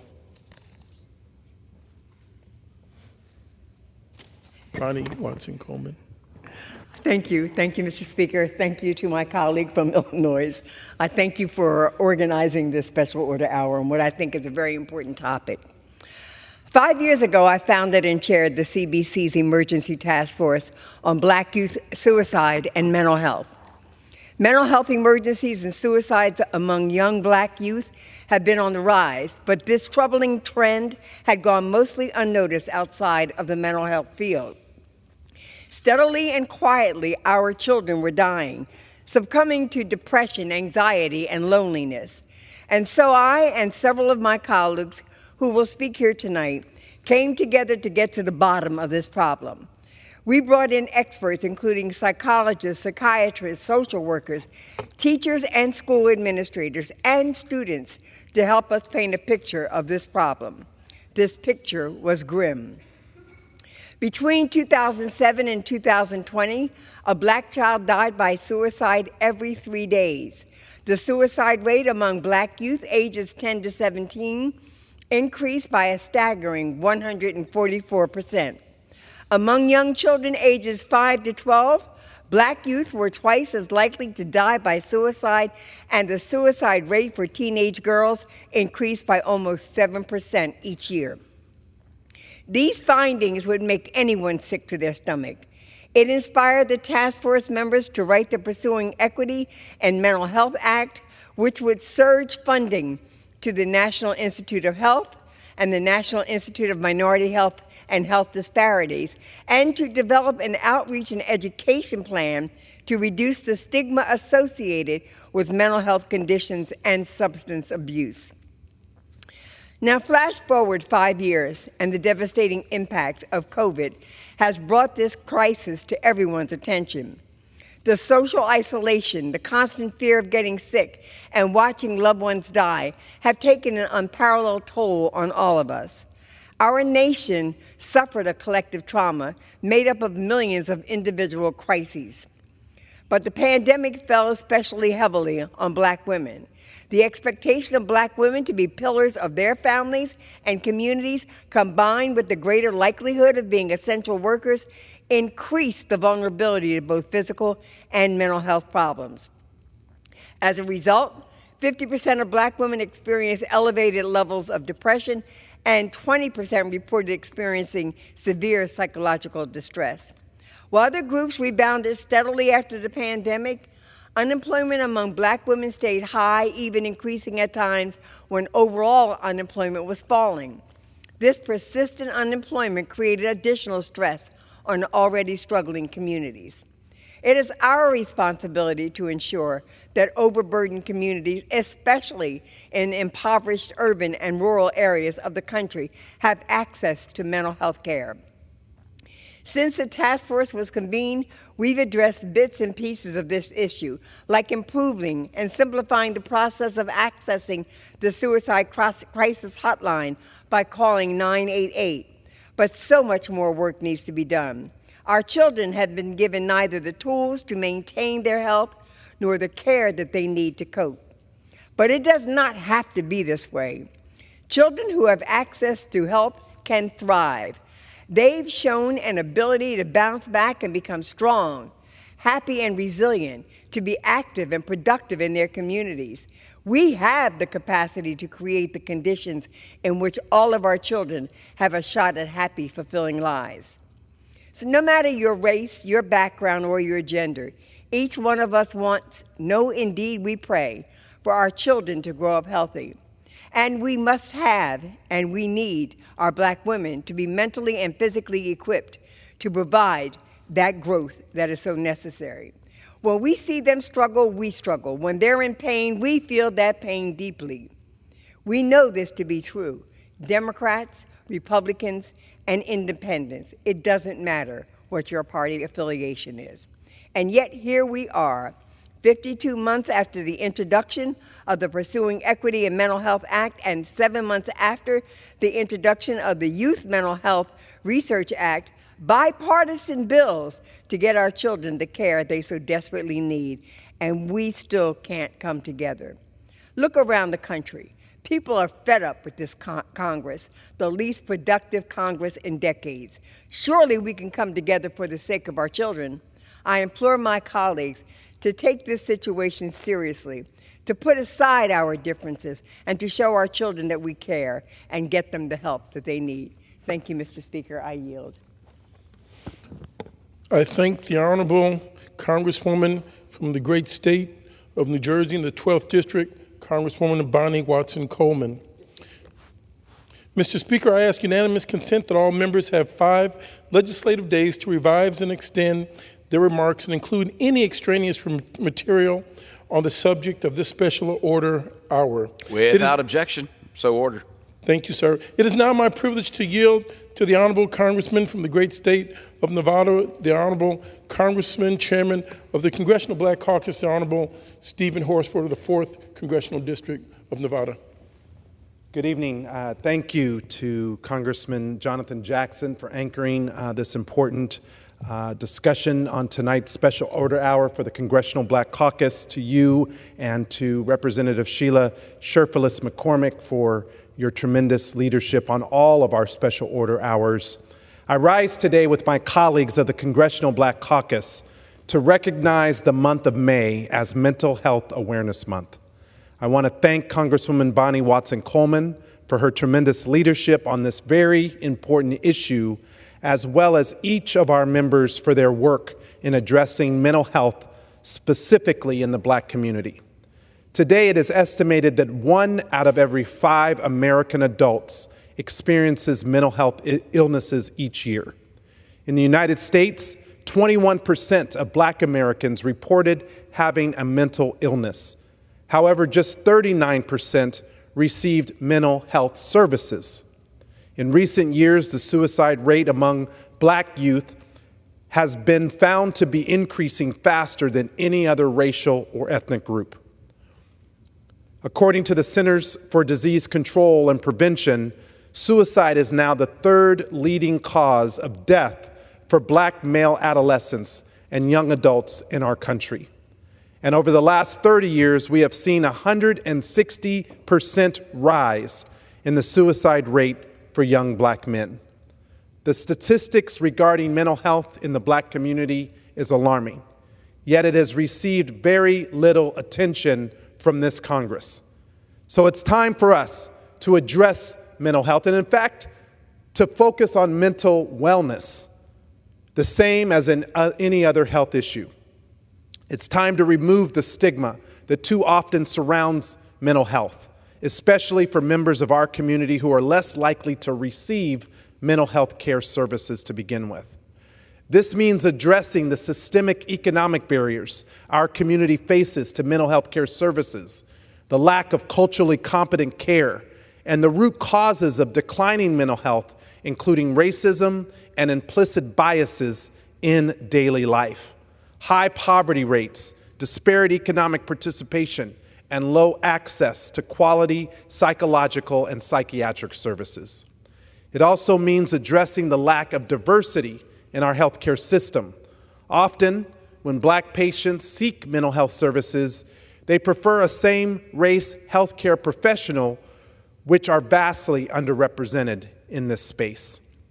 As legislators, we have a responsibility to the communities that we serve to find solutions to long-standing disparities that negatively impact our communities and to ensure that no one gets left out or left behind. And we can see the research is clear and the crisis before us is urgent, and there are solutions. My colleague, Representative Watson Coleman, discussed just 2 that are bipartisan and have the support of members on both sides. So I know that there are efforts to pass bills in days when the majority wants them to, and we're asking you to make mental health the priority, especially in this month. In order to remedy these disparities, reverse these trends, and to save lives, we have to address them head on by providing access to better and more affordable health care, improving economic conditions in our communities, and moving towards more culturally competent and evidence-based care. We have to take action now. Lives are on the line. It is possible. It can be done. Focusing this month on Mental Health Month, Mental Health and Wellness Month, in a way that lifts up all communities and the services and the support that they need. Thank you, and I yield back. I'd like to thank the Honorable Chairman Stephen Horsford from the 4th Congressional District of the great state of Nevada. It is now my privilege to yield to the Honorable Congressman Jamal Bowman from the great state of New York. Thank you very much, Representative Jackson, for your leadership on this very important issue. Mr. Speaker, Prior to coming to Congress, I worked in education for 20 years. I started my career as an elementary school teacher in the South Bronx before becoming a high school dean of students and guidance counselor, before having the privilege of opening my own school and running it as a middle school principal for 10.5 years. The year before I decided to run for Congress, 34 children died within the K-12 school system in the Bronx, and 17 died via suicide. And no one was making the connection between these horrible outcomes for our children and families, the historical neglect and trauma of their communities, and the policy that comes not just from local government or state government, but also from the federal government. As it was mentioned by our chairman, Horsford, it is incredibly difficult to access the mental health resources in historically marginalized communities because of historical underfunding and historical neglect. And so it is tremendously urgent and incumbent upon us here in the House of Representatives to pass transformational, revolutionary legislation as it relates to supporting the mental health of every single person in our country. But we need to make sure that we're not simply passing legislation, but we are also providing the resources and the funding to build out the mental health ecosystem so that we can have more professionals working within the mental health system as professionals supporting the American people, particularly those who are most vulnerable. A couple of weeks ago, we introduced the Access to Mental Health Act, which invests or seeks to invest many more resources into our minority-serving institutions, Hispanic-serving institutions, and historically black colleges, so that we can build out the mental health programs in these particular institutions. We need more counselors. We need more psychologists. We need more psychiatrists. We need trauma specialists.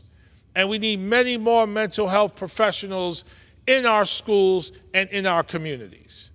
Now, when we make these investments, Representative Jackson, what we see is a dramatic decrease in the number of people who are incarcerated in our communities.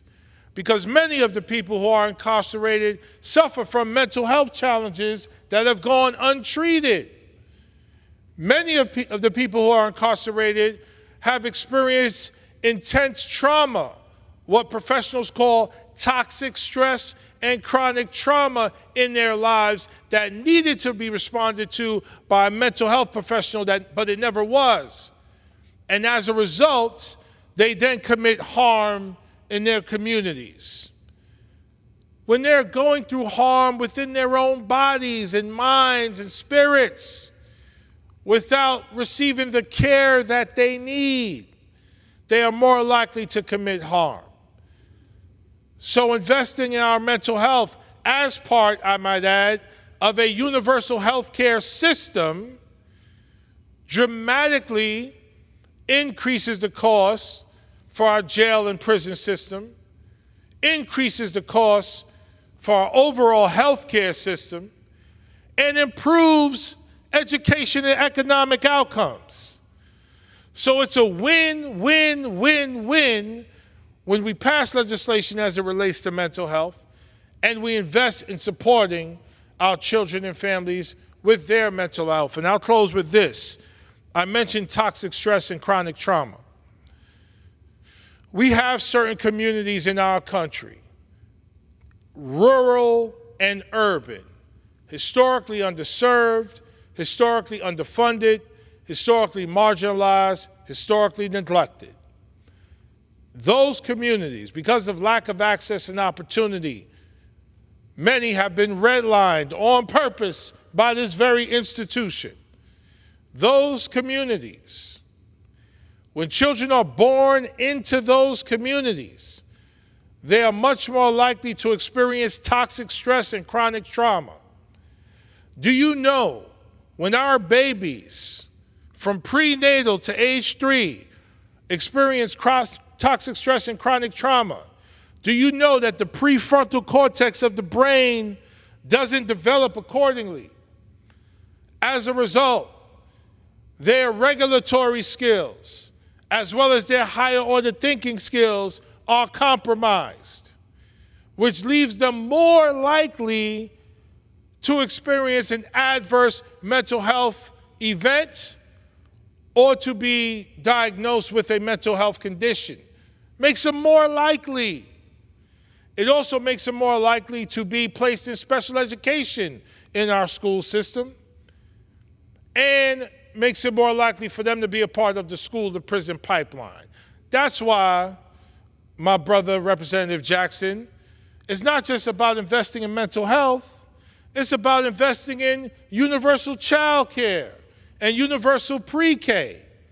Because when we invest in universal child care and universal pre-K, we are ensuring our kids are growing up and are nurtured in the most nurturing conditions imaginable. And they are less likely to experience the stress and trauma that I talked about. And when they don't experience the stress and trauma, their prefrontal cortex develops properly, which leads to better education and economic outcomes and keeps them off the school-to-prison pipeline. So this is a matter of national security, investing in our mental health.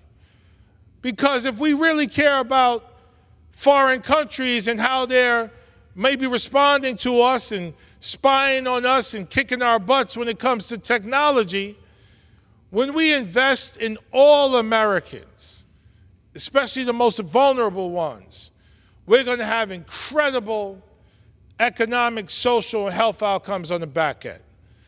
So thank you, Representative Jackson, for your leadership. Thank you for allowing me to say a few words. I now yield back to the good brother from the great state of Illinois. And I thank you, the Honorable Congressman Jamal Bowman. Thank you for those insightful words. It is now my privilege to yield to the Honorable Congressman from the great state of Rhode Island, Congressman Gabe Amo. Thank you, Representative Jackson. Mr. Speaker, I rise today to discuss an issue that is critically important for Rhode Islanders and for all Americans: the need for greater investment in our mental health care system. The topic is timely, of course, especially as we recognize May as Mental Health Awareness Month. Now, here in Congress, we have a duty and a responsibility to act on mental health. We must both reduce the stigma associated with mental health while ensuring that it is both taken seriously and seriously addressed. That's why I'm proud to join my colleagues in the Congressional Black Caucus tonight as we shine a light on the current state of mental health in America. Together, we're committed to reducing disparities in access, expanding coverage for mental health care, and reversing trends that have worsened over the past few years. But first, we must be clear-eyed about the numbers. Right now, 1 out of every 5 Americans is struggling with mental illness. Think about that. These are our neighbors, our friends, our coworkers, our loved ones. And yet, as we acknowledge that mental health conditions are far more common than we think, we must recognize that different communities have different levels of access to treatment. As I've said, 1 out of every 5 Americans lives with a mental illness, a number that remains roughly equal when broken down amongst race and ethnicity. However, despite Black communities reporting relatively equal rates of mental illness, the percentages of them receiving mental health services register far lower than their fellow Americans. Mr. Speaker, it is clear that mental health is an issue that does not discriminate. It does not see color or background, and it affects struggling Americans the same. Yet, access to care is not the same for all Americans. Simply put, the barriers are higher for Black Americans, whether it's because of stigma, for seeking help or a lack of accessible and affordable providers. It's clear that we must do more to bring down those barriers. After all, if we are to live up to the words of our founding document, life, liberty, and the pursuit of happiness, then we must close the racial disparities in coverage and treatment, particularly as Americans are experiencing rates of loneliness so high that the Surgeon General has declared it a public health crisis. Congress must lead by example. To that end, I'm proud to lift up legislation that would expand investments for mental health in schools and reduce racial gaps in treatment. I thank Congresswoman Bonnie Watson-Coleman for her leadership on this second point. However, I'd be remiss if I didn't mention my home state of Rhode Island as a model to be aware of. Thank you to the work of committed nonprofits like the Mental Health Association of Rhode Island and the National Alliance on Mental Illness Rhode Island. Our state was recently named the 5th best state for mental health care in America, but that's not enough. Over the past year, we've seen enormous progress on this front due to increased state-level advocacy and initiatives that ensure and increase access. And yet, as we highlight these protections being codified into law, we must keep our efforts to closing the equity gaps in our system. Every American, no matter the color of their skin or the background that they come from, deserves to lack that dignity, that respect. Every patient, regardless of what they are struggling with, deserves the support and services they need to live their best lives. By asking and listening to each other, by arming ourselves with the facts, and by using them to push for greater access to care, we can make a real difference in the mental health out of all Americans across our country. So I thank my colleagues again for their leadership and for hosting this critical special order tonight. Representative Jackson, I yield back. I thank the Honorable Congressman from the great state of Rhode Island, Congressman Gabe Amo.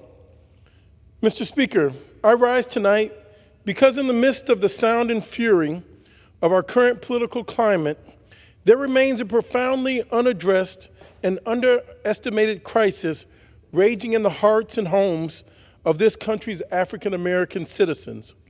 It is a melancholy truth that too often what ails the hearts and minds of black people in this nation goes unnoticed.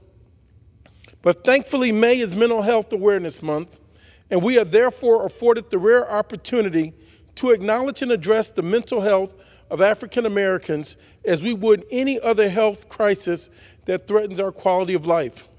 And while it is true that the mental health of any community must be of grave importance, since none of this nation's social and economic benefits can truly be appreciated apart from peace of mind. In the case of African Americans, however, the effects of the long history of systemic and outright political terror must be of singular importance. And it must be of singular importance because life has become more complicated, alienation has become more common, and political violence has become more threatening. The times in which we live necessitate a greater emphasis and consideration of the mental health of this country's most vulnerable citizens.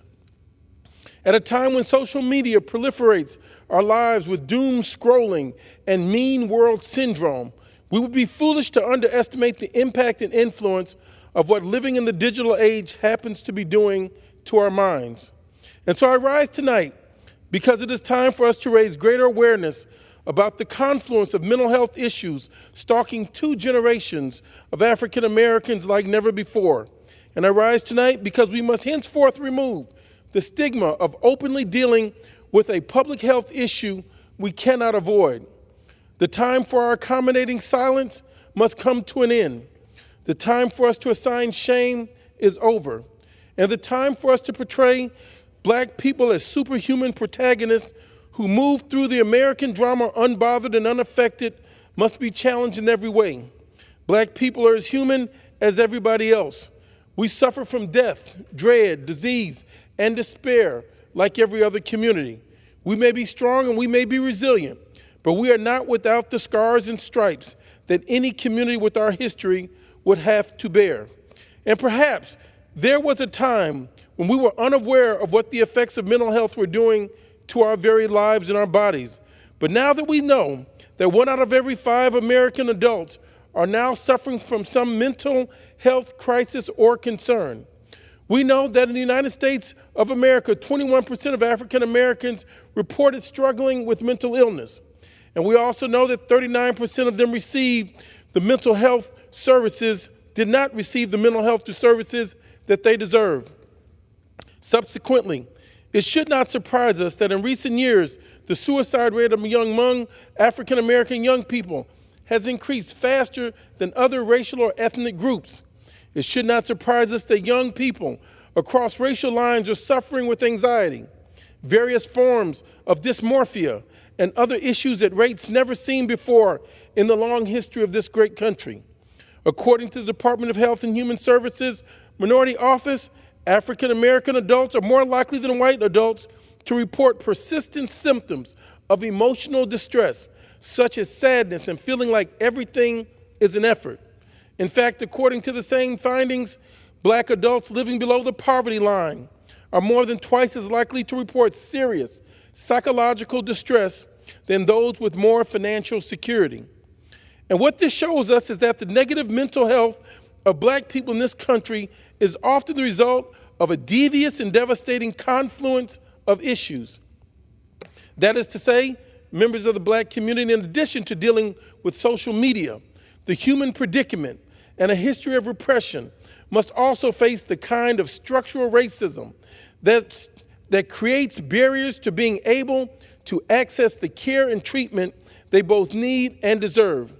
It is no wonder when only 1 of every 3 African Americans living with a mental illness receive any kind of treatment at all, only 1 in 3. Additionally, in 2020, it was reported that 10% of African Americans still do not have health insurance and are among the chronically uninsured. Even with the Affordable Care Act firmly in place, and thank God that we have it, we must do more to get members of the Black community insured. They need both access and the affordability of care. It should not be the case that just a little over 10% of the Black community still cannot get the required medical services they require.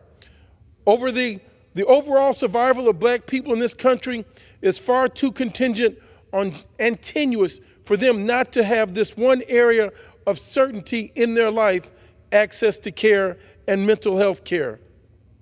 And needless to say, without insurance, treatment for mental illness is as unlikely as it is statistically uncommon. But these are some of the unique challenges Black people face in an effort to live beyond the choking grip of mental illness. And that's why this month of awareness is so important. The victims of mental illness should not have to fight this battle alone. They should not have to struggle in the shadows of American life. And Black people in this country who struggle with mental illness should not have to bear this cross with crowns of thorns while all the world go free. If every community is susceptible to the vicissitudes of mental illness, then certainly every community should have equal access to the things that make for peace. The current disparity in access to care is as unacceptable as it is un-American. I say to every African American suffering from mental illness, you have nothing to be ashamed of. You have done nothing wrong. You are not guilty of anything, and you need not be ashamed. You not be shamed into greater levels of unnecessary suffering. Let the word go forth from this moment forward. Mental illness is a health concern compounded by social factors and not the result of a deficiency in character or personal responsibility. People are not suffering from mental illness because they are bad people. And to be sure, people are not suffering from mental illness because they are somehow ethically weak or deficient in their capacity to try harder, as it were. We have to stop assigning responsibility to the victim when it comes to mental illness the way we used to do with drug addiction and the like. Mental illness could care less about how emotionally strong or morally consistent you are. There's a reason why we call it an illness. And we call it an illness because all of us are potentially susceptible to falling victim to it under the right set of tragic conditions and circumstances. To the millions of people in America, and particularly to the millions of African Americans who are suffering from mental illness, I see you. I hear you. I honor your courage. I value your life. And perhaps most of all, I stand in solidarity with the possibility of your healing. You are not alone in this time. Your struggle and your sacrifices have not gone unnoticed.